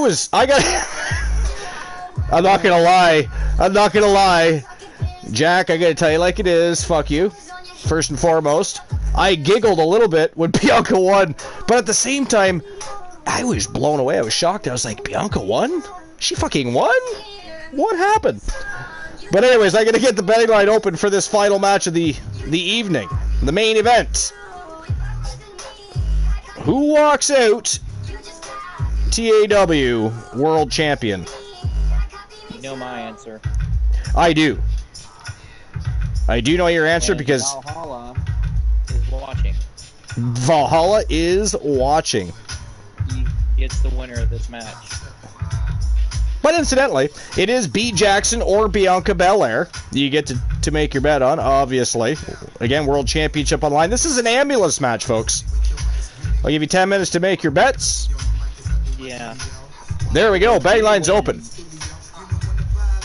If B wins, I want to keep it a one-on-one. You want to keep it at a one-on-one, straight up traditional? If B wins. Yeah, you don't want to put her in her element. Yeah, Bianca retains, then yeah, add Raquel. Wouldn't that be something? Wouldn't that be something if Bianca did retain? That'd be weird. Flat out weird. But congratulations to Joe Link and the Phenom Joe Lincoln on becoming the new One champion. Great matchup against two of the very best in Johnny Rainbow and The Rock. Johnny Rainbow, of course, a future Hall of Legends champion, I'm sure. That's probably going to be coming up. I'm almost positive. I'd have to look. This is April, no? Yeah, it's April. So I think we're actually due for our 24-25 Hall of Legends show for the year. Again, we did 2 last year, but that's only because in the 4 seasons we had never done a Hall of Legends show. We did not have a Hall of Legends, and we all discussed, we should have one. We got a great history. We've had a great time, great matches, great characters and wrestlers. So we have a Hall of Legends now. So we had 2 shows, but we need to have our 2024-2025 Hall of Legends, and I'm pretty sure that I would imagine that Johnny Rainbow is going to make nomination for that with ease. With ease. I can think of a few, actually, that will probably be popped in there, to be fair. But all right, here we go, guys. It is an ambulance match. It is B. Jackson versus Bianca Belair. TAW Women's World Championship on the line. And then we're going to invade somebody. That will be it. That will be all until Wrestle Wars Genesis. Stay tuned to Discord for your showtime. Same amazing channel, same amazing community, same amazing place. And we continue to be the very best in fantasy wrestling excellence, bar none, period. The most must-see show on Twitch TV. And we have a fantastic extended community in HCW, in NPW, which is Neon Pro Wrestling, Infant Oni's wrestling promotion, LCW, Luke the Gooners, ZWA, of course, Team Joe Links, E-Fed, both on YouTube and Twitch. And we have so many great people in our community. We have such a great time, and it's always an honor to hang out with you guys and have a little bit of fun. So, let's wrap up, and then we're going to invade. Nobody leave before the invasion. Oni will ban you, and I can't stop him from doing so. I don't have the power. So, but here we go. It is main event time. It is World Championship time. It is ambulance time. Let's rock and roll. I was just going to say, tomorrow is actually RVD Day. RVD Day. Is it legit? Because it is 420. 420, that's right, too. It is. That is right. So there's going to be a bunch of crazy hippies up on Parliament Hill in Canada this coming, well, tomorrow. So Saturday, right? Is tomorrow Saturday? Tomorrow's Saturday, yeah. Green Day. Not the band. Don't be confused. We're not talking about the band. Oh, we could. Green Day is an amazing band. I love Green Day. We're not going to get into all that, but yeah. We will not. The ref was paid off, Strife says. We can straighten it out in Discord later. Yeah, Oni Shinobi did it. Oni Shinobi did what? Did I miss something? I've been paying attention even. What the hell? Strife, if you're fucking with me, I will AKO you. Actually, I know I can't because apparently it don't work. I guess you're gonna have to lurk yourself. I don't know. That's fucking weird too. I have to figure that. I have no idea why. Does that happen to everybody, or just certain people? I want to know that too. Like, why is somebody lurks and they get timed out for 10 minutes for being pleasant? Isn't that nice? Welcome to TWA, where when you're pleasant, we belittle you and time you out. Sorry about that. Well, to be fair, when I first came into this area, I got timed out all the time. That's when the list of Archer was so huge we couldn't say anything anymore. We could barely even say each other's names. Oh my god, yeah, that was hilarious. Fuck, there were so many words. That was crazy. Yeah, there's probably people that did. There's back in the day, there's probably people that did. I wouldn't blame them. That's kind of funny. Right, my battery is at 8%, so... I'm gonna hop off. That's okay, it is the main event. We're gonna be invading Oni Shinobi here shortly. I assume that's the destination anyways. I'll be here until my phone dies.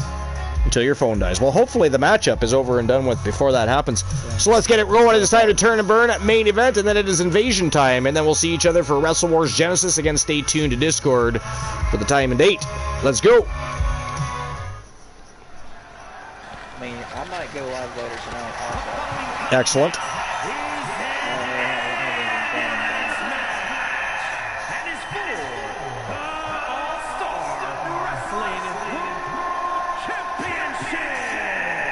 This should be interesting. I am really delayed.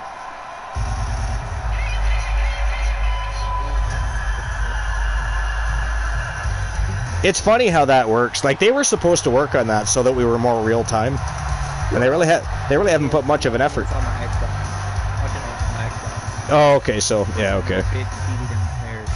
So. Different apps for different platforms are worse than others too.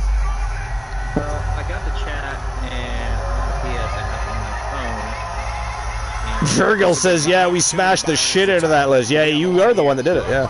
Judging from the response on social media heading into this match, we're likely to see a new champ crown here tonight. There, I've got the raid ready for Oni Shinobi FU. That is where we're going. He's got his own wrestling promotion rocking and rolling. Always an entertaining time over there, so we'll stop by. Thank him again for stopping in while we were live. And enjoy some of his content and his community.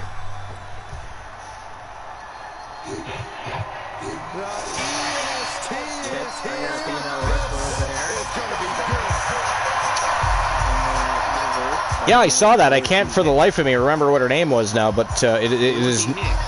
Right. Okay. She is a redheaded country woman from Memphis.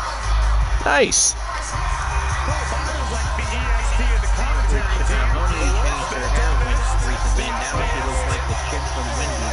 Looks like the chicks from Wendy's. Literally Wendy, by the way. Yeah. Could be worse. Could look like, you know, Colonel Parker. Or not Parker, Colonel Sanders. I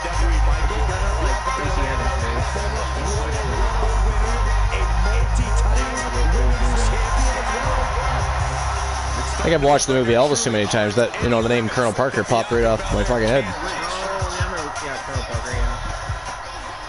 Now, Dorothy basically looks like one of them women like you would see at a country bar. Who has been in like many bar fights. Right. Introducing the challenge from London, England, the wrestling champion, B. Jackson. She's gotten smaller this year. She is a little smaller. Took off some of that extra. Took a little weight off, I guess. Wanted to be faster. Everywhere.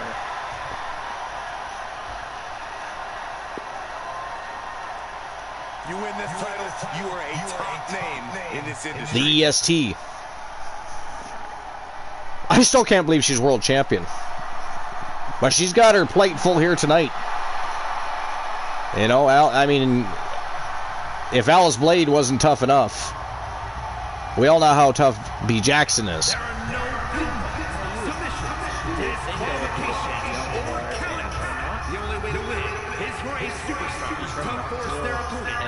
That's right, she is from Knoxville, isn't she?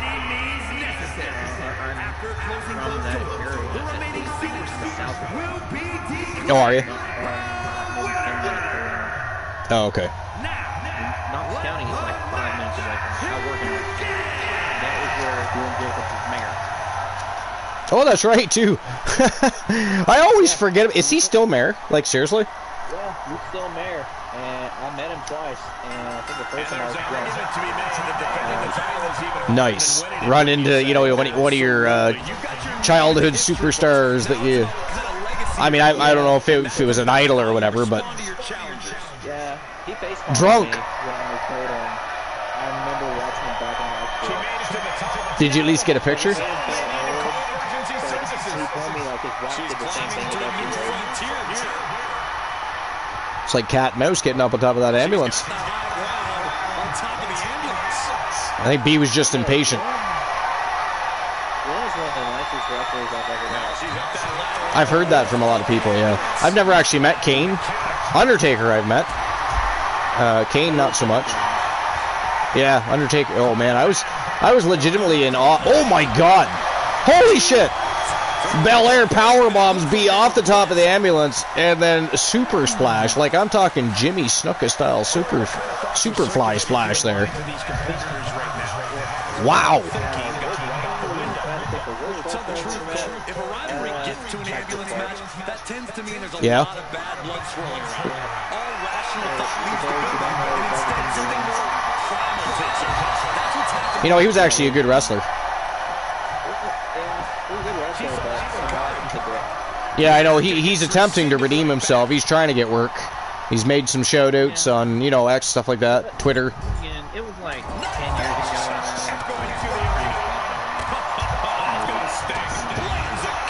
But I know there was a lot of negativity surrounding.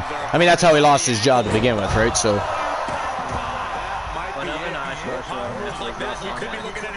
Rob Conway, yeah, really? I never got a chance to meet Rob Conway.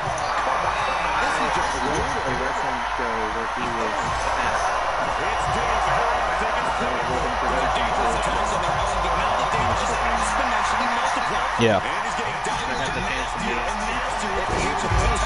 Everyone was calling me because I was the person who was playing entrance music. So everyone kept telling me, don't fuck up Rob's music, right? And like trying to make me nervous. So, okay.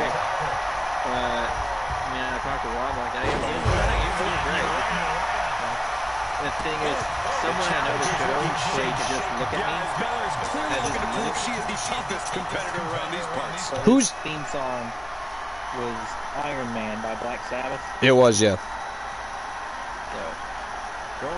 Do you have a favorite wrestler that you've met personally, or even that you had the very best experience with?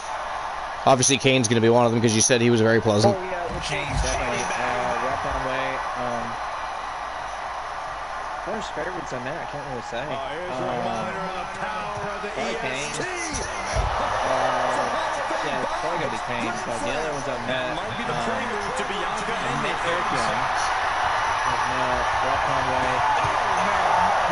I met Theodore Long. Oh, did you? Yeah, but still, Theodore Long is cool. Yeah, that was actually, I think, that was a story I did on I'll be honest. You know, I'd like to see Teddy Long come back and manage Bobby Lashley and the Street Profits. Yeah, Teddy Long was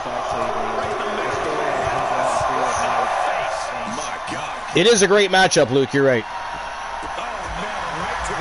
Definitely a great matchup. Luke has returned. Lionson still has not.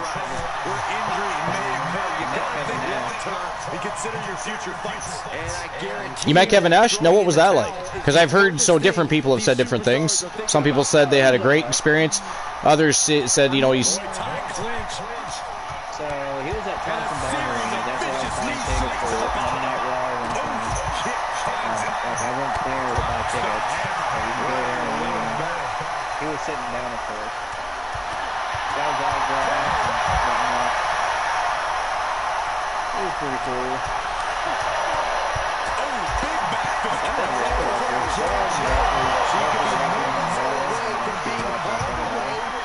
Right? Now, who from Ring of Honor? Okay, so you know Dalton Castle, right? I do. You know the boys that's with him? Yeah. Yeah, the Tate twins. Interesting. But then again, they're from Knoxville. Actually didn't know that. They're both from Knoxville. And they're friends. Look at that. I could Wow. get friends with them TNA, but I didn't. Being taken apart, they might be getting a look of their ultimate fate right now. I've never seen somebody avoid getting thrown into the back of the ambulance the way B. Jackson just did it. Did y'all see that? Sometimes people missing it because they're listening to us and probably reading the chat at the same time. Same way we do it, but that was interesting.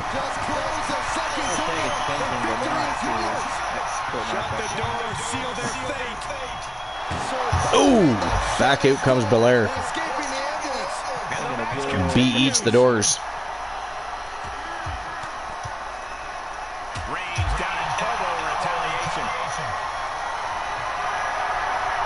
Oh. B might be going. No. Oh, back in goes Bianca. Wow. B. Jackson's really been maximizing her opportunities to get her back into the back of that ambulance. I think some people toy around too much. I'm not saying she's going to win right here, but oh, god damn. Yeah. Bianca kicks the doors wide open. I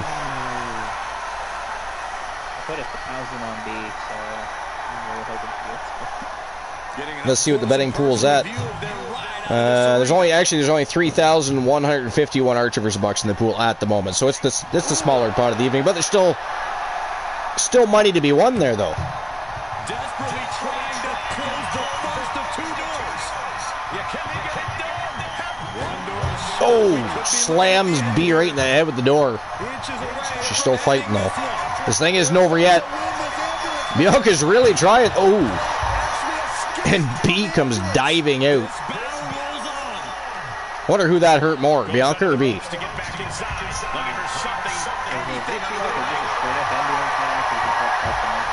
It's just a straight up ambulance match. No rule set.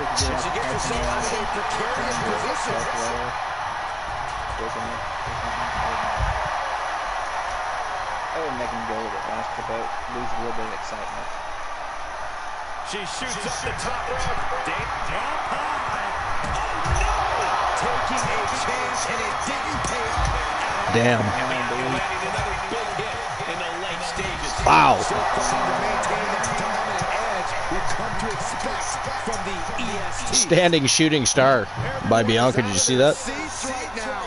All eyes are glued on the action in front of them.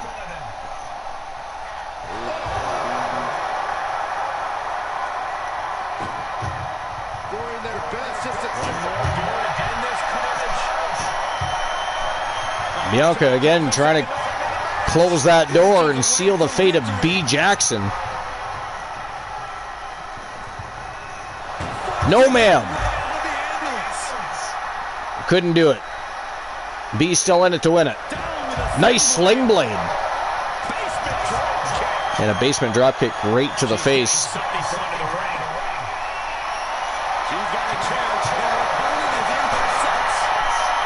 I think instead of beating her with the chair, just throw her right back in that ambulance. I don't know. Damn it.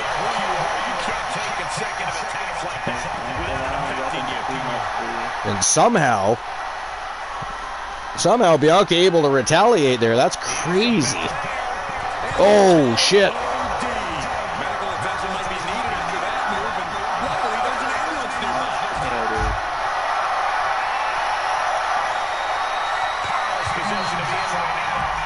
Oh no.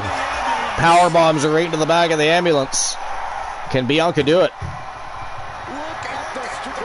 Can B fight her off one more time and get the hell out of there and somehow get Bianca in there?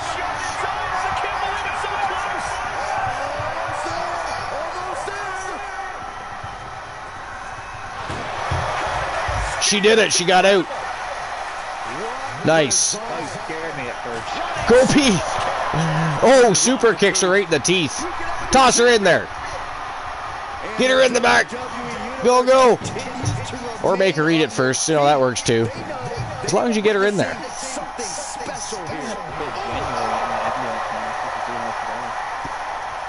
I would imagine well. I mean, she was one strong DOB. I was going to say SOB, but that don't make any sense. It's DOB. Or BOB, or, I don't know, BYOB, whatever you want to do. Daughter of a bitch, yeah. Bitch of a bitch. She was the coldest bitch. Bring your own bitch, coldest bitch, yeah, there we go. We'll just go with that. Oh, yeah. Sums it up. I thought she was going to try and pin her there for a minute. I was like, what in the fuck, B? Are you got a concussion going on there? She's gonna getting thrown off the top ambulances, and yet she's still headbutting people. Holy hell. She wants that shovel. That is not good for Bianca Belair or her world championship. Nice.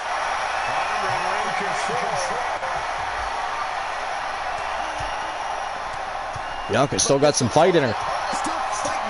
Still got some fight in her.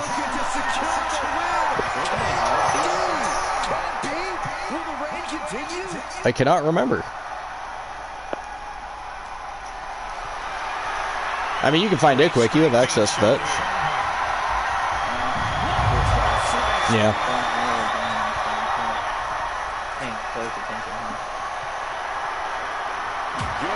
Ooh! Right in the thigh. Wow. That was crazy. Nice reversal. Mid-air drop kicks her right in the throat. Dropping the elbow. Oh, and targeting the knee. Oh, my goodness. They're striking at will. Wow, reversal still by Bianca. Head first into the ambulance, appears to be completely defenseless right now. This arena is roaring. Uh-oh. Not good.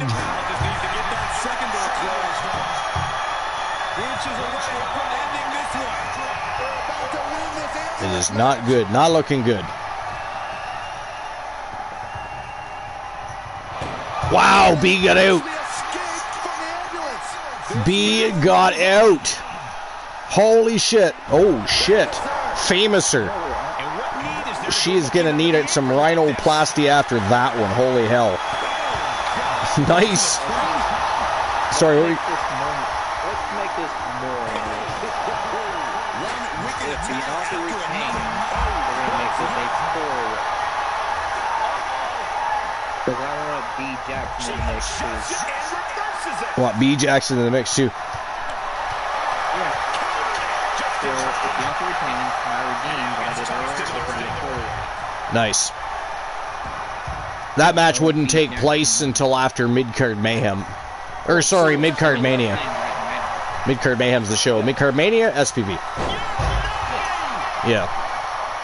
Bianca's looking weak in the knees. Ooh. The double kick. This might be the best shot she gets. Run her into the ambulance and slam the doors. Yeah. That was it.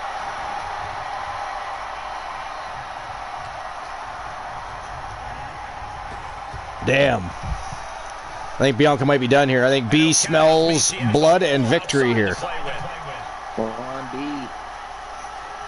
No, don't worry about the weapons. B. Oh, okay. Well, that works. She just threw it across the fucking floor. Right at her head. Yeah. I do like that too. It is just straight up savage. Come on, get her in that ambulance. Ambulance doors are open. Gotta wake up now before it's too late. See, my problem with no DQ matches. Wow. Some that overwhelming weapons. Using too many times per time. Oh, right off the bumper. Wow. Now Bianca's going for a shove. These guys are obsessed with the weapons. Oh. Bianca's just being a straight up savage here with that shovel. Nice retaliation by B. She's looking for something under the ring to even her odds here. Right between the eyes with the kendo stick. Come on, B. Just pick her up and throw her in the ambulance. You've spanked her enough.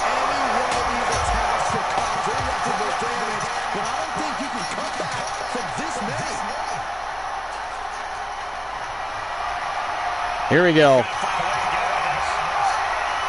In she goes. Come on, B. Close those doors.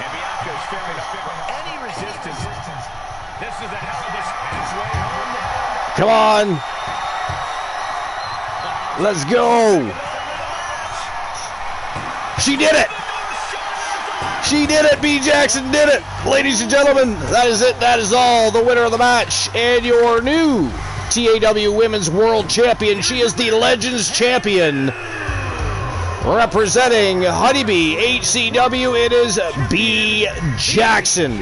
Picking up the huge victory and going home with the World Championship gold. Okay, guys, it was a great show, but it is invasion time. That is it. That is all. We'll see each other for Wrestle Wars Genesis. That'll be our next show, and that'll be our final show before our next big SPV for 2024, Mid-Card Mania. A thrill ride that will be. But let's go visit Oni Shinobi. If you're not already in on this invasion, join us. Don't just sit on the sidelines. Even if you stop by, say hello, and Jet, when you're done, show a little love and support, and thank him for stopping by our show while he had time. Anyways, it's been a blast. Oni, always a blast to have you on the broadcast booth, and we shall talk again soon. Cheers, guys. You don't have to go home. You do have to get the fuck out of my channel, though. Goodbye.